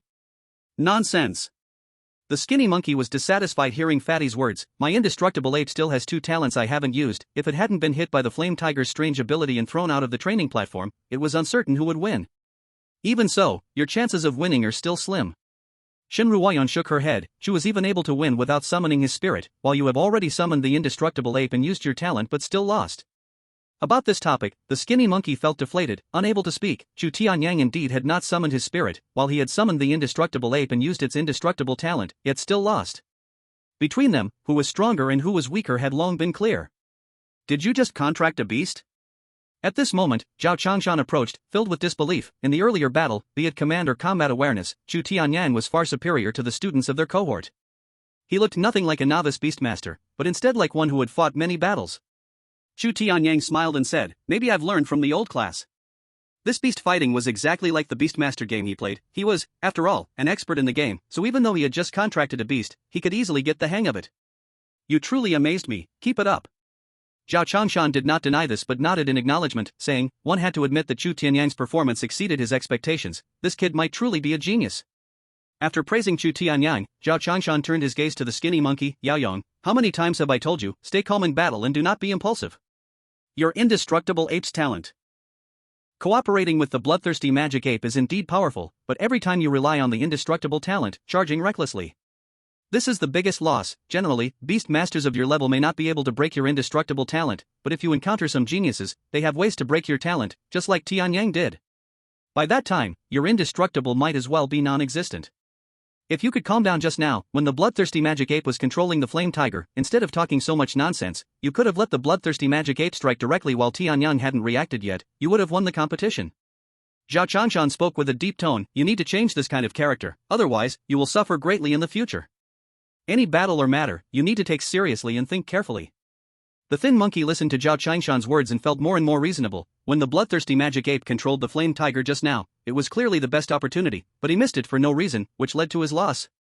Now, when he thought about it carefully, he realized that if he hadn't been showing off, he would have won the competition.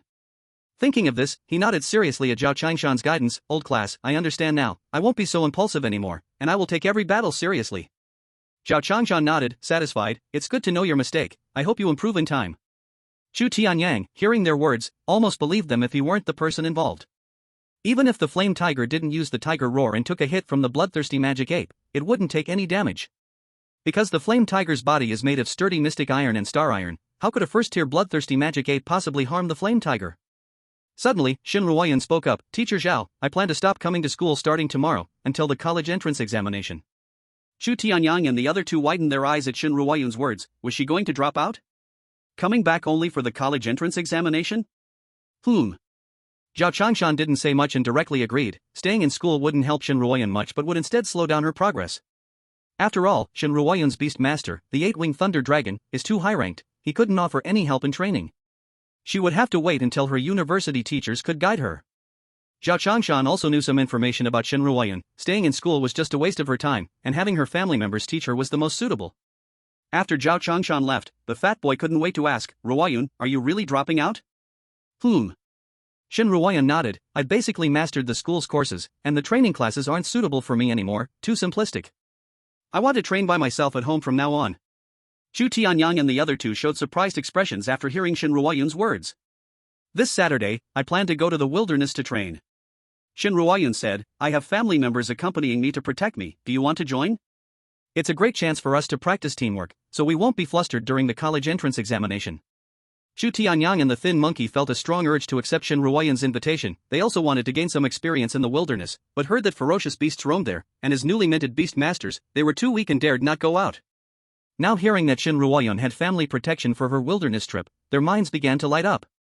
Chapter 33, Wanted Notice. Chu Tianyang and the thin monkey exchanged glances, understanding each other's thoughts. We'll go too.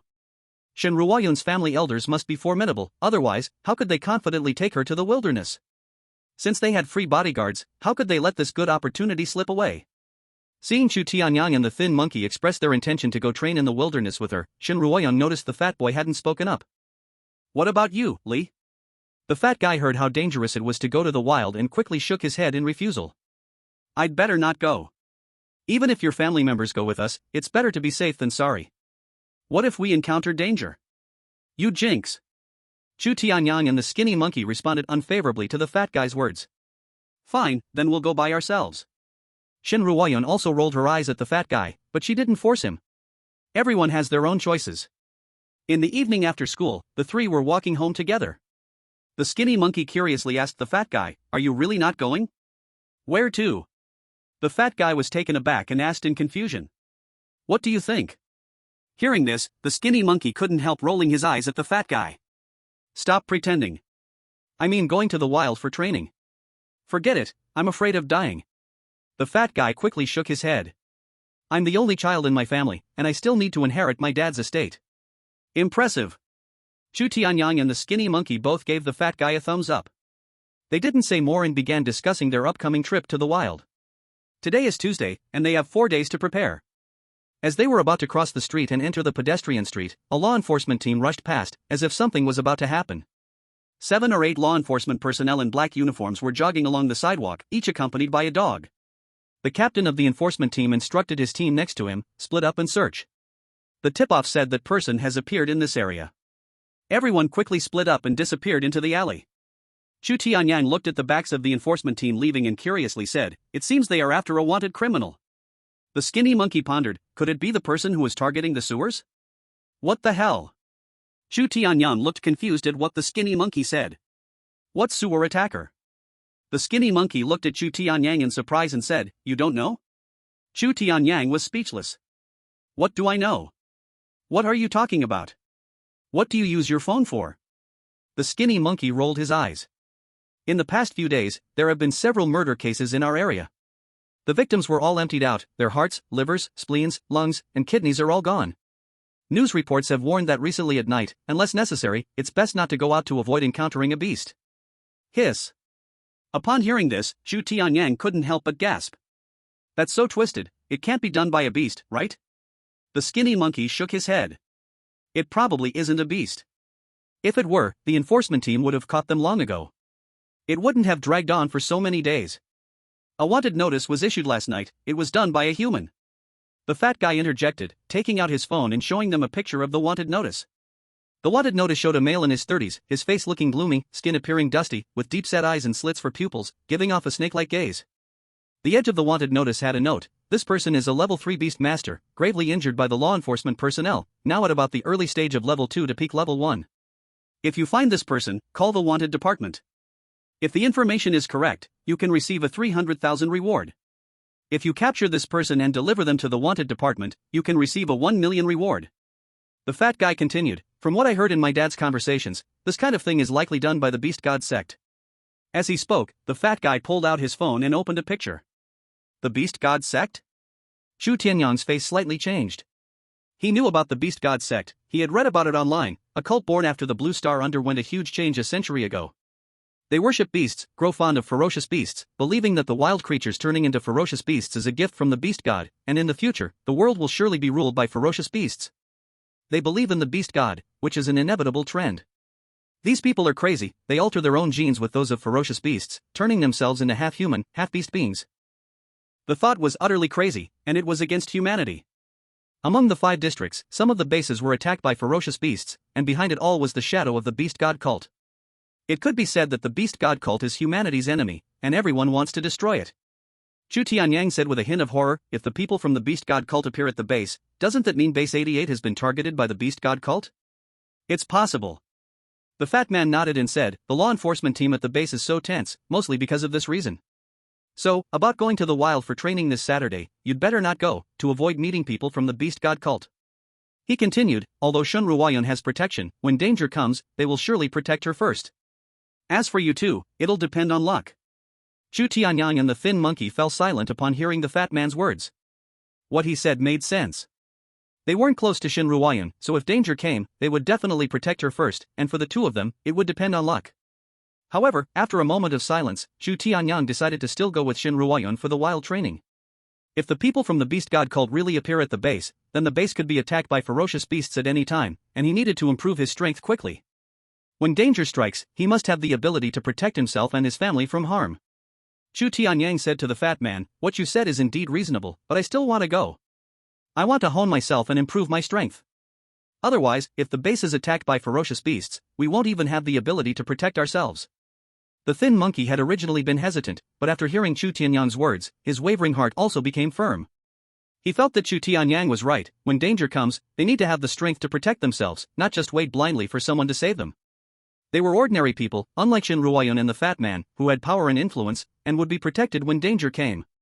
The thin monkey said, Tianyang is right, I'll go with you. You guys? The fat man heard their words, opened his mouth, and didn't know what to say, finally letting out a long sigh, forget it, I won't say anything more. After entering the pedestrian street, the fat man parted ways with Chu Tianyang and the others. Walking on the way home, the thin monkey said to Chu Tianyang, I just saw the wanted notice, it says that the murderer seems to be injured. If I find this person, I'll be rich. You're so optimistic. Hearing the thin monkey's words, Chu Tianyang was speechless. You should check if you even have the life to earn this money. Chapter 34, Suspicion. Back at the community, the sun was gradually setting, and Chu Tianyang and the thin monkey separated.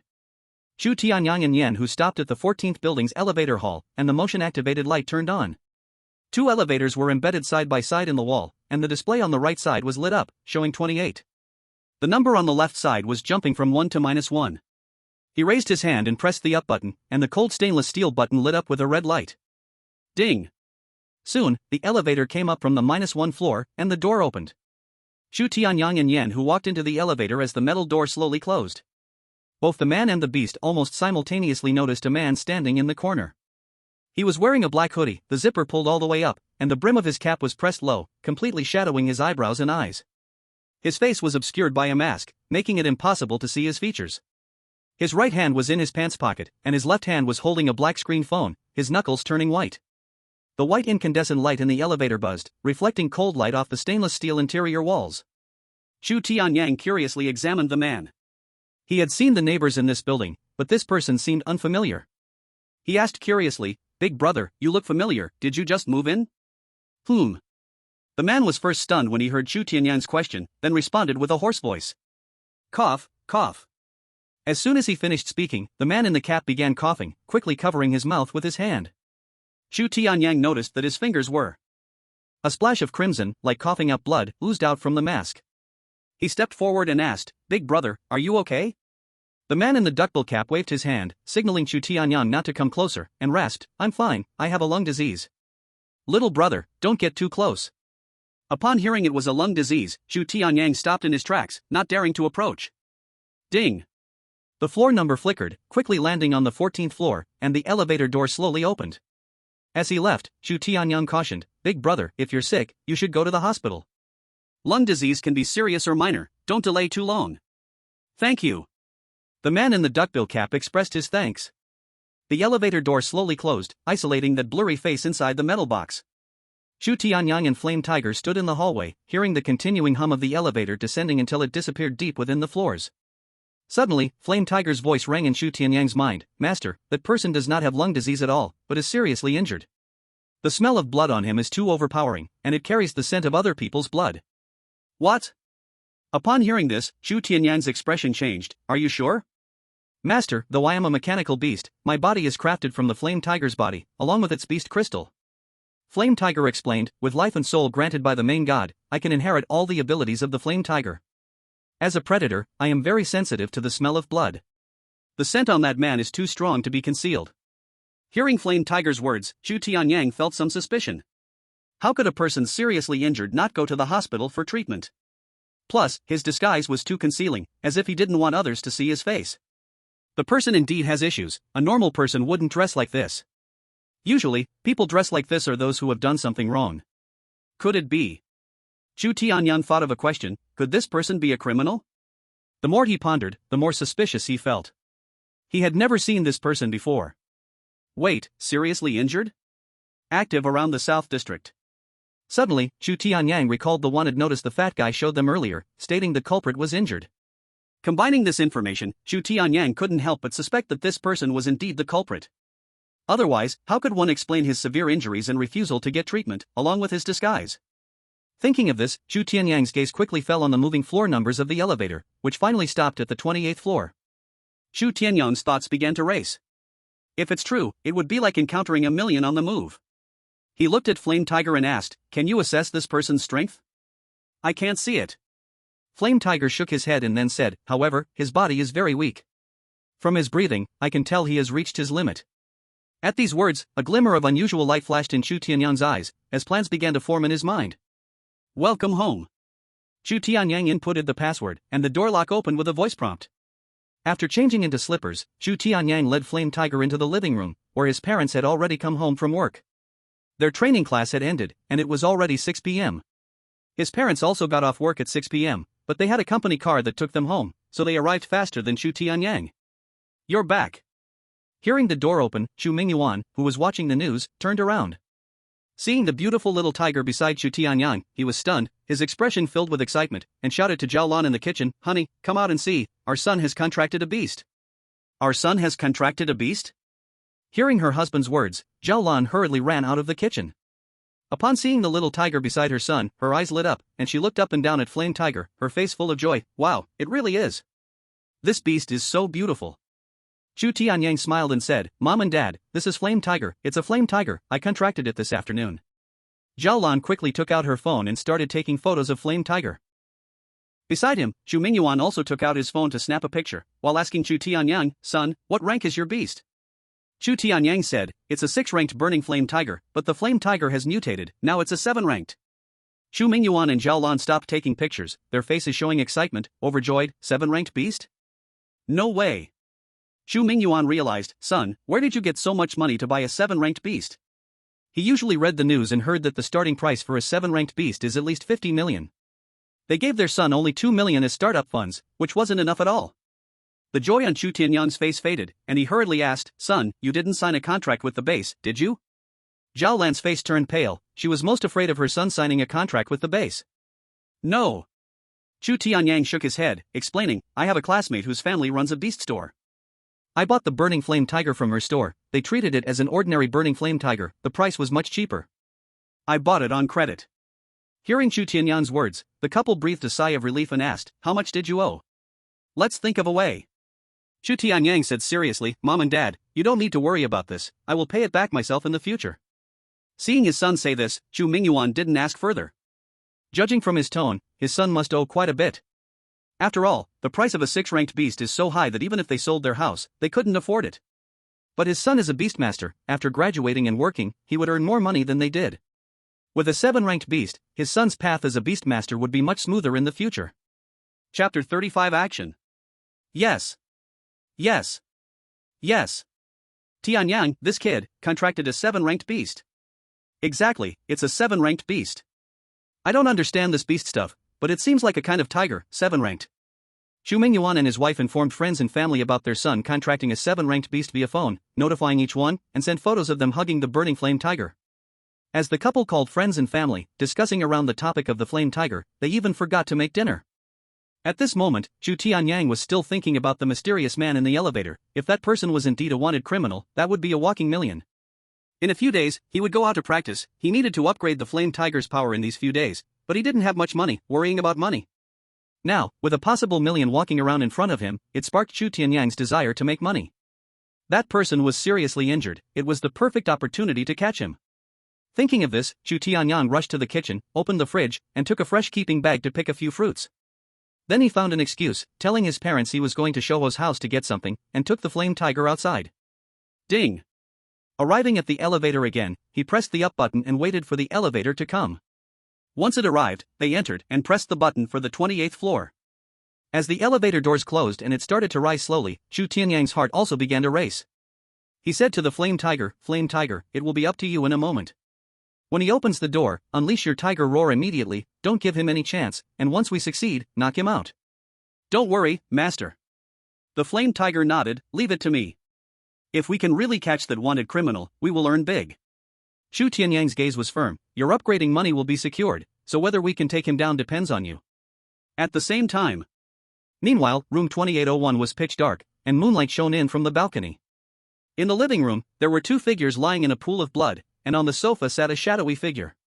That silhouette was only a blur in the darkness, its face indistinguishable.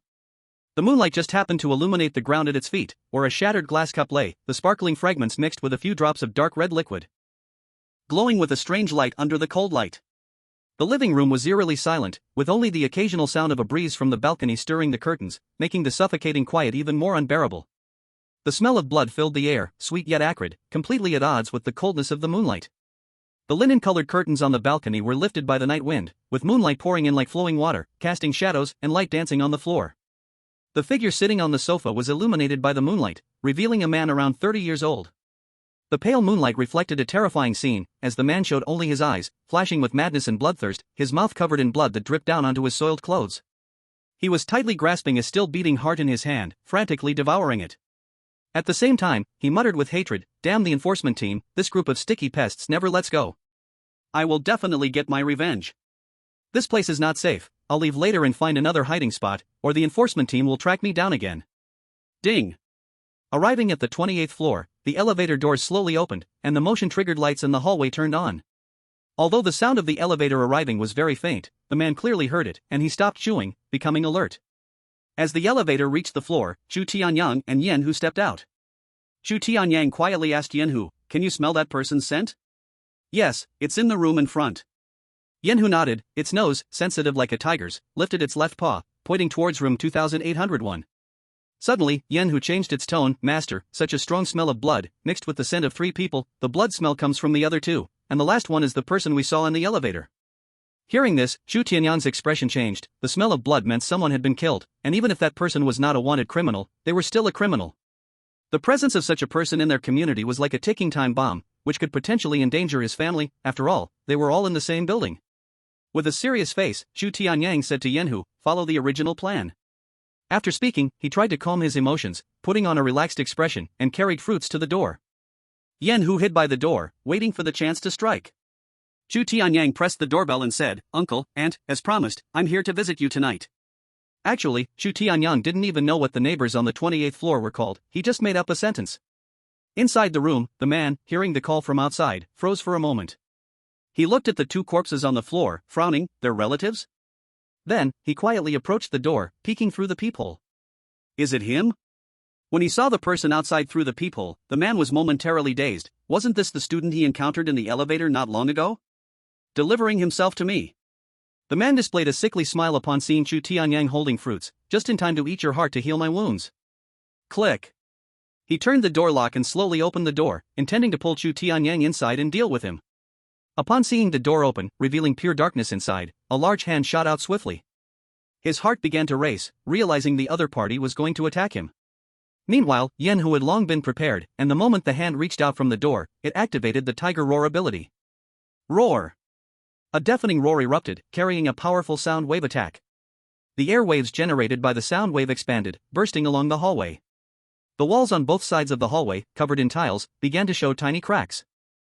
Shattered. The large hand that had just reached out from the crack of the door suddenly froze, invisible sound waves crashed into the person's perception behind the door like a heavy hammer, causing him to let out a muffled groan. Flame Tiger, now! Seeing this, Chu Tianyang immediately reminded Flame Tiger. Flame Tiger charged out from the side of the door like a gust of wind, its iron claws accompanied by a burning, bloody wind leaping up, crashing down towards the face of the man inside the door. The man, stunned by the tiger's roar, was completely unable to react or adopt a defensive posture. He was greatly frightened and thought to himself, oh no, I've been exposed, I've fallen into this kid's trap. Bang! With a muffled sound, the man flew out like a kite with a broken string, his back crashing heavily against the wall in the living room, the dull thud shaking down clouds of dust. He slowly slid to the ground, lying flat with his limbs spread out like a large character, raising half a foot of floating dust, already unconscious. Chapter 36, Capture the Wanted Criminal. Flame Tiger, go in and take a look. Chu Tianyang did not dare to rush in, worried that the other person might still be awake. Yes. Flame Tiger nodded and walked into the darkroom. The darkness posed no issue for it as a beast, it could still see everything clearly. It arrived in the living room, seeing the man lying motionless on the ground, it tapped his body with its front paw, receiving no response whatsoever. The man still had a breath, just fainted, so it informed Chu Tianyang outside the door, "Master, he has fainted, there is no danger." Upon hearing Flame Tiger's words, Chu Tianyang felt relieved in his heart, and he walked into the room, closing the door behind him. He took out his phone, turned on the flashlight, and searched for the light switch. What happened? That was terrifying. What a loud tiger roar, just like this afternoon. Damn it, why are all the tiles on the wall cracked? Residents 2802, 2803, and 2808 all rushed out to check. The roar of the tiger was so terrifying that it startled them all as if it had come from their floor, which was why they came out to investigate. They found all the wall tiles on both sides of the corridor shattered, covered in dense cracks. This is too strange, let's go back home and let the property management take a look. That makes sense. The three households immediately felt a chill creep over them and, without daring to linger, returned to their respective homes. Chu Tianyang found the light switch, gently pressed it, and with a soft sound of click, the pitch-black room suddenly lit up. The blinding light made Chu Tianyang instinctively squint his eyes, and after adjusting, he walked towards the living room. However, the sight before him struck his heart like a heavy hammer, freezing him in place, and all the blood in his body seemed to freeze at this moment. On the living room floor lay three people in disarray, emitting a pungent smell of blood. Two of them had their bodies twisted into grotesque positions, as if they had suffered unimaginable pain in life. Blood flowed like a rampaging river, dyeing the entire floor a horrifying dark red. Even more chilling was the fact that their internal organs had been removed, leaving behind only hollow chest and abdominal cavities, looking particularly grim in the light. Chu Tianyang felt dizzy, nausea churning in his stomach, and he nearly vomited, dropping the bag of fruit in his hand to the ground. He forced himself to suppress the fear and disgust, trembling legs taking one step at a time closer to the man. With every step, it felt like walking on a knife's edge, his heart tightening in his throat. Upon approaching the man, seeing his face, though half of it was swollen, the other half was intact, clearly identifiable, he truly was the person on the wanted poster. An inexplicable surge of excitement erupted from Chu Tianyang's heart, overshadowing his fear. Chu Tianyang exclaimed excitedly, "This is really going to lead to a fortune." He made the right choice for his adventure and decision. Just in case, Chu Tianyang ordered the Flame Tiger beside him, "Flame Tiger, break his limbs." Though this person was severely injured, the wanted notice said he was a Tier 3 beast master. Even if he was hurt, he still had the strength of a peak Tier 1 and early Tier 2. To avoid unnecessary risks, Chu Tianyang took precautions and crippled his limbs to reduce danger. The Flame Tiger answered and raised its front paw, quickly breaking the joints of the man lying unconscious on the ground. Crack! The sound of bones shattering was like firecrackers exploding in the cold night. First the left wrist snapped with a crack, followed by the right elbow breaking. In unbearable pain, the man suddenly sat up from the chaos, his eyes still closed, lashes soaked with cold sweat, his jaw trembling violently. With its front paw still holding burn marks, the Flame Tiger stepped down again at his left knee joint. This time it was a muffled sound of flesh and bone separating, like a wet branch being brutally twisted off. Ha! A tearing sound escaped his throat, and he finally saw the small tiger in front of him, with a young man standing beside it. The red beast eyes shone coldly under the light, its blood-stained claws slowly pressing on his ankle. The pain of claws piercing flesh couldn't even compare to the excruciating agony of his shattered joints. His limbs and body felt like they were submerged in icy water, yet boiling lava was drilling into his heart through the fractures. He wanted to curl up, but the broken bone edges felt like countless small knives stirring inside him. Spare me. Saliva mixed with blood dripped from the corners of his mouth, and he saw his wrist hanging at a strange angle. The white bone tip pierced the skin, blood flowed from the wound, dyeing the ground red. The Flame Tiger flicked its tail, the tip sweeping past his broken calf. That sensation was even colder than a knife blade. "Don't worry, I'm not you, I won't kill innocently." Chu Tianyang looked at the man before him and calmly said, "You are very valuable, the wanted department has put a bounty of 1 million on you." Zhang Xing'an didn't expect that after dodging the pursuers of the law, he would end up falling into the hands of this seemingly harmless student. It was quite ironic. Even more bizarre was that this kid valued money over life, daring to take such a risk against him for 1 million. If it weren't for his beast having the ability to attack the soul, he wouldn't have fallen into this trap. Now, with his limbs crippled, he was like a fish on a chopping block, completely powerless to resist. Zhang Xing'an glared viciously at Chu Tianyang, full of resentment. Kid, I am from the Beast God sect. If you lay hands on me, wait for the Beast God sect's revenge. Your family and you will face their wrath.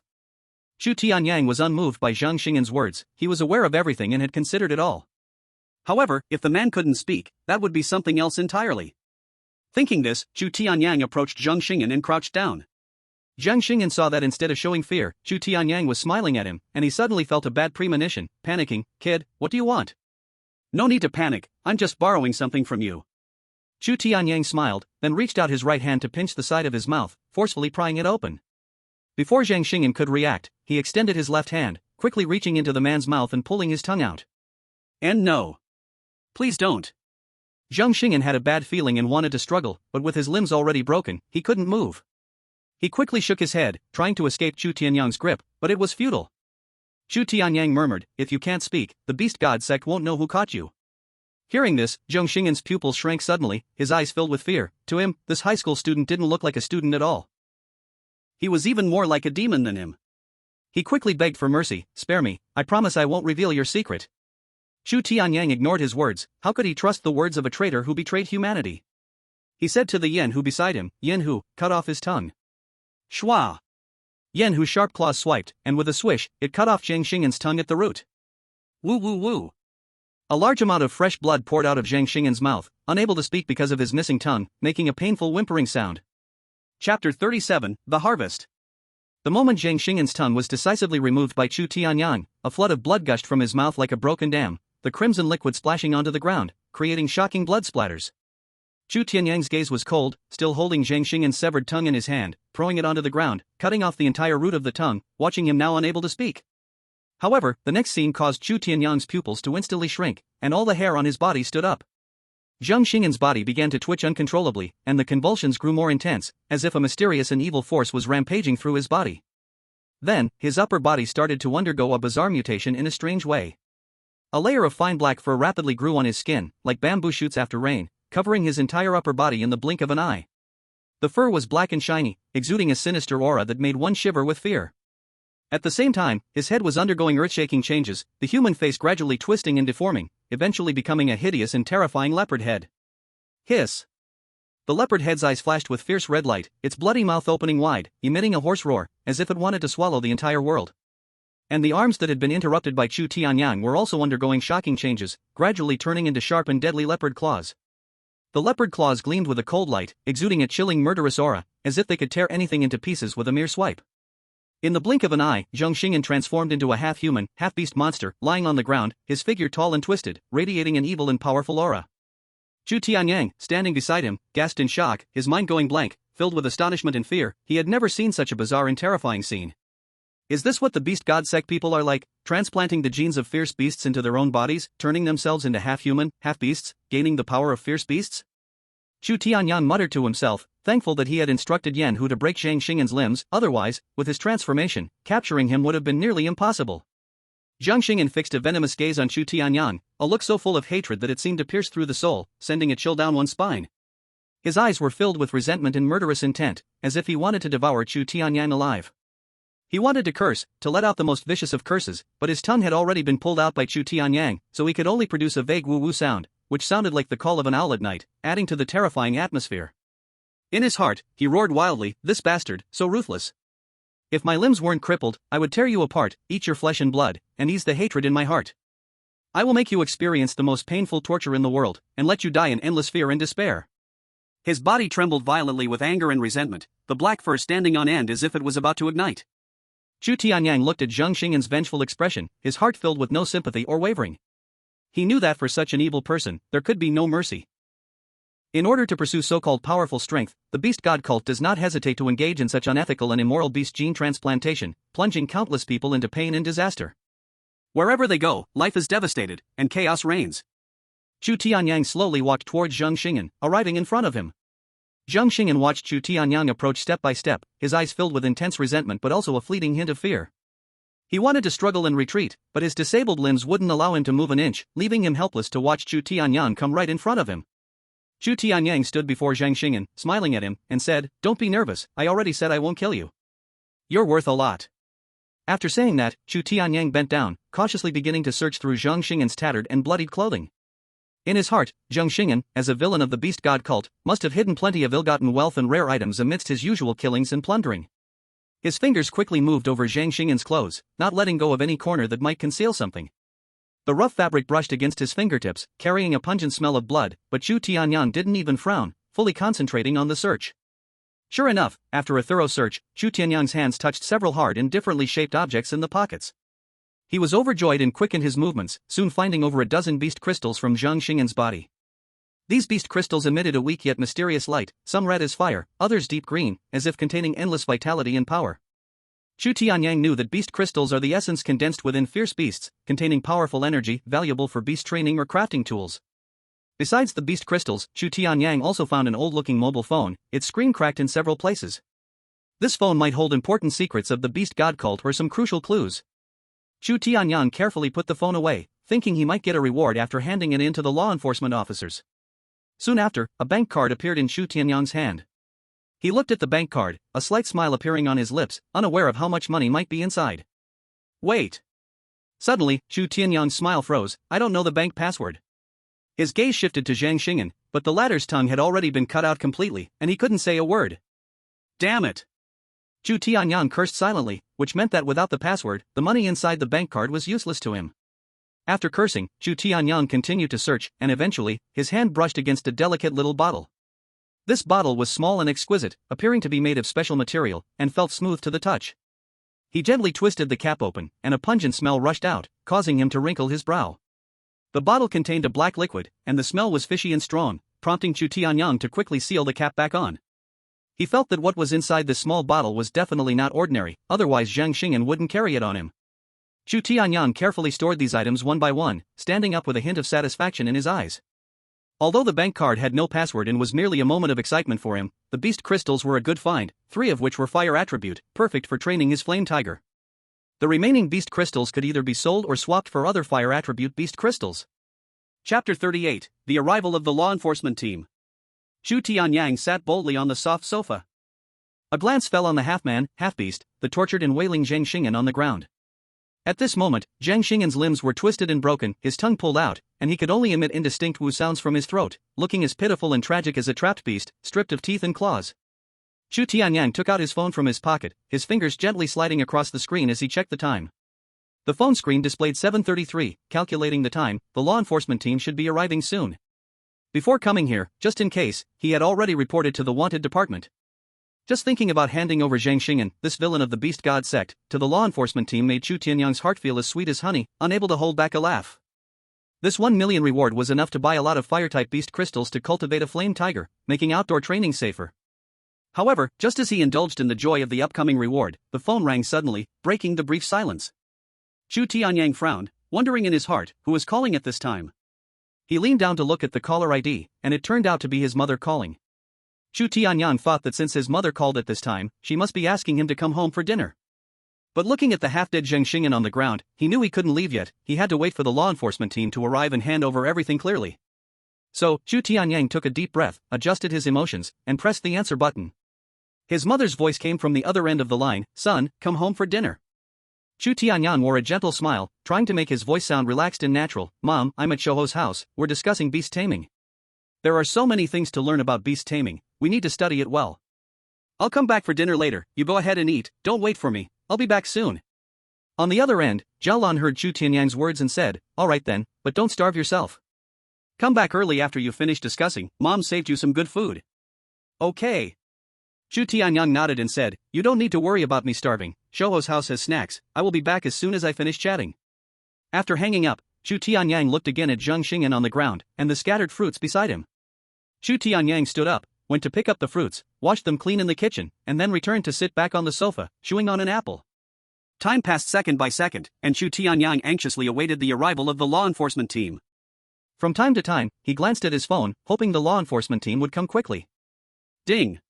At last, the sound of the elevator arriving echoed in the hallway, accompanied by the sound of hurried footsteps. Are they finally here? Chu Tianyang's face lit up with joy. He placed the apple core on the coffee table and stood up to open the door. The law enforcement team had received the report call, acknowledging that the suspect appeared at Building 14 on the 28th floor of the Happy Community, but they did not know which room he was hiding in. Click. They had initially planned to search room by room. Suddenly, the door of 2801 swung open, and a high school student in a uniform walked out, excitedly waving to them, "Officer, this way, this way." The law enforcement officers, originally with serious expressions, exuding authority and decisiveness, were taken aback when they saw Chu Tianyang waving at them. The team leader of the law enforcement group regained his composure, looked at Chu Tianyang in his school uniform, and asked, "Student, are you the one who made the report call, identifying the criminal on the wanted notice?" "Yes, yes, yes." Chu Tianyang nodded and said, "He is inside." The law enforcement team leader, seeing Chu Tianyang so excited, wondered if this kid was joking with them. The way he looked didn't seem like someone who had spotted a fugitive. With a serious expression, he said, "Student. Filing a false police report carries criminal responsibility, and even if you are a student, there are no exceptions." Seeing that the law enforcement team did not believe him, Chu Tianyang hurriedly said, "What I said is true. If you don't believe me, come in and take a look."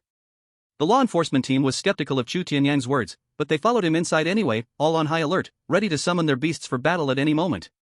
The law enforcement team was the richest department in the base, responsible for capturing criminals, with each officer equipped with a beast ring for task execution. Next were the guardians, responsible for protecting the base's safety and preventing the invasion of fierce beasts. Then there were the detectives, who were responsible for investigating all homicides in the base. As for the other departments, their treatment was generally similar. The members of the law enforcement team followed Chu Tianyang into the living room and frowned at the bloody scene before them. Indeed, it is the scum of the beast god cult. Especially upon seeing Zhang Xing'an's half-human, half-beast form, disgust appeared on every law enforcement officer's face. The law enforcement captain, Chen Wanli, looked at Zhang Xing'an's wretched state, glanced at Chu Tianyang and the flame tiger under his feet, and asked, "Did you do this?" "The person was not killed by me." Chu Tianyang was startled by his words, quickly shook his head and explained, "When I arrived, these two had already been killed by him. This wanted criminal was taken down by my beast." Hearing Chu Tianyang's words, everyone was astonished. They could tell these two citizens were not killed by him, and they were surprised that Chu Tianyang actually defeated this follower of the beast god cult. This member of the beast god cult had been injured by them but was still able to escape, showing that his strength was not to be underestimated. Even seriously wounded, he still possessed the strength of a mid-level first stage or early second stage. Seeing Chu Tianyang's outfit, it was clear he was a high school student who had awakened his beast spirit over half a month ago, yet he could take down Zhang Xing'an. Chen Wanli was also curious about how this rookie beast master had defeated Zhang Xing'an and asked, "How did you defeat him?" Chu Tianyang did not hide anything and explained the whole process in detail. Faced with the law enforcers' inquiries, if he didn't tell the truth, they wouldn't believe him.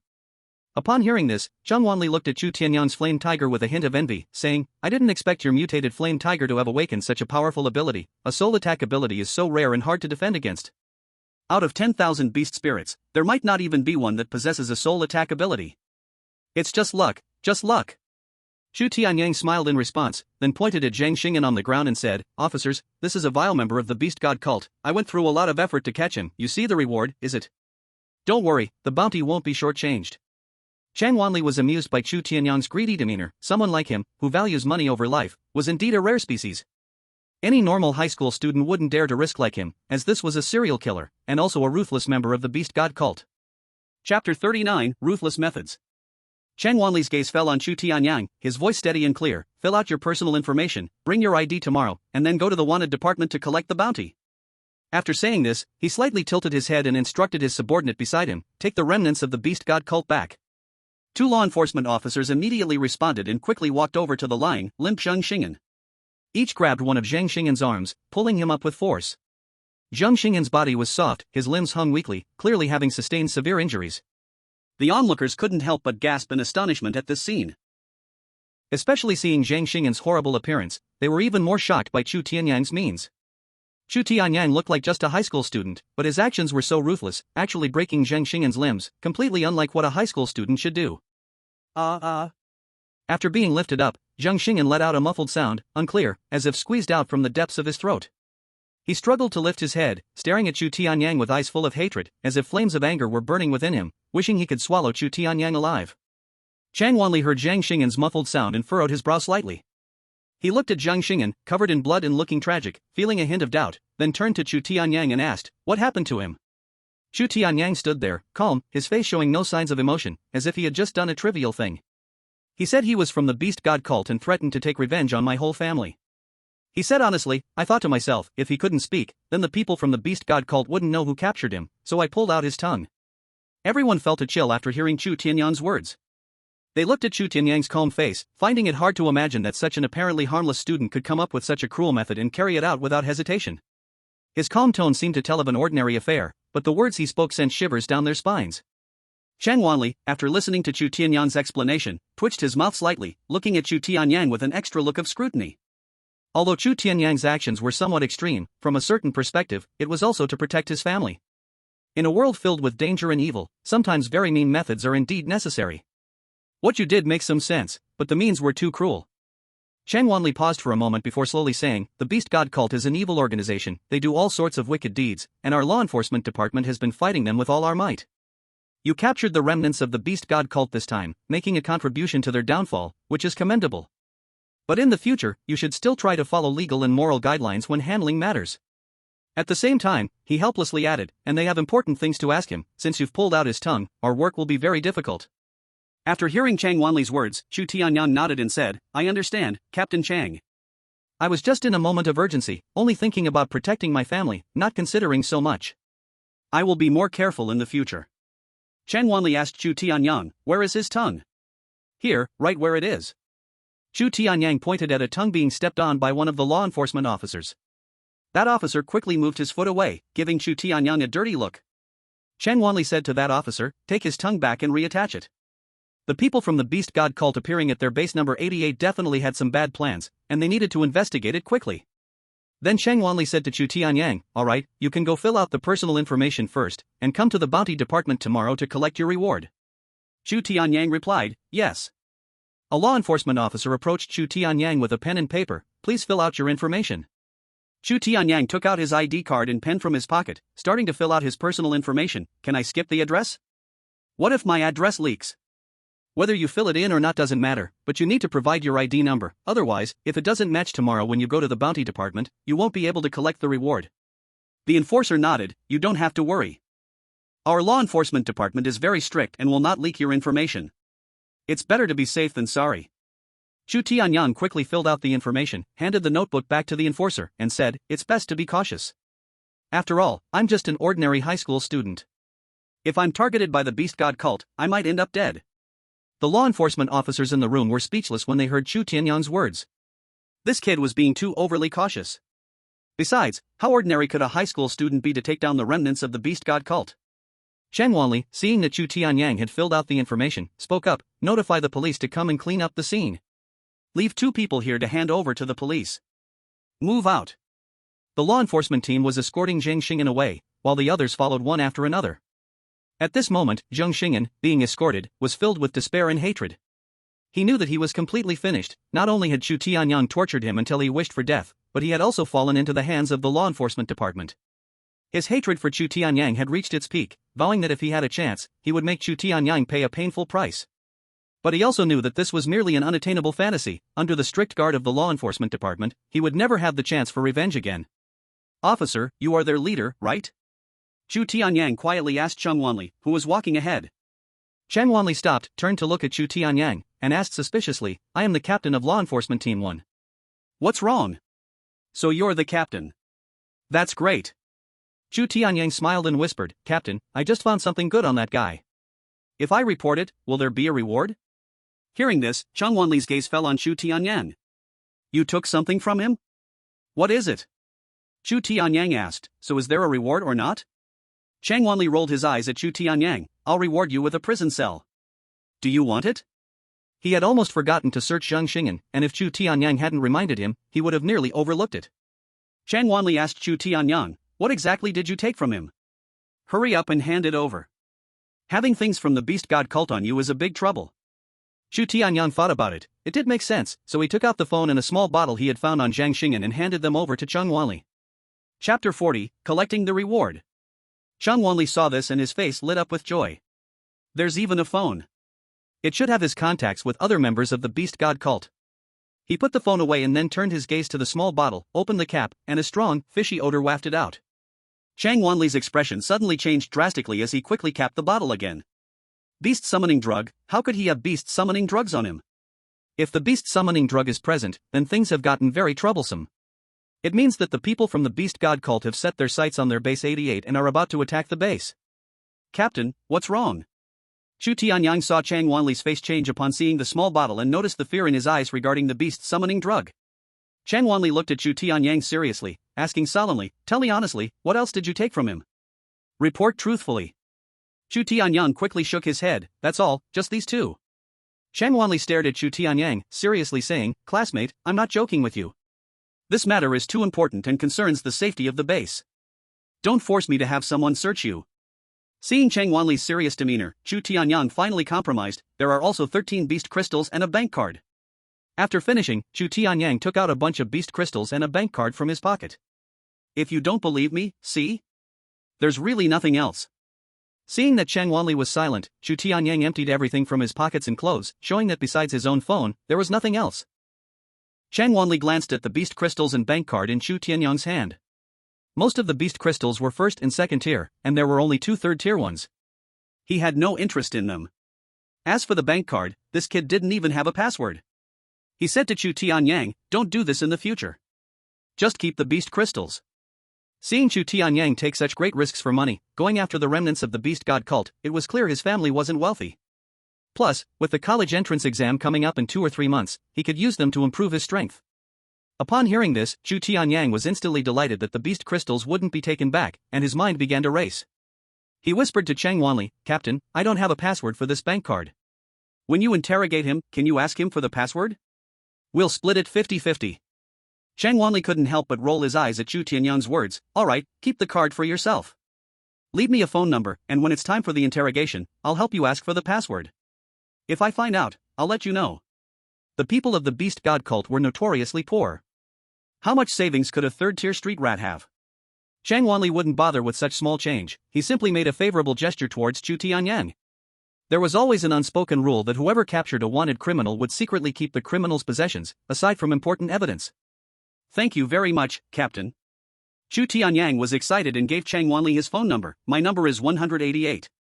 After Chang Wanli noted down the phone number, he waved his hand to dismiss Chu Tianyang. "Alright, go back. Yenhu, let's go." Chu Tianyang happily left with Yenhu. Watching Chu Tianyang's departing figure, Chang Wanli fell into thought. This boy was bold, greedy for money, and ruthless. He was not like an ordinary high school student and was easily led down the wrong path.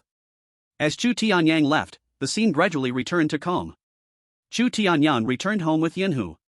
Chu Mingyuan and his wife had already finished dinner and were sitting on the sofa watching TV. When Zhao Lan saw her son return, she curiously asked, "Did something happen in the neighborhood? I just saw several law enforcement cars parked downstairs from the balcony. It seems a wanted criminal entered the neighborhood, and the law enforcement team came to catch him." Chu Tianyang concealed the truth and replied, then entered the kitchen to serve rice. Chu Mingyuan was startled by his son's words. "A wanted criminal entered the neighborhood? That's so dangerous. Son, don't go out tonight." Zhao Lan was also somewhat frightened and urged Chu Tianyang while telling her husband, "Honey, go lock the door." "Dad, Mom, don't worry." Chu Tianyang came out with the rice, sat at the dining table, and said to his parents, "When I came back, I saw that the law enforcement team already caught the wanted criminal, so you don't need to worry." Upon hearing this, Zhao Lan breathed a sigh of relief. "That's good. A wanted criminal entering the neighborhood is too dangerous." After dinner, Chu Tianyang cleaned up the table and took Yenhu back to his room. The next morning, the gentle sunlight streamed through the cracks in the window, spilling into Chu Tianyang's room. After getting up, Chu Tianyang finished breakfast but didn't head to school as usual with his backpack. Instead, he sat on the sofa in the living room, time passing slowly until the clock struck 8. Chu Tianyang stood up, stretched his muscles, let Yenhu turn into a ring, which he put on his finger, then tidied up briefly before walking out of the house. He stood by the road and raised his hand to hail a taxi. Once inside, he said to the driver, "Sir, take me to the wanted department." The driver glanced at Chu Tianyang through the rearview mirror, and curiosity bubbled up inside him. This boy, looking barely out of high school, what could he want at the wanted department? However, the driver didn't ask further, just nodded and started the car, heading towards the wanted department. On the way, Chu Tianyang gazed out the window at the streets receding behind him. Planning to use the bounty to enhance the strength of the flame tiger. "Young man, the wanted department has arrived." Suddenly, the driver's voice pulled Chu Tianyang back from his thoughts. Chu Tianyang paid the fare, opened the door, and got out of the car. In front of him stood a magnificent building, solemn and dignified, giving a feeling of authority. Above the door of the wanted department, there was a huge plaque engraved with the 3 big characters "Wanted Department," shining under the sunlight. Chu Tianyang took a deep breath, adjusted his clothes, and then stepped through the door of the wanted department. The hall was bustling with people, and the staff were working busily. Some were organizing files, some were answering phones, and others were communicating with people coming to handle affairs. Chu Tianyang approached the consultation desk and said to a staff member, "Hello, I'm here to collect the bounty." The staff member looked up, surprised for a moment, but quickly regained her composure and smiled, saying, "Okay, please show me your ID and relevant documents." Chu Tianyang nodded, took out his ID and the proof document that Chung Wanli had given him yesterday from his pocket, and handed them to the staff member. The staff member took the documents, checked them carefully, and then said, "Please wait a moment, I will process your paperwork." After speaking, the staff member took the documents and turned to walk into an office next to them. Chu Tianyang stood in front of the consultation desk, patiently waiting. His gaze scanned the hall, observing everything around him.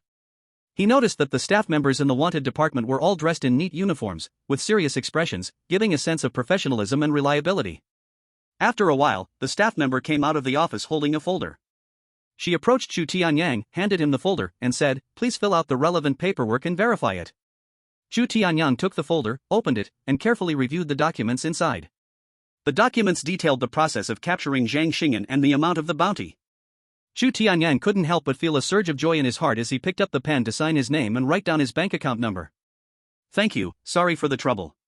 He handed the folder back and smiled at the staff member. The staff member smiled back and nodded, saying, "You're welcome, this is the reward you deserve.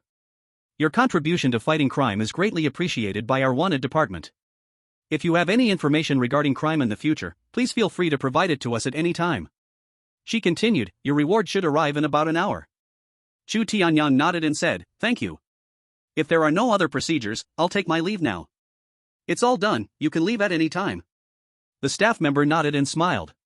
Chu Tianyang turned and left the wanted department, not expecting that collecting the bounty would be so simple, just a quick signature and providing his bank account details. Chapter 41, Buying Beast Crystals. Chu Tianyang left the wanted department and had no intention of going to school at all.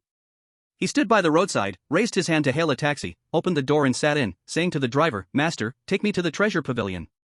The taxi sped off like an arrow towards the destination, the scenery outside the window whizzing past, while Chu Tianyang's heart had long flown to the treasure pavilion. Before long, the taxi came to a steady stop in front of the treasure pavilion. Chu Tianyang paid the fare, pushed the car door open, and strode into the treasure pavilion. Even though he had visited the treasure pavilion once before, the luxurious decor still amazed him greatly. A young and beautiful waitress saw Chu Tianyang entering. His eyes lit up, and he immediately greeted her. Her face wore a sweet smile as she warmly said, "Welcome to the treasure pavilion, sir.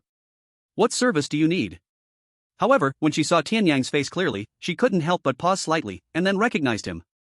After all, more than half a month ago, this person had come with their shop's young lady, being a classmate of hers, and she showed a sweet smile, saying, "Classmate, long time no see. How can I help you?" Chu Tianyang did not notice the subtle change in the waitress's expression. He directly said, "I'm looking for Manager Wang, could you please notify him?" The waitress quickly nodded and said, "Okay, sir, please wait a moment, I will inform Manager Wang right away." After speaking, she turned around and hurriedly left, her steps light and agile. Chu Tianyang stood in the hall, scanning the area. Even though it was morning, there were still many customers at the treasure pavilion buying things. Soon, a sound of footsteps came, and Manager Wang walked towards him. As before, he wore a well-fitted suit, his hair neatly combed back, and a professional smile on his chubby face. But at the moment he saw Chu Tianyang, his smile instantly froze, and he said speechlessly, "Oh, so it's classmate Chu." His tone carried a hint of helplessness. Just now, the waitress had told him that a classmate of the young lady had come, looking for him.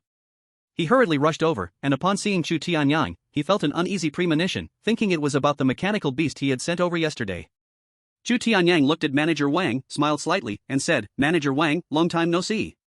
Classmate Chu, is there a problem with the mechanical beast you built?" Manager Wang asked, thinking Chu Tianyang had come to find him because there was an issue with the mechanical beast. "The mechanical beast is built very well, and I have to thank you for your help, Manager Wang."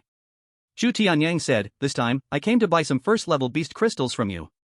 Hearing that Chu Tianyang was here to buy beast crystals, Manager Wang finally breathed a sigh of relief. Chu Tianyang looked at Manager Wang beside him and asked, "Manager Wang, how much is the fire-type first-level beast crystal?" Manager Wang wore a professional smile and explained leisurely, "That depends on the grade." He continued in an orderly manner, "The primary first-level beast crystal is 8,000, the intermediate first-level beast crystal is 15,000, the advanced first-level beast crystal is 25,000, and the peak first-level beast crystal is 35,000. Every word hit Chu Tianyang's heart like a heavy hammer. Hearing these prices, Chu Tianyang couldn't help but tremble slightly in his heart. He originally thought the price of first-level beast crystals would not be too expensive, but he didn't expect the price difference between different grades to be so large. From primary to peak first level, the price almost multiplied several times, which left him in a bit of a dilemma. He had seen online that to enhance the strength of a beast master with beast crystals, it was divided by grade.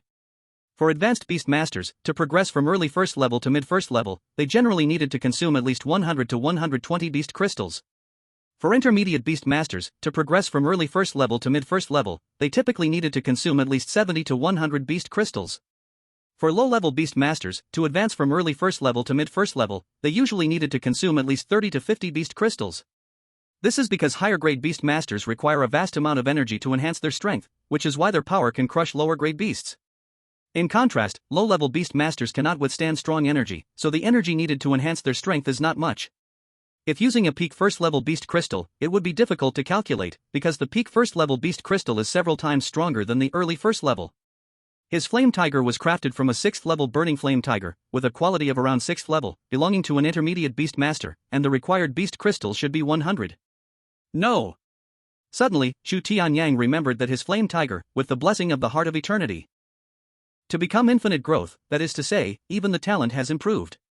Doesn't that mean his flame tiger talent has reached the divine level? If that's the case, using a tier 1 early stage beast crystal would at least produce over 150 pieces. One piece of tier 1 peak beast crystal is equivalent to 5 pieces of tier 1 early stage beast crystals.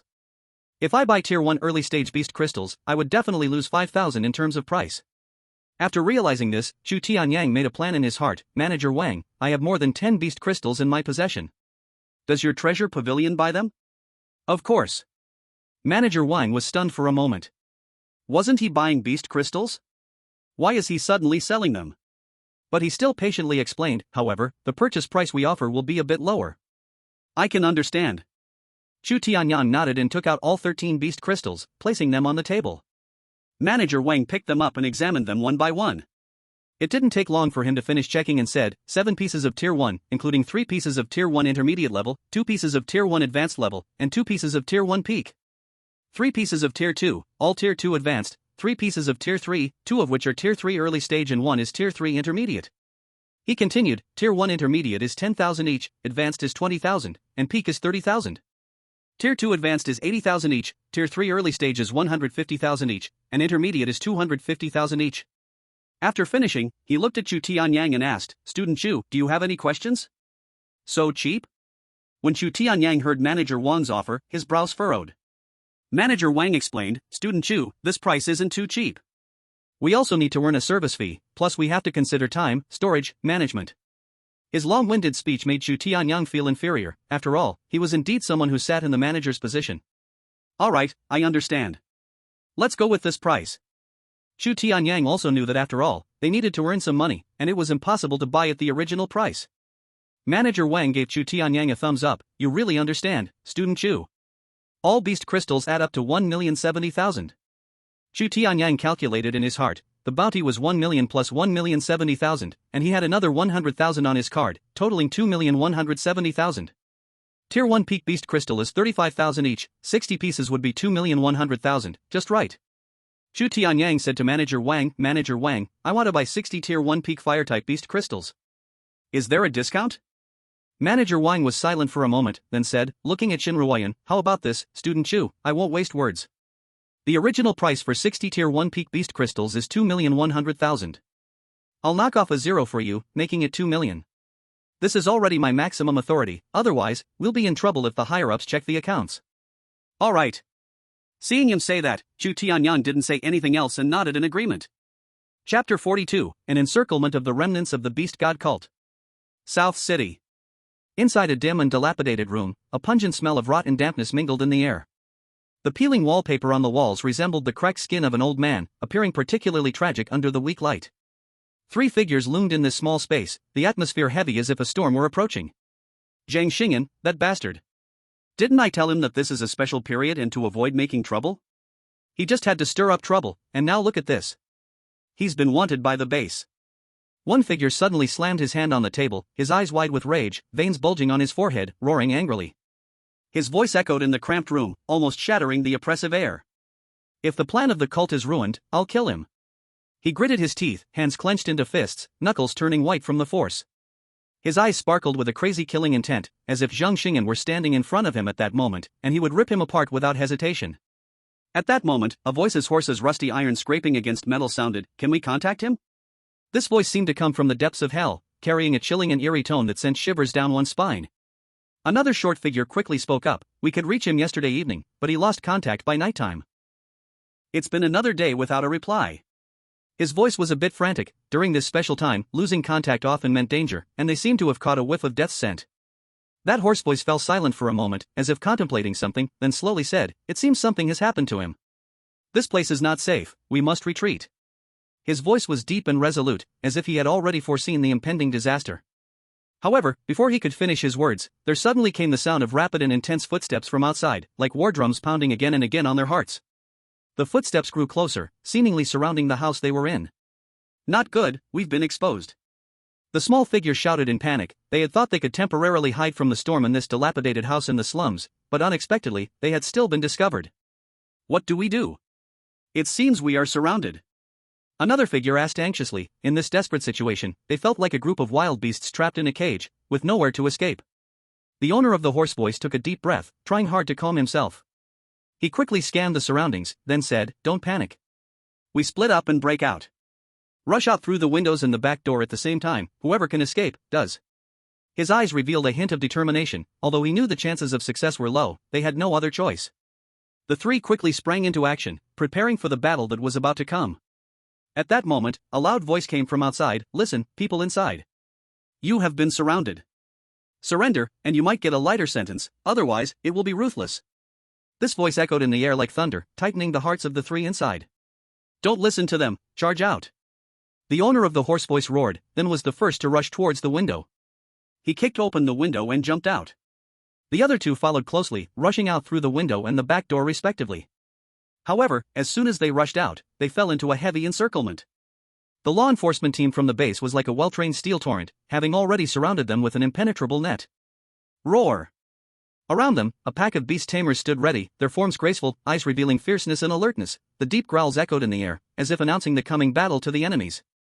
The three remnants of the beast god sect, in this oppressive atmosphere, felt like ants on a hot pot, anxious and desperate. As they burst out from the broken house, they instantly fell into the carefully arranged encirclement of the law enforcement team. The surrounding beasts pounced like arrows released from a bow, launching fierce attacks from all directions. The sharp claws gleamed with cold light in the dim light, every strike carried immense power, creating a whistling wind. Realizing they were trapped in a heavy encirclement, the three remnants of the beast god sect understood clearly that facing such a tight hunt from the law enforcement team, if they did not give it their all, they would surely perish today, with no possibility of escape whatsoever. "Let's fight!" A hint of determination flashed in their eyes as they unleashed their beast transformation abilities without hesitation. The middle-aged man was the first to transform. His body began to undergo violent mutations, brown fur shooting out from beneath his skin like steel needles, instantly covering his entire body. The muscles of his body inflated rapidly like an inflated balloon, tearing his fitted clothes into shreds that fluttered in the air. In the blink of an eye, he transformed into a bear man, half human, half beast, a tall and burly figure exuding a chilling aura. Roar! He roared. The sound was like thunder, shaking the surrounding air slightly. Waving his strong arms, he struck fiercely at the oncoming beast. The hoarse-voiced man was not willing to back down either. His body quickly twisted and morphed, turning into a werewolf in an instant, his mouth full of fangs gleaming coldly, as if he could easily bite through steel. A pair of sharp claws shot out from his fingers, like 5 sharp daggers. He crouched down, like a hungry wild beast, and lunged fiercely at the beasts, his claws carving sharp arcs in the air, bringing forth a rain of blood. The small figure also initiated beastification, transforming into a rat man. His body became small and agile, but his eyes revealed a cunning and fierce glint. Like a quick mouse, he darted through the gaps in the beast's attacks, occasionally extending his sharp claws to leave marks on the beasts.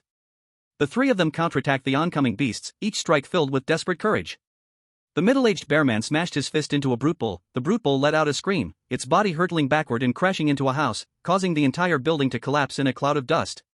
The werewolf, taking advantage of his speed, zigzagged through the crowd of beasts, continuously swinging his claws, tearing the beasts to bloody shreds. The Ratman, relying on his small agility, kept searching for the beasts' defense flaws, launching surprise attacks on them. However, the number of beasts in the law enforcement team was numerous and well-trained. They coordinated together, tightly surrounding the three remnants of the beast god cult, launching continuous attacks. Chang Wanli did not intervene but quietly observed. With both the first and second law enforcement teams deployed, these three remnants of the beast god cult could not escape. He frowned as he looked at the three remnants of the beast god cult ahead, two at the peak of Tier 3, one at the early stage of Tier 4. Logically, with beast summoning drugs, they shouldn't have such little combat power. Where is the high-end combat power of the beast god cult lurking? Their law enforcement department had decrypted Zheng Xingan's phone and traced the communication source information, leading to this operation. Chapter 43, again, beast summoning drugs, the situation is critical. Nearby residents were attracted by the sounds of battle, wanting to come closer to see, but they were stopped by the police department arranged by the law enforcement team, not allowing anyone to approach. A swift wind wolf lunged at the middle-aged bear man from the side. The bear man reacted quickly, dodging to the side while throwing a punch, driving the swift wind wolf back. But before he could catch his breath, another rock badger launched a sneak attack from behind, its sharp claws ripping a deep wound across his back, blood instantly staining his fur red. The werewolf was also in trouble, surrounded by several beasts that continuously attacked him. Although he fought back with all his might, 2 fists could not beat 4 hands, and he was injured in many places. His claws left marks on the beasts, but due to exhaustion, he gradually became weak. The Ratman, though agile, was also beginning to struggle under the assault of many beasts.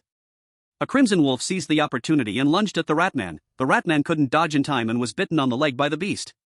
He let out a painful scream, struggling desperately, and finally broke free from the crimson wolf's jaws, but his leg was now bleeding profusely, making his movement sluggish. Despite their utmost effort to fight back, the situation became more and more desperate. They were pushed back relentlessly by the beasts, the circle surrounding them growing smaller and smaller. The middle-aged bearman looked at the beasts closing in around them, filled with despair, but he still didn't give up, roaring, "Brothers, let's fight. Even if we die, let's take a few down with us. Kill." The werewolf and Ratman heard this and also let out an angry roar. They gathered their courage once more and launched a final charge against the beast tamers. They understood in their hearts that this was their last chance. If they couldn't break through, they would surely perish here today. In this fierce battle, time seemed to stand still. Every second was filled with life and death crises, and every attack could decide their fate. The remnants of the beast god cult erupted into their last madness in this desperate situation. However, the strength of the law enforcement team was too powerful, and the beast tamers' assaults grew more violent. In the end, the middle-aged bear man was pounced on by several beast tamers and brought down to the ground, sharp claws and teeth tearing at his body non-stop, his struggles growing weaker until he eventually stopped breathing. The werewolf was also torn to pieces by the beast tamers in battle, blood splattering across the earth. The Ratman tried to escape but was caught by a beast tamer, who bit down on his neck. He struggled a few times and gradually lost his breath. With the fall of the 3 remnants of the beast god cult, this intense battle finally came to an end. The members of the law enforcement team looked at the bodies on the ground, their faces revealing smiles of victory. They successfully completed their mission, eliminating a major threat to the base. We finally brought them down. The surrounding beast tamers also gathered around, letting out cheerful cries, as if celebrating this victory. Captain Wang Tao of the 2nd Law Enforcement Team stood on the bloody battlefield, watching his team successfully take down the 3 remnants of the beast god cult. Just as he was about to breathe a sigh of relief, he noticed Chang Wanli standing next to him, frowning and silent. A wave of doubt surged in his heart, and he couldn't help but ask, "Old Chang, what's wrong?" Chang Wanli slowly raised his head, his eyes revealing deep concern, and he spoke in a low and serious voice, "Something's not right." These 3 words struck Wang Tao's heart like a heavy hammer, instantly tightening his nerves. They brought beast-attracting drugs. The beast god cult is definitely planning something big. They wouldn't just send a few 3rd or 4th tier followers. Where are those high-level combat forces hiding? As Chang Wanli spoke, he quickly approached the bodies of the 3 remnants of the beast god cult. He crouched down and carefully searched the corpses with his hands, his movements skilled and rapid. Before long, he pulled out 3 bottles of beast-attracting drugs from one of the bodies. Chang Wanli stood up with the bottles of beast-attracting drugs, his face growing increasingly grave. He tightly gripped the bottles and held them up in front of Wang Tao, his voice urgent as he said, "Old Wang, look." Wang Tao followed Chang Wanli's hands, and the moment he saw the 3 bottles of beast-attracting drugs, his expression changed drastically. The victorious joy that had been on his face was now replaced by fear. His eyes widened like copper bells, his mouth slightly opened, but he couldn't speak for a while. After a long moment, he finally stammered, "So many beast-attracting drugs, they can't be planning to attack our base 88, can they?" "It's very possible. The use of beast-attracting drugs can draw a large number of fierce beast tamers together." Chang Wanli's expression darkened as he nodded. With so many beast-attracting drugs appearing at the base, their purpose is obvious. Beads of sweat sprang up on Wang Tao's forehead. He anxiously paced back and forth, muttering, "What should we do? The base can't withstand such a massive attack from beast tamers. If a large number of them are drawn here, the defense facilities of the base will likely struggle to hold up, and the people will be in great danger." Chang Wanli took a deep breath, trying to calm himself down. After thinking for a moment, he said, "Old Wang, we need to report this situation to our superiors immediately." Wang Tao nodded vigorously and said, "You're right, time is of the essence. Let's act quickly." On the other side, Chu Tianyang hurriedly walked out of the treasure pavilion, holding a bag of newly bought beast crystals. He was filled with excitement, looking forward to returning home and allowing the flame tiger to absorb the power of these beast crystals to become even stronger. He stood by the road, raised his hand to hail a taxi, and quickly jumped into the car, saying to the driver, "Master, please go to the happiness community." "No problem." The driver replied and stepped on the gas, the car speeding towards Chu Tianyang's home like an arrow leaving its bow. Outside the car window, the city's noise rapidly receded, but Chu Tianyang's heart had already flown back home, his mind constantly picturing the flame tiger's increasing power after absorbing the beast crystals. Finally, the car came to a steady stop at the entrance of happiness community. After paying the fare, Chu Tianyang could not wait to open the car door and rushed 3 steps in 2 to enter his home. Once inside, he disregarded everything else and immediately called out softly, "Flame tiger, come out." At his call, the tiger head ring on his finger suddenly trembled slightly, and then it transformed into a pool of liquid that radiated a faint light, slipping off his finger and falling to the ground. The pool of liquid quickly wriggled and changed as if it were alive, and in the blink of an eye, it transformed back into the shape of the flame tiger. The flame tiger stood there with grandeur, its fur shimmering with a dark red glow, and its eyes resembled burning flames. Chu Tianyang looked at the flame tiger with a pleased smile, gently patting its head, and said, "Flame tiger, I have prepared something good for you today."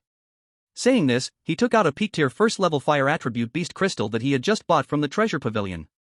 The beast crystal was oval-shaped, about the size of a thumb, emitting a gentle energy wave, as if it contained endless power. The flame tiger, upon seeing the fire attribute beast crystal, showed a flicker of excitement in its eyes. It growled softly, seeming to express its desire for the beast crystal. Chu Tianyang smiled as he held the beast crystal near the flame tiger's mouth, saying, "Eat it, and absorb the power inside well." Chapter 44, Flame Tiger Breakthrough. Without hesitation, the flame tiger opened its mouth wide and swallowed the beast crystal. In an instant, marvelous changes began to unfold on its body. Sparks emerged from its fur, and those sparks danced and flickered on the flame tiger like lively spirits. The flame tiger's body trembled slightly as it absorbed the power of the beast crystal, excitement filling its eyes. As time passed, the sparks on the flame tiger became more vigorous, and its aura continued to strengthen. Chu Tianyang could clearly feel that the air around them grew hotter due to the powerful energy emitted by the flame tiger. Half an hour later, the flame tiger fully absorbed the power of the beast crystal and opened its eyes, saying to Chu Tianyang, "Master, I have completely absorbed the beast crystal." Chu Tianyang couldn't help but ask, "How much can your realm increase after absorbing this beast crystal?" The flame tiger thought for a moment and said, "I don't really know how to explain it, but if I eat about 20 more, I should be able to reach the mid-level of the first tier." Chu Tianyang calculated in his mind, 1 peak-tier first-level beast crystal was equivalent to 5 first-level initial-tier beast crystals. 20 or so would roughly amount to over 100 first-level initial-tier beast crystals. By this calculation, the flame tiger surely had godly potential. Suddenly, an idea flashed in Chu Tianyang's mind, and he remembered the ability of the Eternal Heart. With a thought, the detailed panel of the flame tiger clearly presented itself before his eyes. Flame tiger. Type, mechanical beast. Potential, infinity. Level, first level initial, 3.4%. Talent, fiery tiger body. Abilities, Tiger Pounce, Tiger Roar, Flame Whip, Fireball, Fiery Claw, Fiery Incineration. Chu Tianyang's eyes focused tightly on the level information of the flame tiger. He keenly noticed that behind the level indication of the flame tiger as first level initial, there was an added 3.4% progress indicator. This meant that when this progress reached 100%, the flame tiger would be able to successfully break through to the mid-level of the first tier. He began to quickly calculate in his mind, a peak first-level beast crystal could raise the flame tiger's cultivation by 3.4%. If calculated at this rate, to help the flame tiger break through from early first level to mid first level, it would require about 30 peak first level beast crystals in total. In other words, the flame tiger only needs to consume another 29 beast crystals to reach mid first level. With the flame tiger absorbing 1 peak first level beast crystal every half hour, in 10 hours it would be 20 crystals, and with 1 day off, it could break through to mid first level.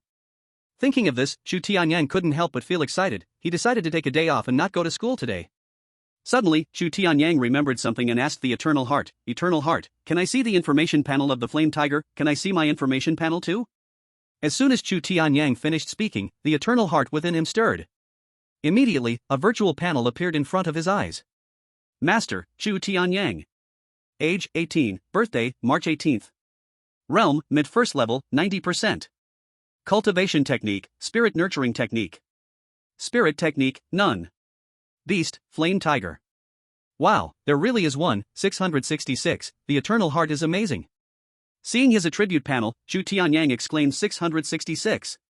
He had already broken through to mid-first level 10 days ago, and during this time, he had not slackened off in his training, practicing at least 6 hours every day. Breaking through to late first level would happen within the next 2 or 3 days. After reaching mid-first level, he would need to condense 200 strands of spirit power to break through to late first level. In the following period, Chu Tianyang stayed at home with peace of mind, pouring all the beast crystals he bought onto the empty floor of his room. The flame tiger saw these beast crystals, its eyes flickering with excitement. It happily shouted, stretched out its long tongue, and skillfully rolled up a beast crystal, gently putting it into its mouth. As soon as the beast crystal entered its belly, the flame tiger's body began to change, sparks instantly appearing all over its fur, as if it were ignited. Then, a fierce heat radiated from it, causing the temperature in the entire room to start gradually rising. The flame tiger quietly lay on the ground, fully immersed in the process of absorbing the energy from the beast crystal. Its flames burned higher and higher, illuminating the entire room. Chu Tianyang left the room and did not disturb the flame tiger's cultivation. Time passed quietly amid tension and expectation, lasting until about 8 p.m. Suddenly, a more powerful energy wave erupted from the flame tiger. A scorching heat swept quickly from Chu Tianyang's room, instantly filling the entire living room. Chu Mingyuan and his wife, who were leisurely watching TV in the living room, suddenly felt a wave of heat hitting them. Zhao Lan looked up in surprise, her face filled with confusion. Why is it suddenly so hot? Chu Mingyuan frowned, asking with doubt, by the way, ever since we came back, I have felt a little hot. It was clearly still spring, with more than 3 months until summer. Such high temperatures were indeed a bit abnormal. Beside them, Chu Tianyang understood what was happening. The flame tiger has broken through to mid-first level. What? The little flame tiger has broken through to mid-first level? The Chu Mingyuan couple was taken aback at first, then their faces revealed excited expressions. Chu Tianyang couldn't wait to run back to his room and swung open the door. A wave of intense heat rushed at him, causing him to squint his eyes. Once he adjusted to the high temperature, the scene before him filled him with joy. He saw the flame tiger surrounded by a sea of flames. Those flames danced and flickered like lively spirits on its body. The flame tiger had grown a bit larger. Its original height of half a meter had now increased by 20 centimeters, reaching a height of 80 centimeters, and its body length had reached 1.2 meters. It stood there, majestic and imposing, like a fiery divine tiger. The flame tiger saw Chu Tianyang come in and happily shouted with excitement.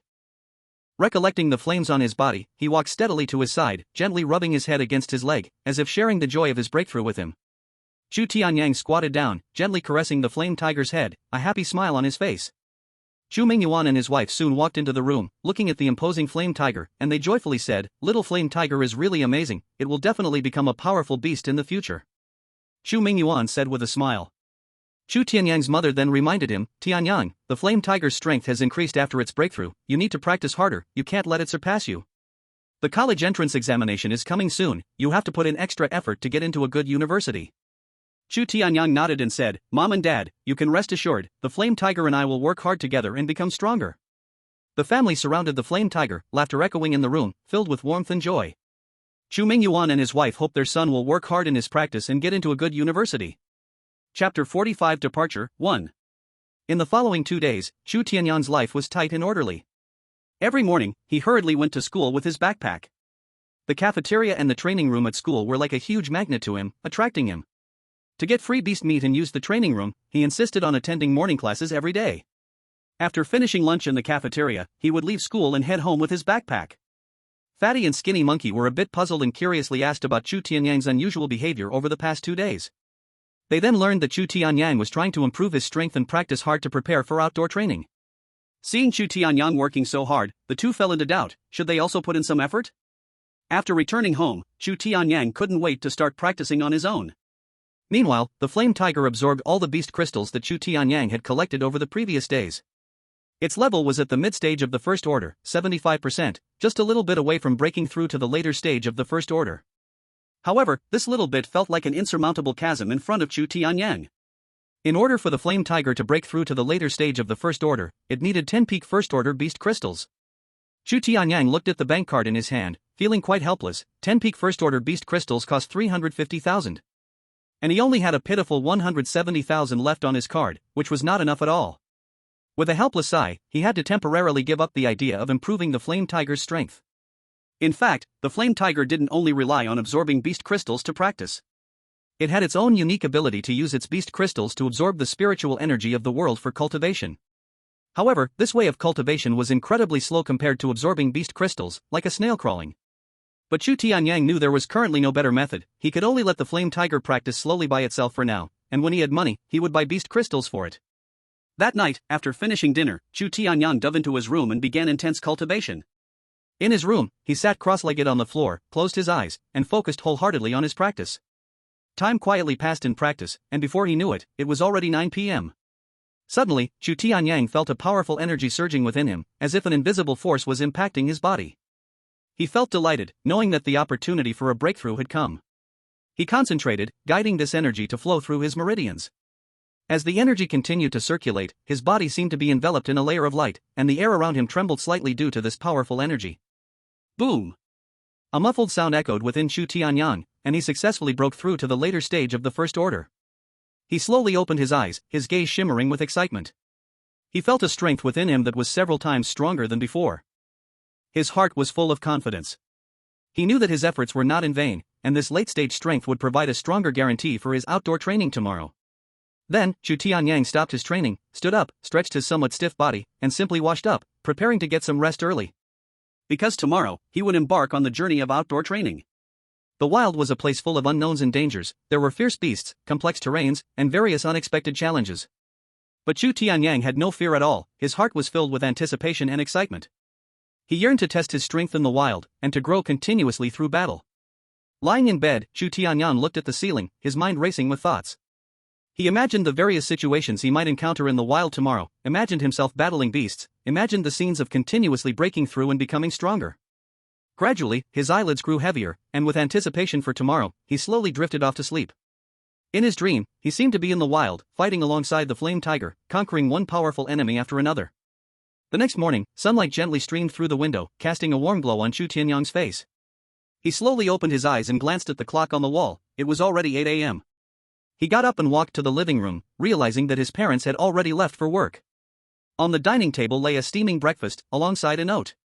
Chu Tianyang picked up the note. It was in his parents' familiar handwriting. "Son, breakfast is ready for you. Remember to eat well. Be careful during training, and if anything happens, remember to call us." A warm current surged in Chu Tianyang's heart. His parents always cared for him silently like this.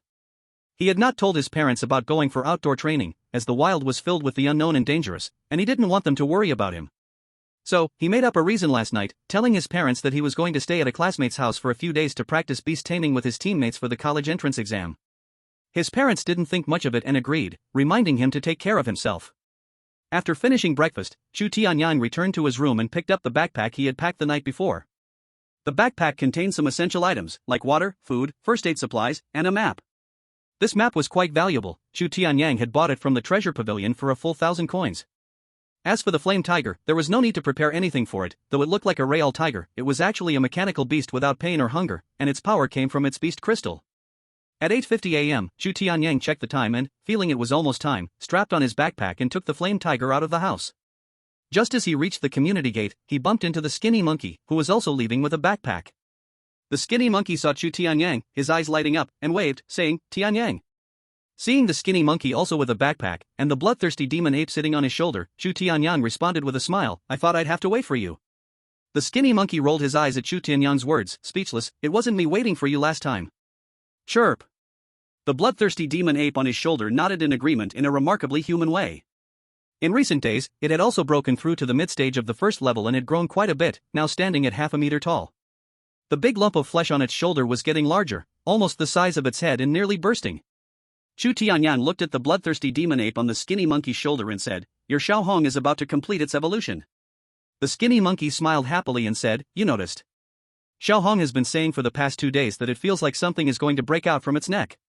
It should happen in these couple of days." Chu Tianyang nodded. The two left the community and waved down a taxi by the roadside, heading towards the city gate. All the way, the thin monkey chattered nonstop, sharing his recent cultivation insights and amusing stories. Chu Tianyang listened seriously, occasionally chiming in with a few words, creating a wonderfully harmonious atmosphere. The taxi slowly stopped at the city gate, and Chu Tianyang paid the fare before getting out with the thin monkey. Chapter 46 Departure 2. They took out their phones to check the time. It was exactly 9:56, just a few minutes before their agreed meeting time of 10 o'clock, after sitting in the car for almost an hour. Their base 88 was quite large, home to over 2 million people. The two looked around, searching for Shin Ruoyan's figure, as people flowed in and out around them. Before long, they saw Shin Ruoyan standing under a big tree at the base's city gate, dressed in a sharp outfit. Her hair was pulled up high, revealing a smooth forehead, her eyes determined and bright, radiating a bold and spirited aura. Beside Shin Ruoyan stood an old man with a head full of silver hair, dressed in a suit. The old man stood tall and straight, though his hair was as white as snow. He showed no signs of frailness but instead exuded a calm and mysterious presence accumulated over years. When Shin Ruoyan spotted Chu Tianyang and the thin monkey, a smile lit up her face as she waved her hand and shouted, "You're here." Chu Tianyang and the thin monkey quickly walked over to Shin Ruoyan, and Chu Tianyang smiled, saying, "Sorry to keep you waiting, I didn't expect you to arrive so quickly." Shin Ruoyan replied with a smile, "I just got here as well. Let me introduce you, this is Grandpa Shin, our family's butler, and he is also responsible for protecting us during this outdoor training." "Hello, Grandpa Shin." The two hurriedly called out respectfully, introducing themselves, "I'm Chu Tianyang, and I'm Chen Yaoyong." "Hello." Shin Shengyan nodded, showing a kind smile, and said, "You can call me Little Chu and Little Chen. Grandpa Shin is an elder, so you can call me whatever you like." Chu Tianyang smiled, recognizing that since he was Shin Ruoyan's family's butler, his strength must not be weak, and he wanted to build a good relationship. The thin monkey rubbed his hands excitedly and eagerly said, "Shin classmate, let's set off. I've been wanting to show off my skills in the wild and let those beasts know our strength." Shin Ruoyan shook her head, "Not so fast, we still need to wait for someone else?" "Someone else?" Chu Tianyang and the thin monkey were taken aback. Shin Ruoyan smiled mysteriously, her smile like a shooting star in the night sky, filled with mischief and unknowns. "You'll know soon." Her words were like an invisible hook, awakening Chu Tianyang and the thin monkey's curiosity, their gazes fixed tightly on her, waiting for the upcoming revelation. After about 3 minutes of waiting, time seemed to freeze, making each second feel exceptionally long. Finally, a taxi appeared as if it drove out from the mist, steadily stopping before them, the slight sound of tires against the ground echoing. The left door slowly opened, and a middle-aged man stepped out of the car. He stood tall, walking with steady steps as if stepping on the drumbeats of fate. His eyes were deep and sharp, like a deep pool hiding countless secrets that made one hesitant to look directly at them. Then, the right door opened, and out came a chubby man. This chubby man was round, with a rosy face, like a ripe apple, his flesh jiggled as he walked, looking somewhat comical. Chu Tianyang and the thin monkey exclaimed, "Chubby." The chubby man looked at their surprised faces with a slight grin, saying, "Were you shocked to see me, Fat Master?" His smile was as bright as the sun, instantly dispelling the surrounding doubts and gloom. "Didn't you say that the wilderness is dangerous with beasts running around? Don't go with us for outdoor training."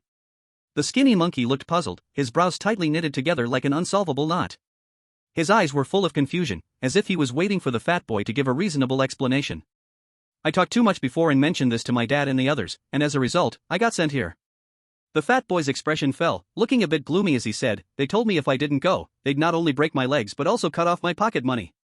As he spoke, he helplessly spread his hands, looking like a poor creature toyed with by fate.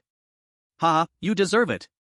Chu Tianyang and the skinny monkey couldn't help but laugh at what the fat boy said. Their laughter was like jingling silver bells, echoing in the air, mocking the fat boy's misfortune. "Is this your uncle?" The skinny monkey noticed the middle-aged man next to the fat boy and curiously asked. His eyes widened like two bright stars, sparkling with curiosity. "No, this is Uncle Liao, he is from the Beastmaster Association." The fat boy explained, "Uncle Liao is a friend of my dad and a 5th-grade Beastmaster. He came to protect me on my dad's orders." "Uncle Liao." Chu Tianyang and the skinny monkey called out together. "Then let's set off." They quickly introduced themselves to each other and then began to set off. Just as they were heading outside the city, an unexpected situation left Chu Tianyang in a daze. At the city exit, there was an electronic gate, with beams of cold light flashing, silently declaring the strict rules for leaving the city. Chu Tianyang's eyes widened in shock. Who knew leaving the city could be so complicated? This completely exceeded his understanding. He saw the fat boy and the skinny monkey quickly walk to the gate, pulling out a small, exquisite card from their pockets, which shimmered faintly in the sunlight. They gently tapped the card on the gate, and with a crisp beep sound, the gate slowly lifted, allowing them to walk out smoothly, looking light and relaxed, as if the process of leaving the city was a routine for them.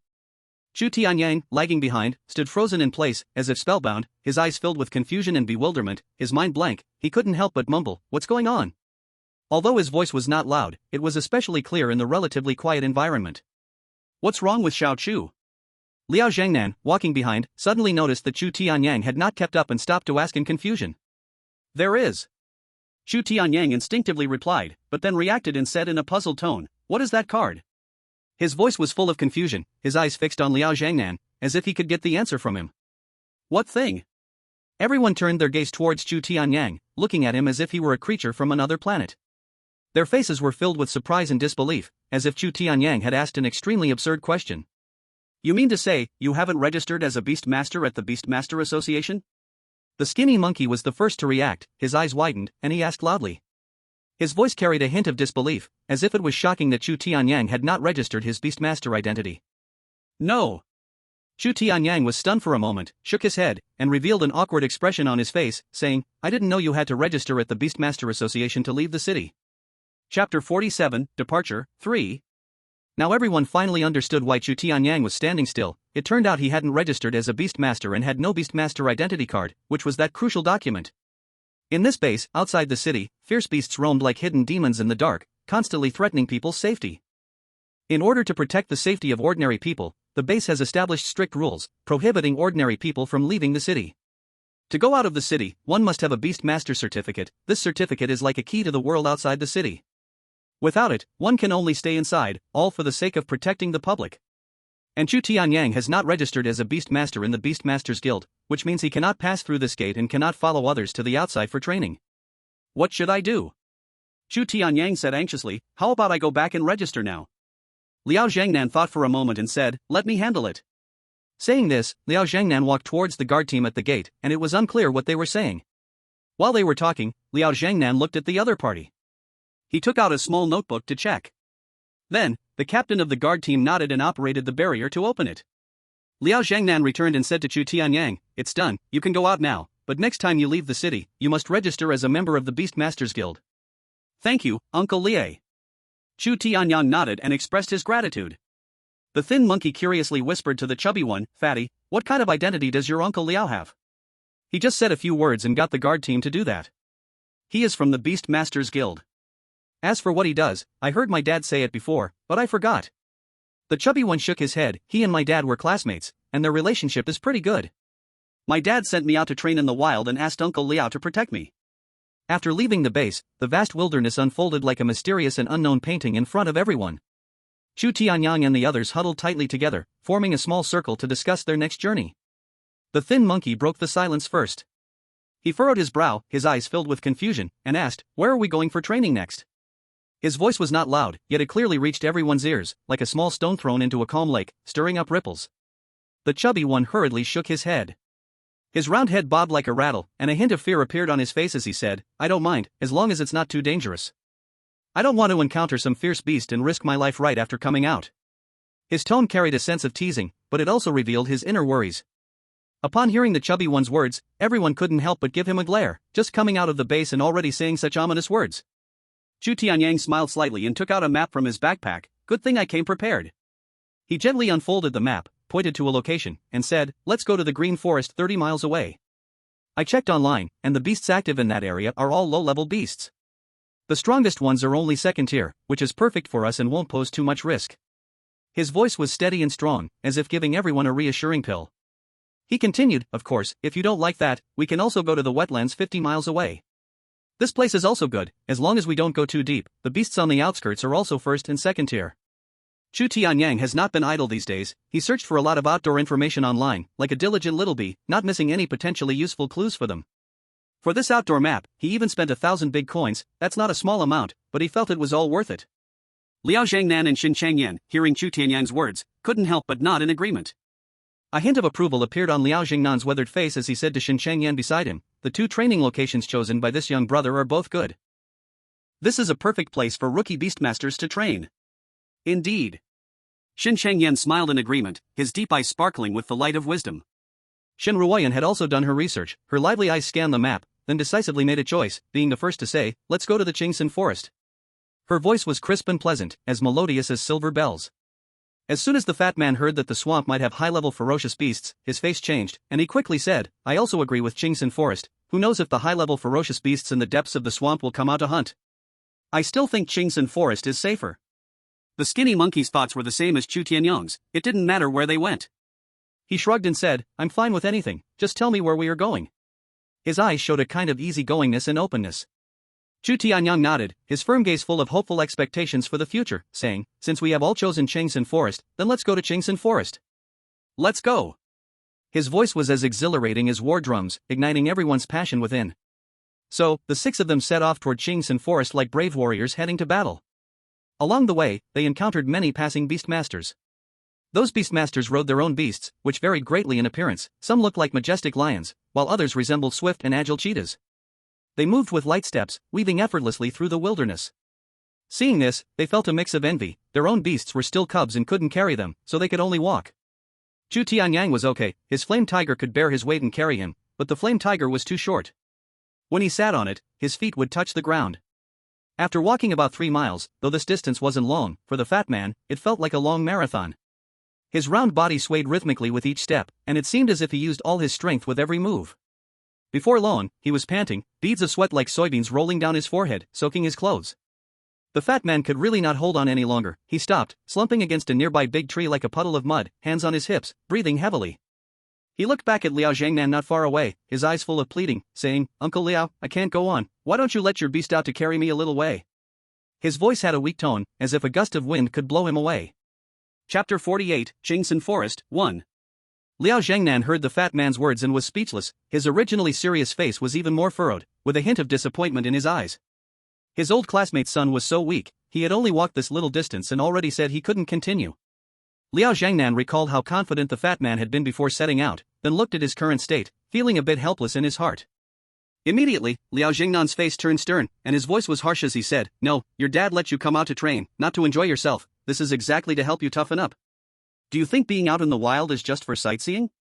This is a brutal battle against ferocious beasts. Without a healthy body, how can you survive?" At this point, he snorted coldly, his eyes piercing from looking at the fat man, and continued, "In the future, when you are fighting ferocious beasts, are you going to ask them to pause because you are tired? Let's see if the ferocious beasts will listen to you and let you go. Ferocious beasts do not care whether you are tired or not, they will attack you mercilessly. By then, you will have no strength to escape and will only become their meal."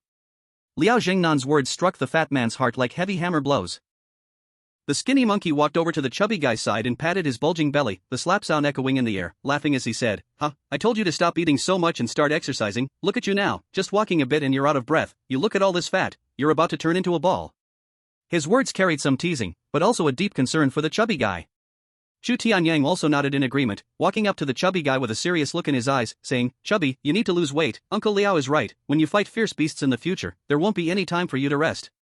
Fierce beasts won't give you time to adjust, they'll launch more powerful attacks when you're tired, so starting now, you need to train your stamina and make yourself stronger."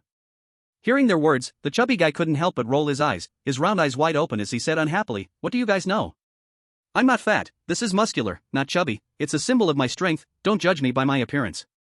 Though he said this, deep down he knew his body was indeed a bit weak, he just couldn't bring himself to admit it.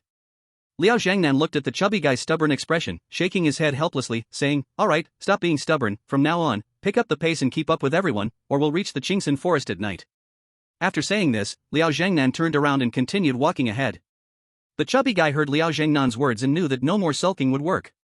He gritted his teeth, pushed out his round stomach, and began to walk, trying hard to keep up. Every step was tough, but his eyes revealed a hint of determination. He silently vowed to get in shape and become stronger, no longer being a burden to everyone. Everyone looked at the chubby guy working hard and smiled with relief. Time passed. After 6 hours of difficult trekking, when the afternoon sun shone at 4 o'clock, they finally reached the Qingxin Forest. All this way, the chubby guy was like a deflated ball, complaining nonstop, trudging slowly. If it weren't for him lagging behind, everyone would have arrived a long time ago. As they reached the outskirts of the Qingxin Forest, everyone stopped to prepare for a good rest, to gather their strength before entering the unknown forest.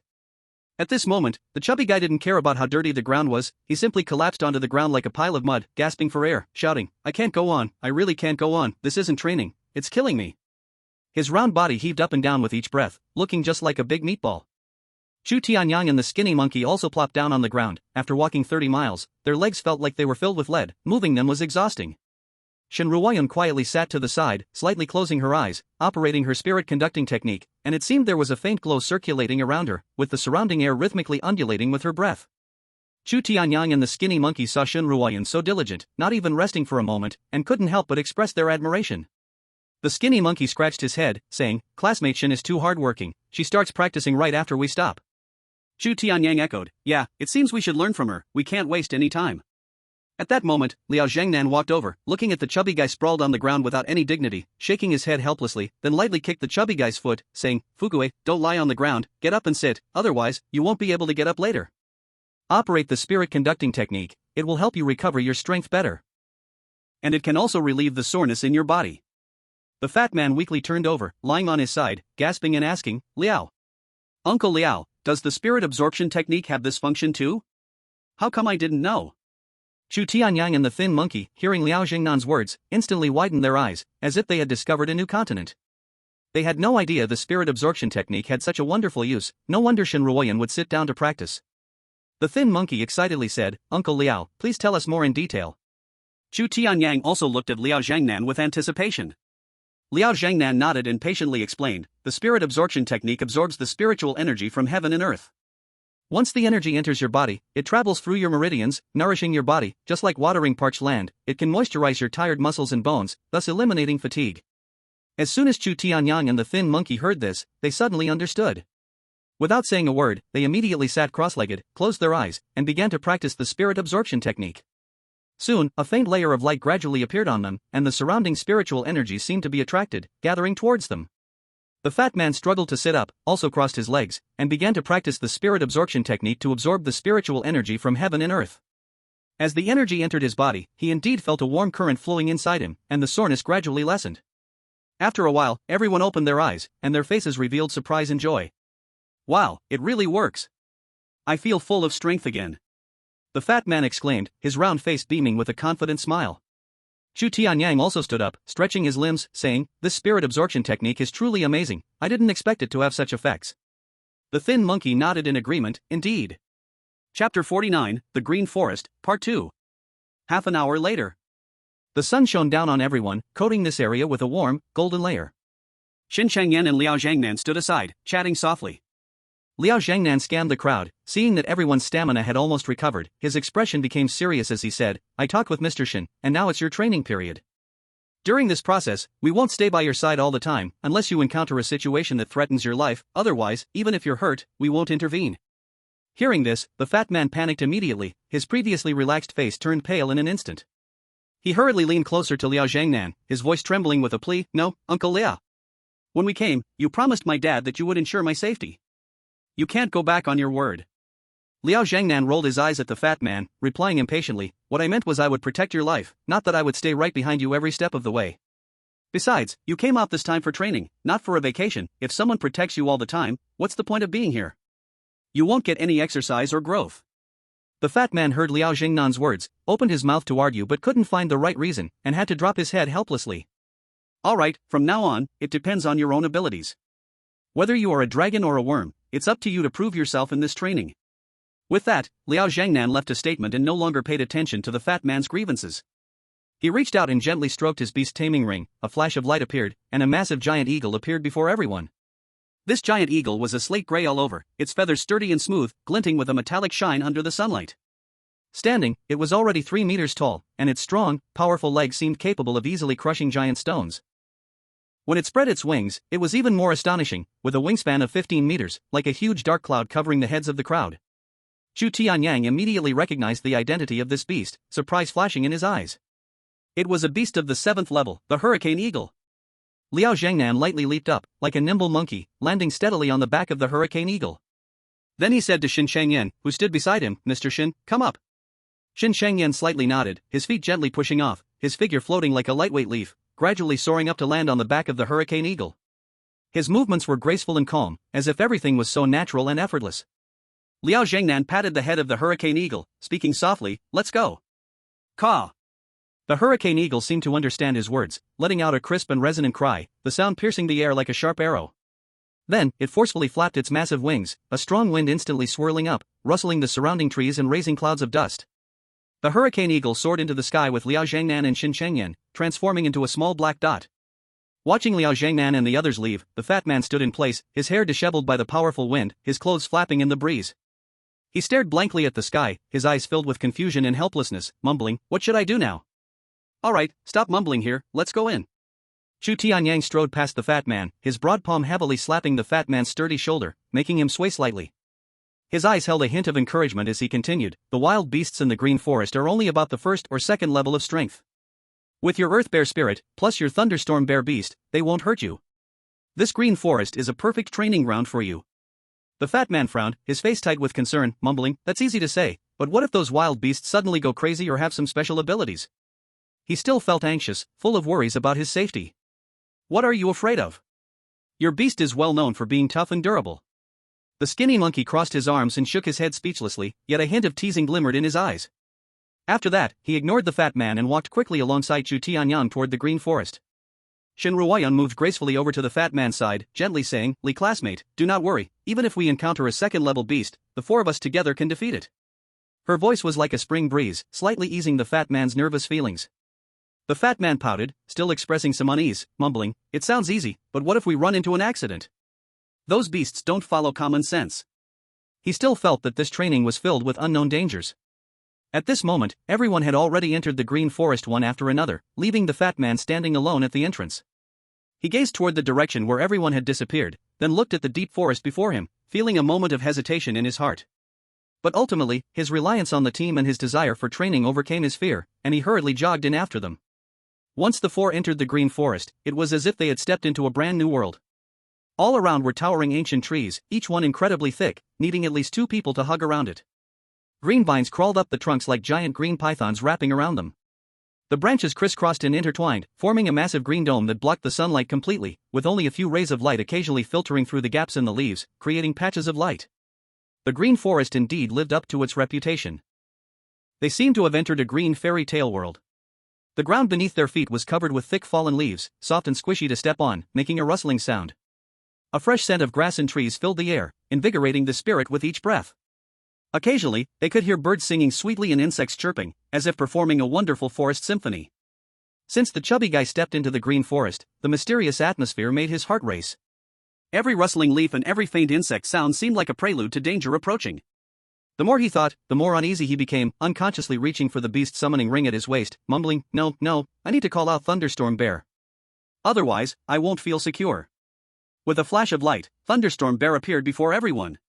This little bear, standing 1 meter tall, looked naive and adorable, but its fur was extremely special, shining a golden-purple hue that was particularly striking in the dim forest. What caught more attention was the electric currents flickering on its body, like tiny silver snakes slithering about, making a hissing sound, as if declaring its power to the surroundings. Chapter 50, Green Forest, 3. As soon as Thunderstorm Bear appeared, it blinked in confusion, looking around at the unfamiliar environment. Then it spotted the chubby guy and happily ran towards him, rubbing its head against the chubby guy's leg, making a soft woo-woo sound, like it was being affectionate. The chubby guy squatted down, patted Thunderstorm Bear's head, and said, Thunderstorm, you'll need to protect me from now on. Thunderstorm Bear seemed to understand the chubby guy's words, nodding vigorously as its electric currents flickered even more intensely. Shen Ruoyun saw the chubby guy summon his beast and gently stroked her beast summoning ring, softly saying, Eight-winged thunder dragon, come out. As soon as she finished speaking, a blue light flashed, and the eight-winged thunder dragon appeared before everyone. This eight-winged thunder dragon was entirely blue, its color resembling a deep ocean, exuding a mysterious and powerful aura. It was 2 meters long, broad as a thigh, and it looked just like the legendary divine dragon. What was most eye-catching was the 8 wings on its back, thin as cicada wings yet incredibly tough, with electric currents flowing over them, as if they were wings woven from electricity. Roar! As soon as the 8-winged thunder dragon appeared, it lifted its head and let out a clear and resounding dragon's roar, echoing through the forest, as if announcing its arrival to the woods. The 8-winged thunder dragon first circled above Shen Ruoyun's head, curiously observing the surroundings with its bright eyes. Then, it slowly descended, gently landing beside Shen Ruoyun, rubbing its head against her hand, appearing very affectionate. Shen Ruoyun extended her hand, tenderly stroking the 8-winged thunder dragon's head, saying, 8-winged thunder dragon, we will face the challenges together from now on. Roar! The 8-winged thunder dragon let out a low roar, seemingly responding to Shen Ruoyun's words. The skinny monkey looked at the chubby guy and Shen Ruoyun's beasts, with a hint of envy and amazement in his eyes. Chu Tianyang smiled and said, with you two beasts around, our safety in this green forest is much more assured. The skinny monkey nodded, exclaiming, with a late-stage thunderstorm bear and a late-stage 8-winged thunder dragon, we can basically walk confidently in the green forest. Hearing their words, the chubby guy felt a bit more at ease, straightening his chest as he said, of course.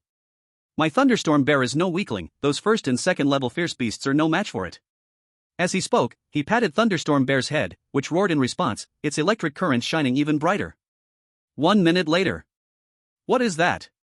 In the green forest. The originally harmonious atmosphere was shattered by the fat guy's sudden shout. The fat guy widened his eyes, looking bewildered at Chu Tianyang and the others, and shouted hoarsely, "Why do I have to go ahead and lead the way? What sense does that make?" Chu Tianyang replied as if it were the most natural thing in the world, "Of course it's you leading the way. Think about it, you have the earth bear spirit. What are the earth bear's traits? Tough skin, strong defense. And you have contracted the thunderstorm bear, so combined, your role is definitely as a meat shield." The skinny monkey nodded along, his eyes twinkling as he added, "Exactly. Just look at our team's setup.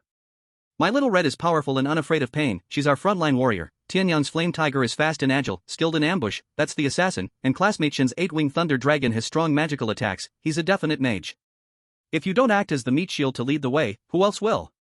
Shin Ruoyan chuckled softly at the skinny monkey's words, covering her mouth, her smile blooming like flowers in spring, beautiful and captivating.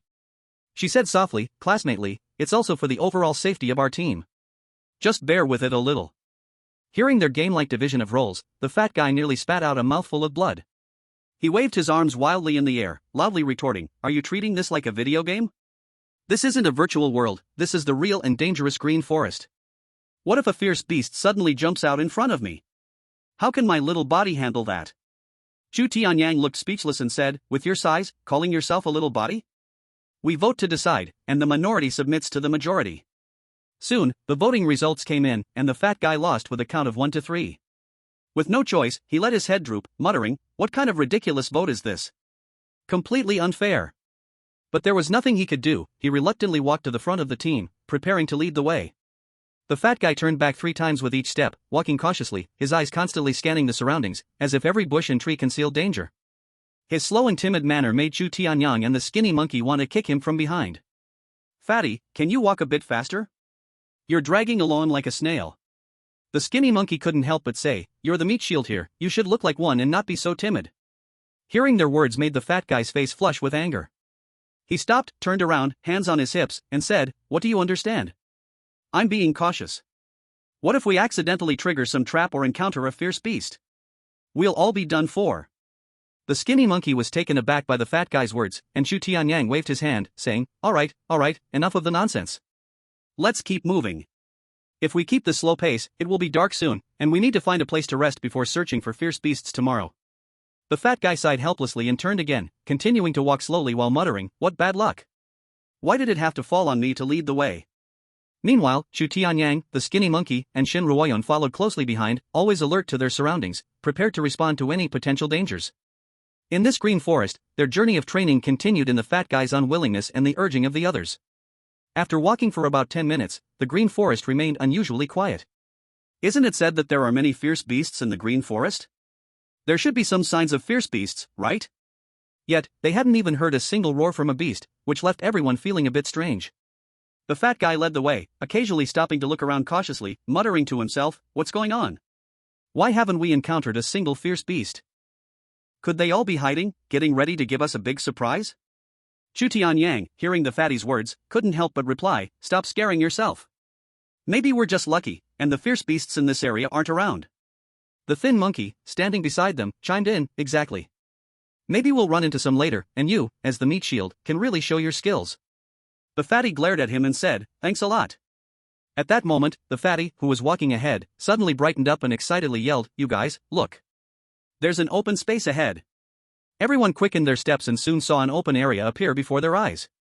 Beside the open space, a clear little stream flowed gently, the water shimmered in the sunlight, sparkling like little stars, making a pleasant sound. Not far away, there was also a pile of charcoal, clearly indicating someone had rested here before.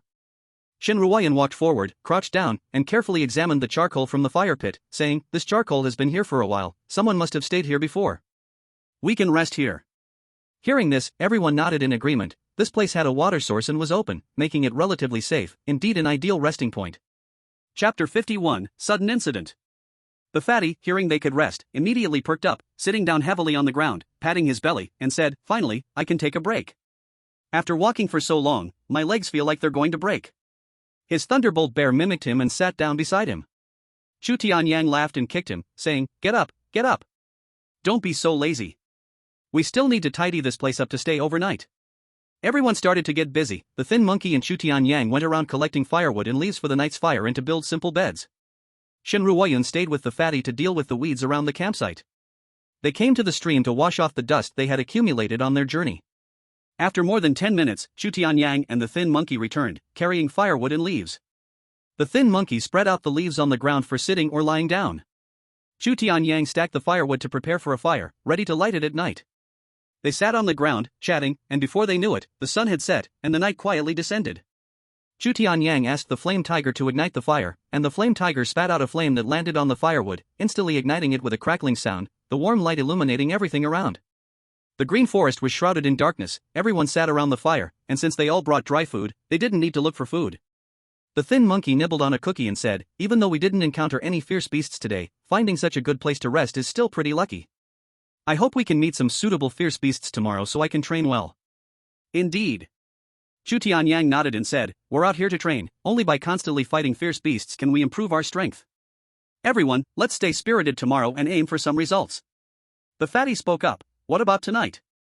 We're in the wild, we definitely need to keep watch. Let's take turns keeping watch." Shin Ruoyun looked at her watch, which now read 8:03, and said, "It's 8 p.m. now. Let's each keep watch for 3 hours, ending at 8 a.m. tomorrow, how about it?" "No problem." Everyone nodded in agreement. The thin monkey then asked, "Who goes first?" "I'll go first." At this, the fatty quickly raised his hand, eager to go first. He felt a bit scared about keeping watch alone at night. The thin monkey, hearing the fatty's words, couldn't help but roll his eyes and said, "You're a big man, and you're competing with a girl for the first watch? Don't you know ladies first?" The thin monkey is right. Chu Tianyang said, "Shin will take the first watch, the second will be the fatty, and the thin monkey at midnight. I'll take the last watch, we'll redistribute tomorrow night." As he spoke, he glanced at everyone and asked, "Is there no problem?" The fat guy opened his mouth but didn't say anything, silently agreeing. "Since everyone has no objections, we'll leave it to you, Shin." Seeing that no one spoke, Chu Tianyang said, "Let's sleep first." So the three of them lay down on the leaves to sleep, and their beast also lay on the ground, slowly closing its eyes. Only the flame tiger did not close its eyes. It was originally a mechanical beast, unaware of pain, fatigue, or the need for sleep. Time quietly passed in the tranquil green forest. During the time that Shin Ruoyun and the fat guy kept watch, the forest was so quiet that they could only hear the chirping of insects and the occasional sound of the wind. Everything was peaceful. "Thin monkey, it's your turn to keep watch." The fat guy breathed a sigh of relief and dragged his somewhat tired body to the thin monkey's side, yawning broadly, and patted thin monkey's shoulder hard to wake him from his sleep. "Ha ha! Is it my turn so soon?" Thin monkey, still groggy, rubbed his sleepy eyes and slowly crawled up, plopping down next to the campfire. The bloodthirsty demon ape beside him also woke up with his movements, leaning against him and keeping watch together. Seeing that thin monkey had gotten up to keep watch, the fat guy finally felt at ease, hugged his thunderstorm bear, curled up on the ground, and quickly fell into a deep sleep, even letting out soft snoring sounds. "Oh whoa!" That wolf howl was sharp and mournful, as if it were a call from hell, followed by the sound of fierce fighting, the roars of ferocious beasts intertwined, making the entire night tense. Thin monkey instantly became alert. He hurriedly stood up, shaking the still sleeping Chu Tianyang and the others vigorously, shouting, "Tianyang, fat guy, Shin, there's a disturbance, wake up." Chu Tianyang and Shin Ruoyun reacted quickly. Hearing thin monkey's shout, they instantly woke up, their eyes revealing a hint of alertness. Only the fat guy remained deeply immersed in sleep, hugging the thunderstorm bear, with a dribble of drool at the corner of his mouth, completely unaware of the unusual activity around him. "What's wrong?" While rubbing his eyes, Chu Tianyang asked, "What happened?" Thin monkey, looking tense, said, "Listen closely." Chu Tianyang and Shin Ruoyun immediately perked up their ears and listened carefully to the sounds around them. Soon, they heard that howl of the wolf, accompanied by the sounds of fighting. The noise became clearer, as if it was not far off. The expressions of the two changed instantly. Chu Tianyang furrowed his brows and said, "Is someone fighting with a ferocious beast?" Thin monkey nodded and asked, "Should we go take a look?" After speaking, he looked at Chu Tianyang and Shin Ruoyun. After all, the two were the more opinionated people in the team. Chu Tianyang did not answer immediately but turned to Shin Ruoyun and asked, "What do you think, Shin?" Since they were all part of the same team, he should ask for his teammates' opinions rather than making decisions on his own. "Let's go take a look." Shin Ruoyun thought for a moment and then said firmly, "As fellow humans, if the other party is in danger, it is our duty to help." Since Shin Ruoyun had said so, Chu Tianyang and Thin Monkey had no objections and nodded in agreement, saying, "Then let's go take a look." Saying this, Chu Tianyang walked over to the fat guy and gave him a good kick, shouting loudly, "Fat guy, wake up. What's going on? I just fell asleep." The fat guy was awakened, looking displeased. He rubbed his eyes and mumbled, "It's the middle of the night, can't I get some sleep?" Chu Tianyang, annoyed, said, "Stop sleeping, there's a situation, someone is fighting with a ferocious beast, we need to go take a look." Hearing this, the fat guy instantly woke up. He quickly sat up, anxious. Why should we get involved in someone else's fight? Maybe we shouldn't go. Chu Tianyang and the others all knew the fat guy's cowardly character. He didn't force him to go, saying, if you don't go, just stay in the camp. We'll go and take a look. As he spoke, the three of them took their beasts and headed towards the sounds of fighting. You all, wait for me. The fat man saw everyone leave him alone, which made him even more scared, so he had to grit his teeth and take Thunderstorm Bear, chasing after them. Saying this, he picked up Thunderstorm Bear and followed the others towards the direction of the sound. Chapter 52, Helping Out, 1. The four rushed towards the sounds of battle, pushing through dense bushes, the leaves crunching underfoot, and finally, they arrived at the battlefield. On the grass in front, a fierce battle was unfolding. A 5-person team was tightly surrounded by a pack of wolves, huddled together with faces filled with fear and despair. They struggled to control their beasts to resist, but clearly, they were outnumbered by the numerous wolves. The iron-armored pig, once sturdy, had a deep claw mark that split its body, one eye was already blinded, and blood flowed down its cheek. Ugh! It roared in pain, yet still bravely blocked the wolves in front to protect its master. The situation was even more critical for the Galehound, which had a large hole in its belly exposing its intestines, standing wobbly, each breath accompanied by a painful groan. The once magnificent wings of the flame chicken lost one, as blood gushed out, staining the surrounding grass red. It struggled to flap the remaining wing, trying to drive away the approaching wolves. Hiss! The lava lizard had lost its tail, with a large chunk of flesh bitten off its back, exposing its white bones. It wriggled its body in pain, letting out a low growl. Although the black scale python hadn't lost any parts of its body, it was covered in claw marks, scales bent up, with blood oozing out, using its tail to fend off the approaching wolves. Watching their beasts in such terrible condition, the 5 felt anxious yet powerless. They knew that once their beasts died in battle, they would not be able to withstand the wolves' attack, and only death awaited them. Chu Tianyang looked at the extremely tragic scene before him, the 5-person team tightly surrounded by the wolves, their beasts covered in wounds and on the brink of collapse, in danger of being torn apart at any moment. His brows tightly knitted, a glimmer of determination flashed in his eyes as he turned to Shouho and the other 3, shouting loudly, "Let's move! If we don't act, they're doomed." MHM. Shouho and Shinruoyan nodded without hesitation, fully aware that in this perilous green forest, as fellow humans, they could not stand by and watch someone die. Although the fat man didn't want to act, feeling insecure without a beast, he couldn't bear to see the 5's pitiful state. Chu Tianyang's gaze sharpened as he turned to his flame tiger, giving the command, "Flame tiger, go help them." Roar! Upon hearing the command, the flame tiger erupted with a roar that shook the heavens, as if tearing the night sky apart. Flames flared up all over its body, the intense light illuminating the dark night like a small sun. The flame tiger charged into the pack of wolves like a burning lightning bolt. It was the first to unleash its flaming claw, sharp claws accompanied by fierce flames, directly tearing a vicious wolf in half, blood and guts splattering out. Then, it bit down on another vicious wolf's head. That wolf didn't even have time to scream before meeting its end. The surrounding vicious wolves, seeing the suddenly charging flame tiger, all turned their attack targets towards it and pounced like a tide. The flame tiger showed no fear, quickly unleashing its fire whip, the flames on its tail instantly igniting, resembling a burning whip. It swung its tail forcefully, sending out a long flame whip that swept the approaching pack of wolves away with powerful strength. One by one, fierce wolves were hit by the flame whip, igniting in flames, rolling on the ground while howling in pain. At the same time, the bloodthirsty magic ape roared and rushed into the battlefield. Though its body was small, its combat power was not weak. It activated its bloodthirsty ability, its eyes turning crimson, as if filled with endless killing intent, swinging its fists, each punch carrying immense power, striking down on the fierce wolves like heavy hammers.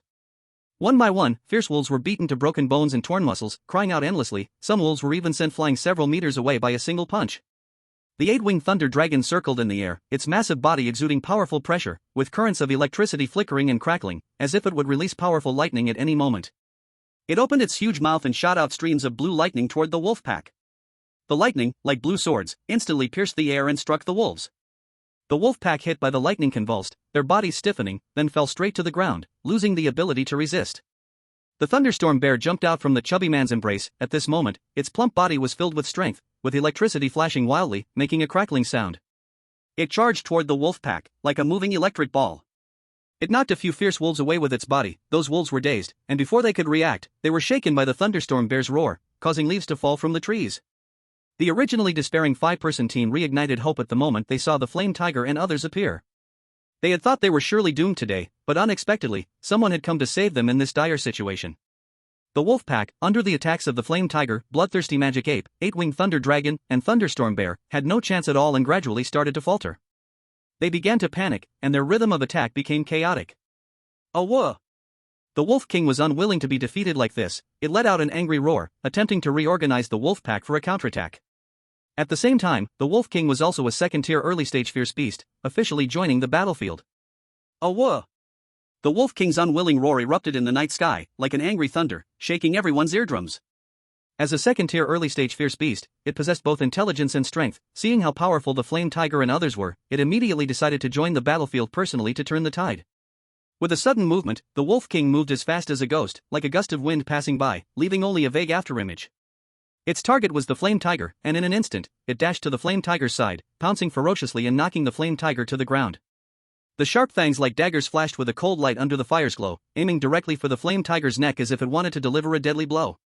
The Flame Tiger was completely focused on battling the surrounding wolves and didn't expect the Wolf King to launch such a rapid attack all of a sudden.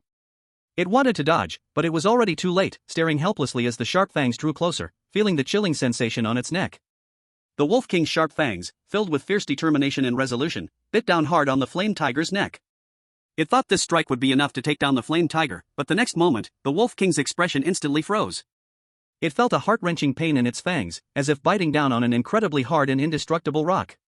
Its fangs not only failed to penetrate the Flame Tiger's neck but instead were left with a dull pain, as if they were in danger of breaking at any moment. Chapter 53, Offering Help, 2. Shen Ruoyan had been closely watching the situation on the battlefield, and upon seeing this scene, her face instantly turned pale. She was anxious and did not hesitate to loudly command, "Eight-winged thunder dragon, stop the Wolf King." The eight-winged thunder dragon circling in the sky responded to the command immediately.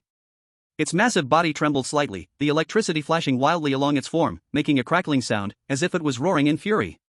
Then, a thick bolt of blue lightning shot out from its mouth, like a blue flash of lightning, carrying immense power and a breath of destruction, heading straight for the Wolf King.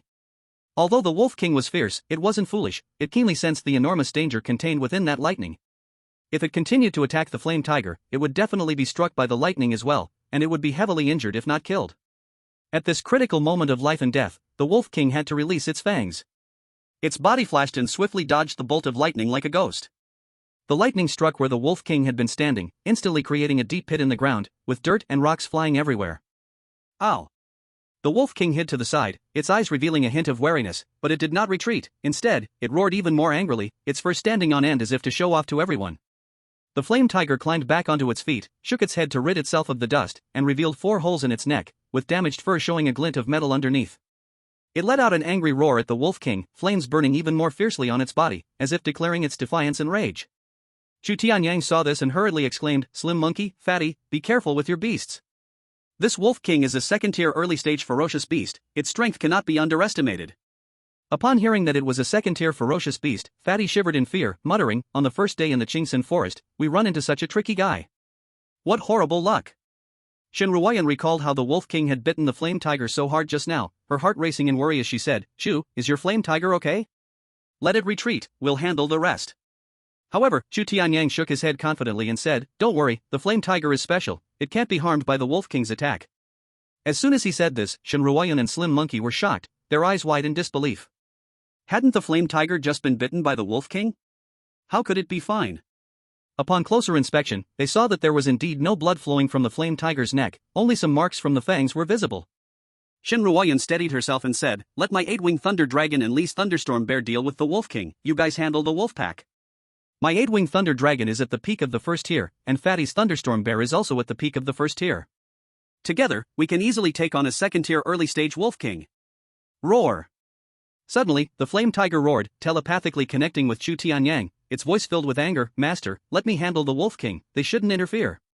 Recalling how it had been knocked down by the Wolf King, the Flame Tiger felt deeply humiliated. As a mighty tiger, how could it be knocked down by a wolf? It could not swallow that anger. Chu Tianyang frowned slightly and asked, "Are you sure you can beat the Wolf King? It's a second-tier early-stage beast, much stronger than you." "I can do it." The Flame Tiger nodded firmly, its eyes revealing immense confidence and determination. "All right then." Chu Tianyang understood the Flame Tiger's hidden strength and conveyed its message to Shen Ruoyan and the others. "The Flame Tiger said it will handle the Wolf King, you will deal with the wolf pack." Ah! When everyone heard what Chu Tianyang said, was enough to send them sprawling. Shocked, their faces filled with concern and discouragement. Shen Ruoyan hurriedly said, "Isn't this too risky? We can take down the Wolf King together without letting the Flame Tiger take the risk alone." "No need, you just handled the wolf pack. Chu Tianyang shook his head, his eyes revealing an undeniable confidence. Although the flame tiger is only at the mid-level of the first rank, it has abilities yet to be shown. Just leave it to it. If the flame tiger hasn't used its talents, how could he trust it to face the wolf king? Then be careful. Seeing Chu Tianyang so confident, the others had no choice but to say nothing more and could only silently pray for the flame tiger. The flame tiger glared at the wolf king, stepping towards it one step at a time, every step firm and powerful, as if ready to crush the ground beneath. At the same time, flames began to blaze intensely on its body, the flames flickering and rolling as if alive, emitting a burning aura. In the next moment, the flame tiger activated its talent ability, Fiery Tiger Body. Its body began to rapidly grow larger, expanding like a balloon from a length of 1.2 meters to 1.4 meters, 1.6 meters, 3 meters until it stopped at 3.6 meters long. It grew to a height of 1.8 meters, its size tripling from before. At this moment, the flame tiger, covered in blazing flames, transformed into a majestic fire god tiger. Its massive body, surrounded by roaring flames, made it look like a divine beast stepped out of mythology. Now, next to the wolf king, which was only 2 meters long, the wolf king seemed like a small wolf cub, looking quite insignificant. Shinruayon and the thin monkey were dumbfounded at the flame tiger's transformation, their mouths agape, unable to close for a long time. They never expected the flame tiger to actually have the talent ability to grow huge. The wolf king, seeing the flame tiger suddenly become so large, flashed a hint of fear and panic in its eyes, but it quickly regained its composure, letting out an angry roar, as if to challenge the flame tiger. It moved like lightning, dashing towards the flame tiger with sharp fangs ready to attack again. The flame tiger, however, was unfazed. It swung its tail fiercely, activating the flame whip, the flames on its tail sweeping towards the wolf king like a fire dragon. After activating its talent, the flame tiger wasn't just larger, its power had also significantly increased. The wolf king, upon seeing this, suddenly narrowed its pupils, having to abandon its attack, twisting its body to dodge. Taking the opportunity, the flame tiger opened its massive mouth, breathing out a scorching fireball aimed at the wolf king. The wolf king jumped agilely, dodging the attack of the fireball while looking for a chance to counterattack. A thrilling battle had begun, with the flame tiger relying on its massive body and powerful fire abilities, engaging fiercely with the wolf king. Meanwhile, Shinruayon and the others weren't idle, commanding their beasts to launch fierce attacks on the wolf pack. Chapter 54, Killing the Wolf King. At the same time, Shinruayon stood aside, her gaze focused on the battlefield, continuously issuing commands. 8-winged thunder dragon, launch a lightning attack from the air to disrupt the formation of the wolf pack. Hearing the command, the 8-winged thunder dragon immediately soared higher, electric currents flashing on its body, emitting a hissing sound. It opened its huge mouth and fired streaks of blue lightning at the wolf pack. When the lightning struck, several fierce wolves were immediately jolted, twitching, and collapsing to the ground. The fat guy shouted loudly, "Thunderstorm bear, charge into the wolf pack and crash into them with your body." The thunderstorm bear roared, electric currents flashing wildly on its body as it shot toward the wolf pack like a cannonball. It knocked a few fierce wolves away with its body, and before those wolves could react, they were struck by the surge of electricity unleashed by the thunderstorm bear. Electric, crispy outside and tender inside. The bloodthirsty monkey of the skinny monkey is also not weak. When the bloodlust awakens, I am invincible, unafraid of pain, and tireless. Though small in stature, it possesses great power, one punch for one fierce wolf, as if entering a no-man's land. For a moment, the battlefield is filled with the shouts of battle, roars, and the sounds of thunder, forming a passionate symphony of combat. On the other side, the Wolf King is indeed intelligent. It stares wide-eyed, filled with disbelief, completely not expecting that after the flame tiger grew larger, its strength increased so much. Originally, it was confident, believing that even if the flame tiger grew, it would only be superficial, relying on its agility and rich combat experience, it could easily handle it. But now, the immense power shown by the flame tiger filled it with profound fear. Roar! Seeing its fireball easily dodged by the Wolf King, the flame tiger roared in anger, its voice booming like thunder in the night sky. It fiercely clawed at the ground, the powerful force causing the earth to tremble slightly, then charged out like an arrow from a bow, launching an attack on the Wolf King with its ability Tiger Pounce. Its speed was incredibly fast, kicking up a wild wind, causing the grass and trees to sway wildly. This speed was not inferior to the Wolf King. The Wolf King was greatly alarmed, never expecting that the flame tiger not only enhanced its strength but also its speed was so astonishing. It hurriedly sped up to dodge, trying to avoid the flame tiger's fierce hit. Under the moonlight, both side speeds reached their peak, leaving only two fleeting shadows, one blue and one red, intertwining in the night sky. The blue shadow was the Wolf King, its figure agile as a ghost. The red shadow was the flame tiger, its momentum fierce like a burning flame. The two sides exchanged blows in the night sky, fighting a fierce battle. Awah! Seeing the flame tiger's attack was fierce, the Wolf King felt anxious. It howled loudly, suddenly spitting out a sharp wind blade from its mouth. That wind blade was as solid as reality, whistling through the air toward the flame tiger. Wherever the wind blade passed, the air was cut open, producing sharp sounds. However, backed by the tiger pounce ability, the flame tiger's speed was astonishing. It simply leaned aside lightly, easily dodging the Wolf King's attack. Then, it seized the opportunity, twisting its body, appearing behind the Wolf King like a ghost. The flame tiger leaped up, like a small mountain, pouncing down toward the Wolf King, its massive body radiating overwhelming pressure. Its enormous tiger paw, as if forged from steel, slammed down on the Wolf King's head. Ow! The Wolf King was pinned down by the flame tiger, feeling an immense force crushing it, unable to move at all. It howled in terror, its voice filled with despair and unwillingness, trying to struggle, but the flame tiger's strength was simply too great, its struggle was in vain. Crack! The flame tiger exerted force under its paws, the strength like a massive stone. There was a crisp sound as the Wolf King's skull was brutally crushed, brain matter and blood splattering everywhere. The Wolf King's once majestic body now lay limp on the ground, completely lifeless. The remaining fierce wolves, seeing the Wolf King's tragic death, were instantly frightened out of their wits. They had already been intimidated by the power of the 8-winged thunder dragon and the thunderstorm bear. Now with the Wolf King dead, they had even less will to fight. Awah! A chaotic howling erupted as the wolf pack scattered in panic, like startled birds. They ran wildly in the night sky, leaving behind a ground covered with fierce wolf corpses, some still twitching slightly, as if recounting the brutality of the battle. Roar! Seeing the wolf pack flee like a frightened bird, the 8-winged thunder dragon was excited, electricity coursing through its body. It flapped its giant wings fiercely, ready to pursue its victory. It thought to itself that it was not yet satisfied and planned to completely eliminate these detestable ferocious wolves. Shin Ruoyun saw this and hurriedly shouted to it, 8-winged thunder dragon, don't pursue a desperate enemy, let them go. The 8-winged thunder dragon, upon hearing the master's command, though still somewhat unwilling in its heart, lowered its proudly raised head slightly and reluctantly stopped. It spiraled in the air for 2 circles, letting out several low rumblings of thunder, as if venting its unfulfilled desire for battle, before slowly descending next to Shin Ruoyun. The bloodthirsty demon ape also lifted its bloodthirsty talent at this moment, and its originally bright red eyes gradually returned to normal. The violent aura around it disappeared, replaced by a kind of calmness after exhaustion. It scratched its head somewhat reluctantly and then walked back to the thin monkey's side with heavy steps, climbing onto his shoulder and sitting down. The thin monkey patted its head and said with a smile, "Little Hong, well done, I'll reward you with delicious food when we get back." The bloodthirsty demon ape grinned, revealing a simple and honest smile. The thunderstorm bear retracted the crackling electric power that had been surging across its body, returning to its original clumsy and adorable appearance. It excitedly bounced in place, occasionally waving its bare paw as if savoring the thrill of the recent battle. Then it bounced back to the fatty's side, and Fatty stroked its head, laughing, "Thunderstorm, good job." The flame tiger, after defeating the Wolf King, also lifted the talent of flame tiger body.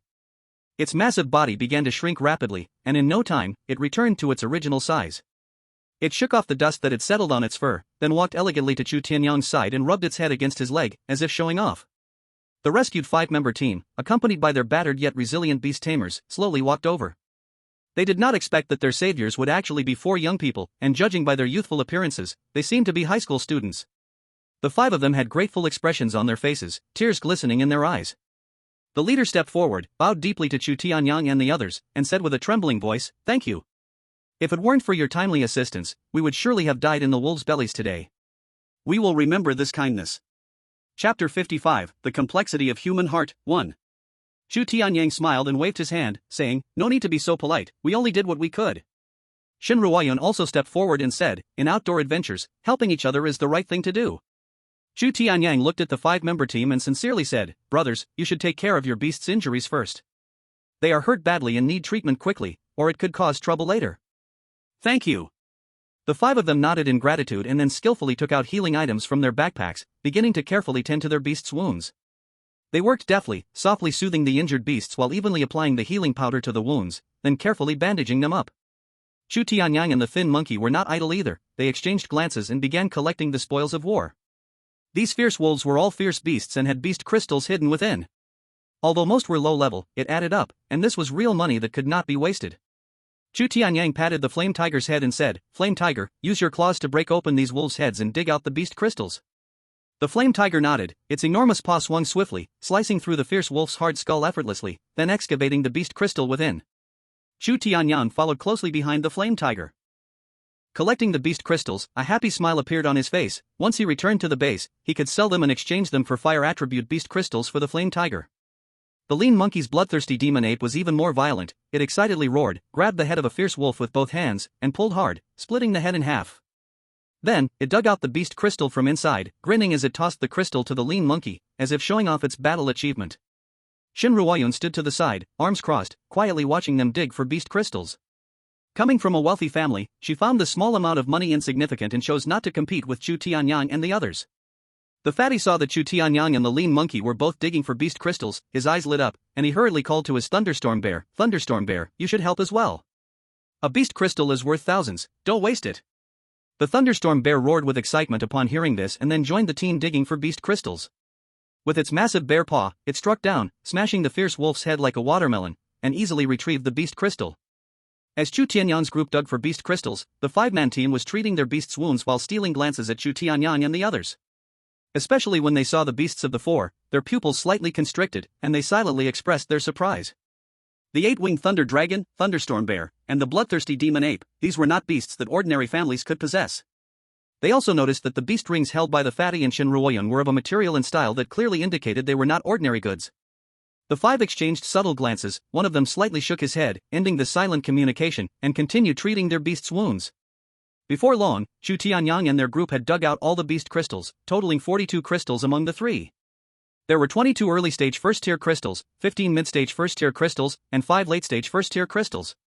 The lean monkey looked around at the pile of fierce wolf corpses and said with some regret, "If we could take these corpses back from the wild, we could sell them for a good price." The fatty shook his head and replied, "It's already good to harvest beast crystals, how can we carry so many corpses back?" Chu Tianyang smiled at the five-man team and said, "Hey, brothers, we've dug up these beast crystals. If you need some, feel free to take a few." The five hurriedly waved their hands, saying, No, these are the fierce beasts you worked hard to kill, how can we take them? We are already very grateful to you for letting us come back alive." Chu Tianyang smiled, figuring it was just a polite offer, and said, "All right then, since you don't want them, we'll keep them for ourselves." He turned to the lean monkey and the others, "When we get back to the base and sell the beast crystals, we'll split the money." The fierce wolf's beast crystals were all wind attribute, his and the lean monkey's beasts were fire attribute, while the fatty and Shin Ruoyun's beasts were thunder attribute, so they couldn't use them at all. Upon hearing she would also get a share, Shin Ruoyun quickly shook her head and said, "No need, you three just split it." "No way, we are one team." Chu Tianyang shook his head and said, "We know you come from a wealthy family and don't care about this little bit, but this is something we've earned through our own labor, it has a different meaning." Tianyang is right. The lean monkey and the fatty nodded in agreement. Seeing everyone talking like this, Shin Ruoyun reluctantly agreed, "All right." Since the battlefield was cleaned up, they didn't plan to linger here any longer. After all, it was full of fierce wolf corpses, filled with a bloody smell, which would soon attract other fierce beasts. Chu Tianyang said to the five-man team, "Brothers, it's too bloody here, it's not safe. Other fierce beasts will be attracted soon. Let's not stay any longer." The five exchanged glances. One of them quickly said, "Little brother, our beasts are seriously injured and need time to recover. Do you want us to follow you through tonight, and we'll leave Aomori Forest tomorrow morning, heading back to the base?" Chu Tianyang, Skinny Monkey, Shin Ruoyun, and the fatty exchanged glances. Seeing no objections from anyone, he nodded in agreement and said, "All right, then come with us." So, the five of them followed Chu Tianyang and his group away from the area. Before leaving, the fatty took the body of a fierce wolf with him. In the sky, Liao Zhangnan sat steadily on the wide back of the hurricane eagle. A gentle breeze brushed his face, but it couldn't disperse the seriousness in his eyes. He slightly turned his head and looked at Shin Shangyan, who was also sitting on the hurricane eagle's back. He helplessly shook his head and said, "These little guys are still too young. The five they saved, just now, I saw in their eyes, they clearly have ill intentions." Shin Shangyan's gaze was deep, looking at the figures of Chu Tianyang and the others below. Slowly, he spoke, "This is fine. It's a good opportunity to teach the young miss and the others a lesson, to let them know, in the wild, never trust anyone." His voice was low and steady, carrying a sense of the hardships and experience that came with time. The two of them saw everything clearly, the expressions of the five, some greedy, some cautious, and those subtle movements and exchanges of glances, all clearly reflected in their eyes. Especially when they saw the beasts that Chu Tianyang and the others controlled, the light in their eyes instantly became intense. It was a desire for wealth and resources, seeing Chu Tianyang and his group as rich young masters, ready to be taken advantage of. Chapter 56, The Unpredictable Heart 2. In this era, human hearts are often the most terrifying, and the most untrustworthy. Liao Zhangnan furrowed his brows and sighed, especially in the wild, the most dangerous thing is often not the fierce beasts, but humans. When faced with profit, some people can stab you in the back without changing their expression. There was a hint of helplessness in his tone, as if recalling some painful past experiences. Indeed. The wild is a world where the strong prey on the weak, and there is no absolute trust. Chu Tianyang nodded and said, although the young miss and the others are strong, they lack an understanding of the malice in human nature. Tonight's lesson may leave a deep impression, and it will make them more cautious in the future. Although Liao Zhangnan and Chu Tianyang noticed the five had ill intentions, they did not intervene. In their view, some things had to be experienced by Chu Tianyang and his group themselves. They had to face them directly. Only after experiencing betrayal and harm firsthand could they truly grow. Tonight was the perfect opportunity, an opportunity for Chu Tianyang and his group to learn something real. At this moment, Chu Tianyang and his group were leading the five-man team toward the camp. Bang! When they arrived at the camp, the fatty threw the fierce wolf's body onto the ground and plopped down by the campfire. After being away for so long, the fire in their camp was still burning. Skinny Monkey looked at the fierce wolf's corpse, which the fatty had laboriously carried back, and asked in confusion, "Fatty, why bring back the wolf's body?" The fatty patted his belly and casually said, "We'll roast it for breakfast tomorrow. After eating dry rations all day, my mouth is almost dry as a bird's. There's fresh meat here, can't let it go to waste." He swallowed, as if already smelling the aroma of roasted meat. Chu Tianyang, who was squatting beside the fire adding dry wood, heard the fatty's words. He looked up speechlessly and said, "Aren't you afraid the blood scent will attract the fierce beasts?" Upon hearing this, the fatty suddenly remembered and his face changed. He said with some fear, "How could I forget that? How about we throw it away?" As he spoke, he was about to get up and move the wolf's corpse to another place. The five-man team heard the conversation between Chu Tianyang and his group. A light shone in his eyes, and joy filled his heart. This opportunity had come knocking at his door. One man in his 30s hurriedly spoke, "Little brother, no need to be so troublesome.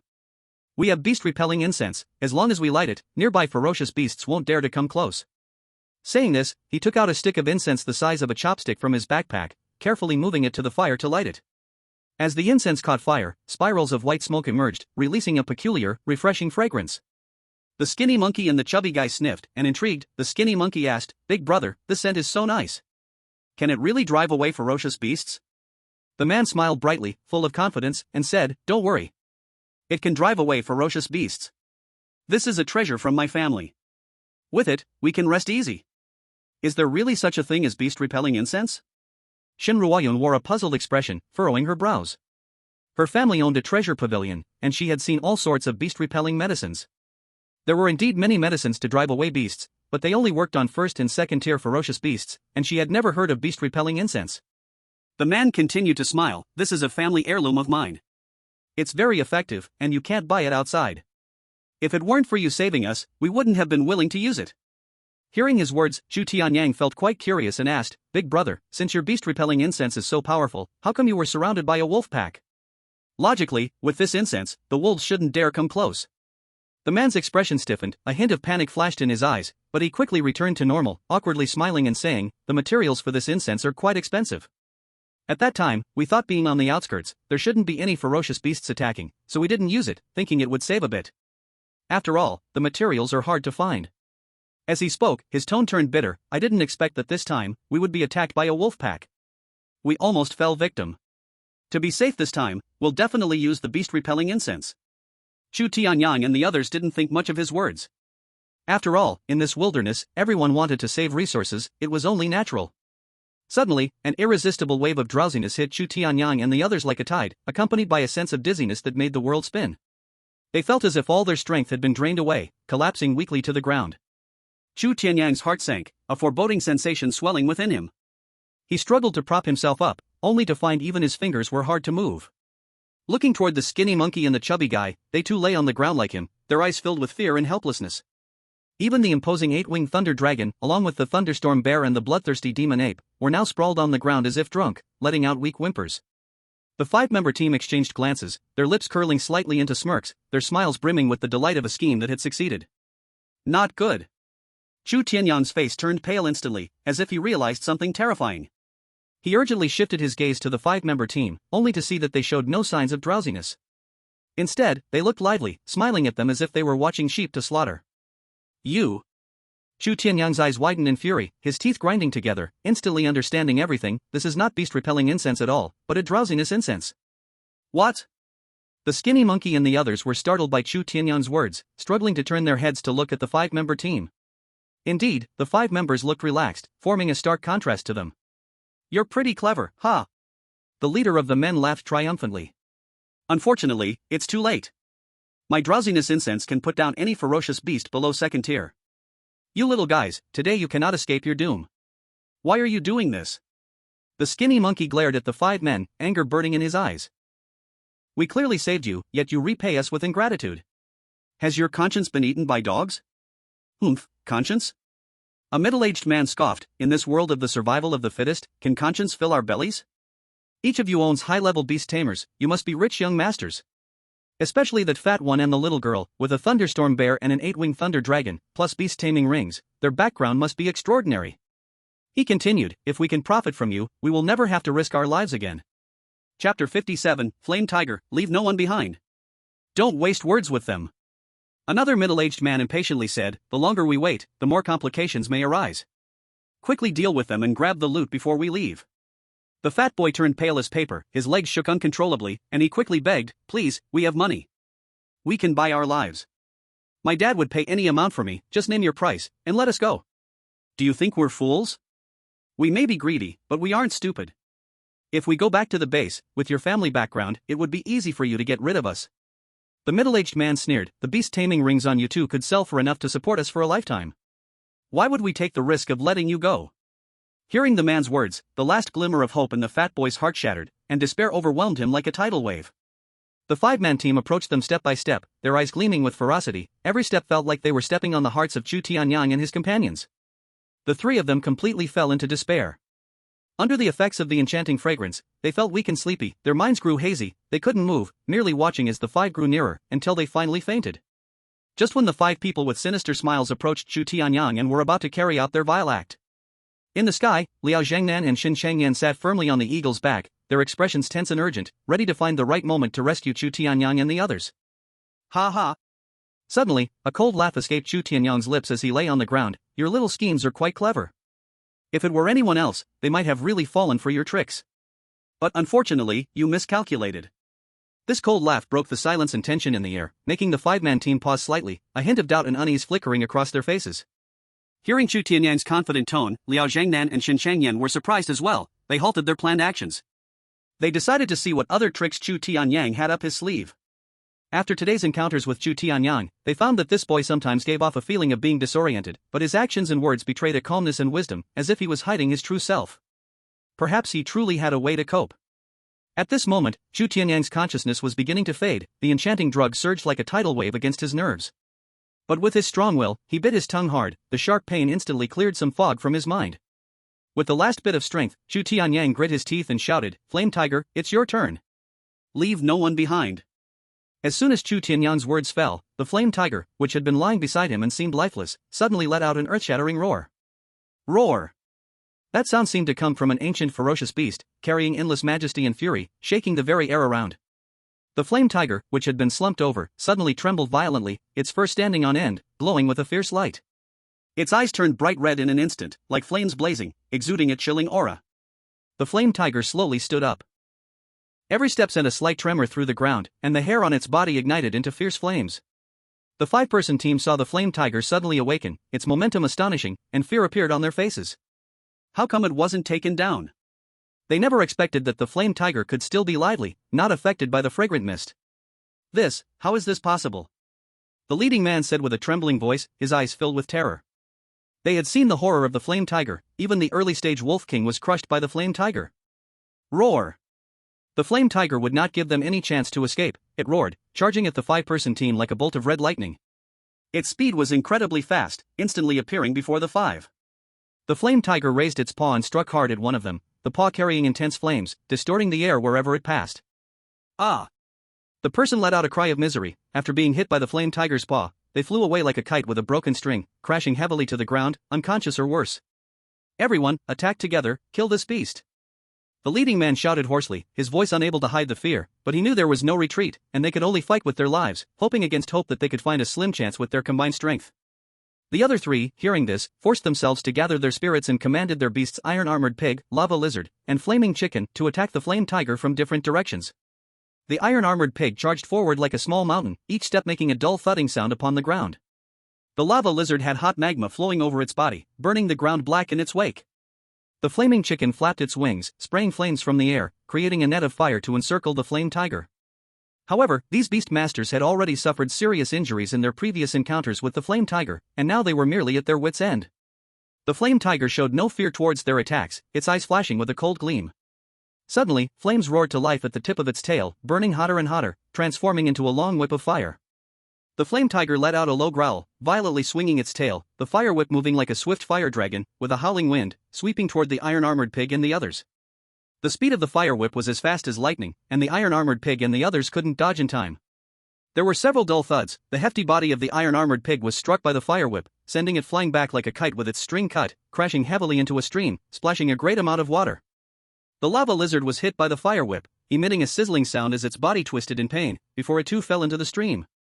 The flaming chicken was swept by the fire whip across its wing, its feathers burned black, letting out a cry and toppling to the ground. It struggled but could not rise, with only one wing left. The others, witnessing this scene, were filled with horror, their faces turning pale. Just as they feared, their beasts were utterly helpless before the flame tiger, with no means to deal with it. Black-scaled python, take down that brat. The leading man, seeing this, had a flash of fierce intent in his eyes and quickly commanded his black-scaled python. The black-scaled python was huge, its body covered with black scales, exuding a chilling aura. Upon receiving the command, it swiftly twisted its body, charging at Chu Tianyang like a black lightning bolt. The man calculated in his heart, capturing the thief meant capturing the king. As long as they subdued Chu Tianyang, they could force the flame tiger to obey, and perhaps there would still be hope. But the flame tiger would not let him have his way. Upon seeing the black-scaled python rushing toward Chu Tianyang, its eyes widened in fury, letting out an earth-shattering roar. Roar! The roar sounded like rolling thunder, exploding in the air, shaking the surrounding trees to tremble. Suddenly, the black-scaled python stiffened in place, motionless, as if it had been hit by a spell of paralysis. Immediately, the flame tiger pushed off the ground with its powerful legs, its body shooting forward like a cannonball. Its speed was incredible, and in the blink of an eye, it was in front of the black-scaled python. The flame tiger leaped high, opening its massive jaws wide, aiming to bite down on the python's vulnerable spot. The black-scaled python felt a sharp pain, waking from its daze, desperately twisting its body, trying to shake off the flame tiger. But the biting force of the flame tiger was terrifying. With a crack, its sharp teeth instantly pierced through the black-scaled python's hard scales, sinking deep into its flesh.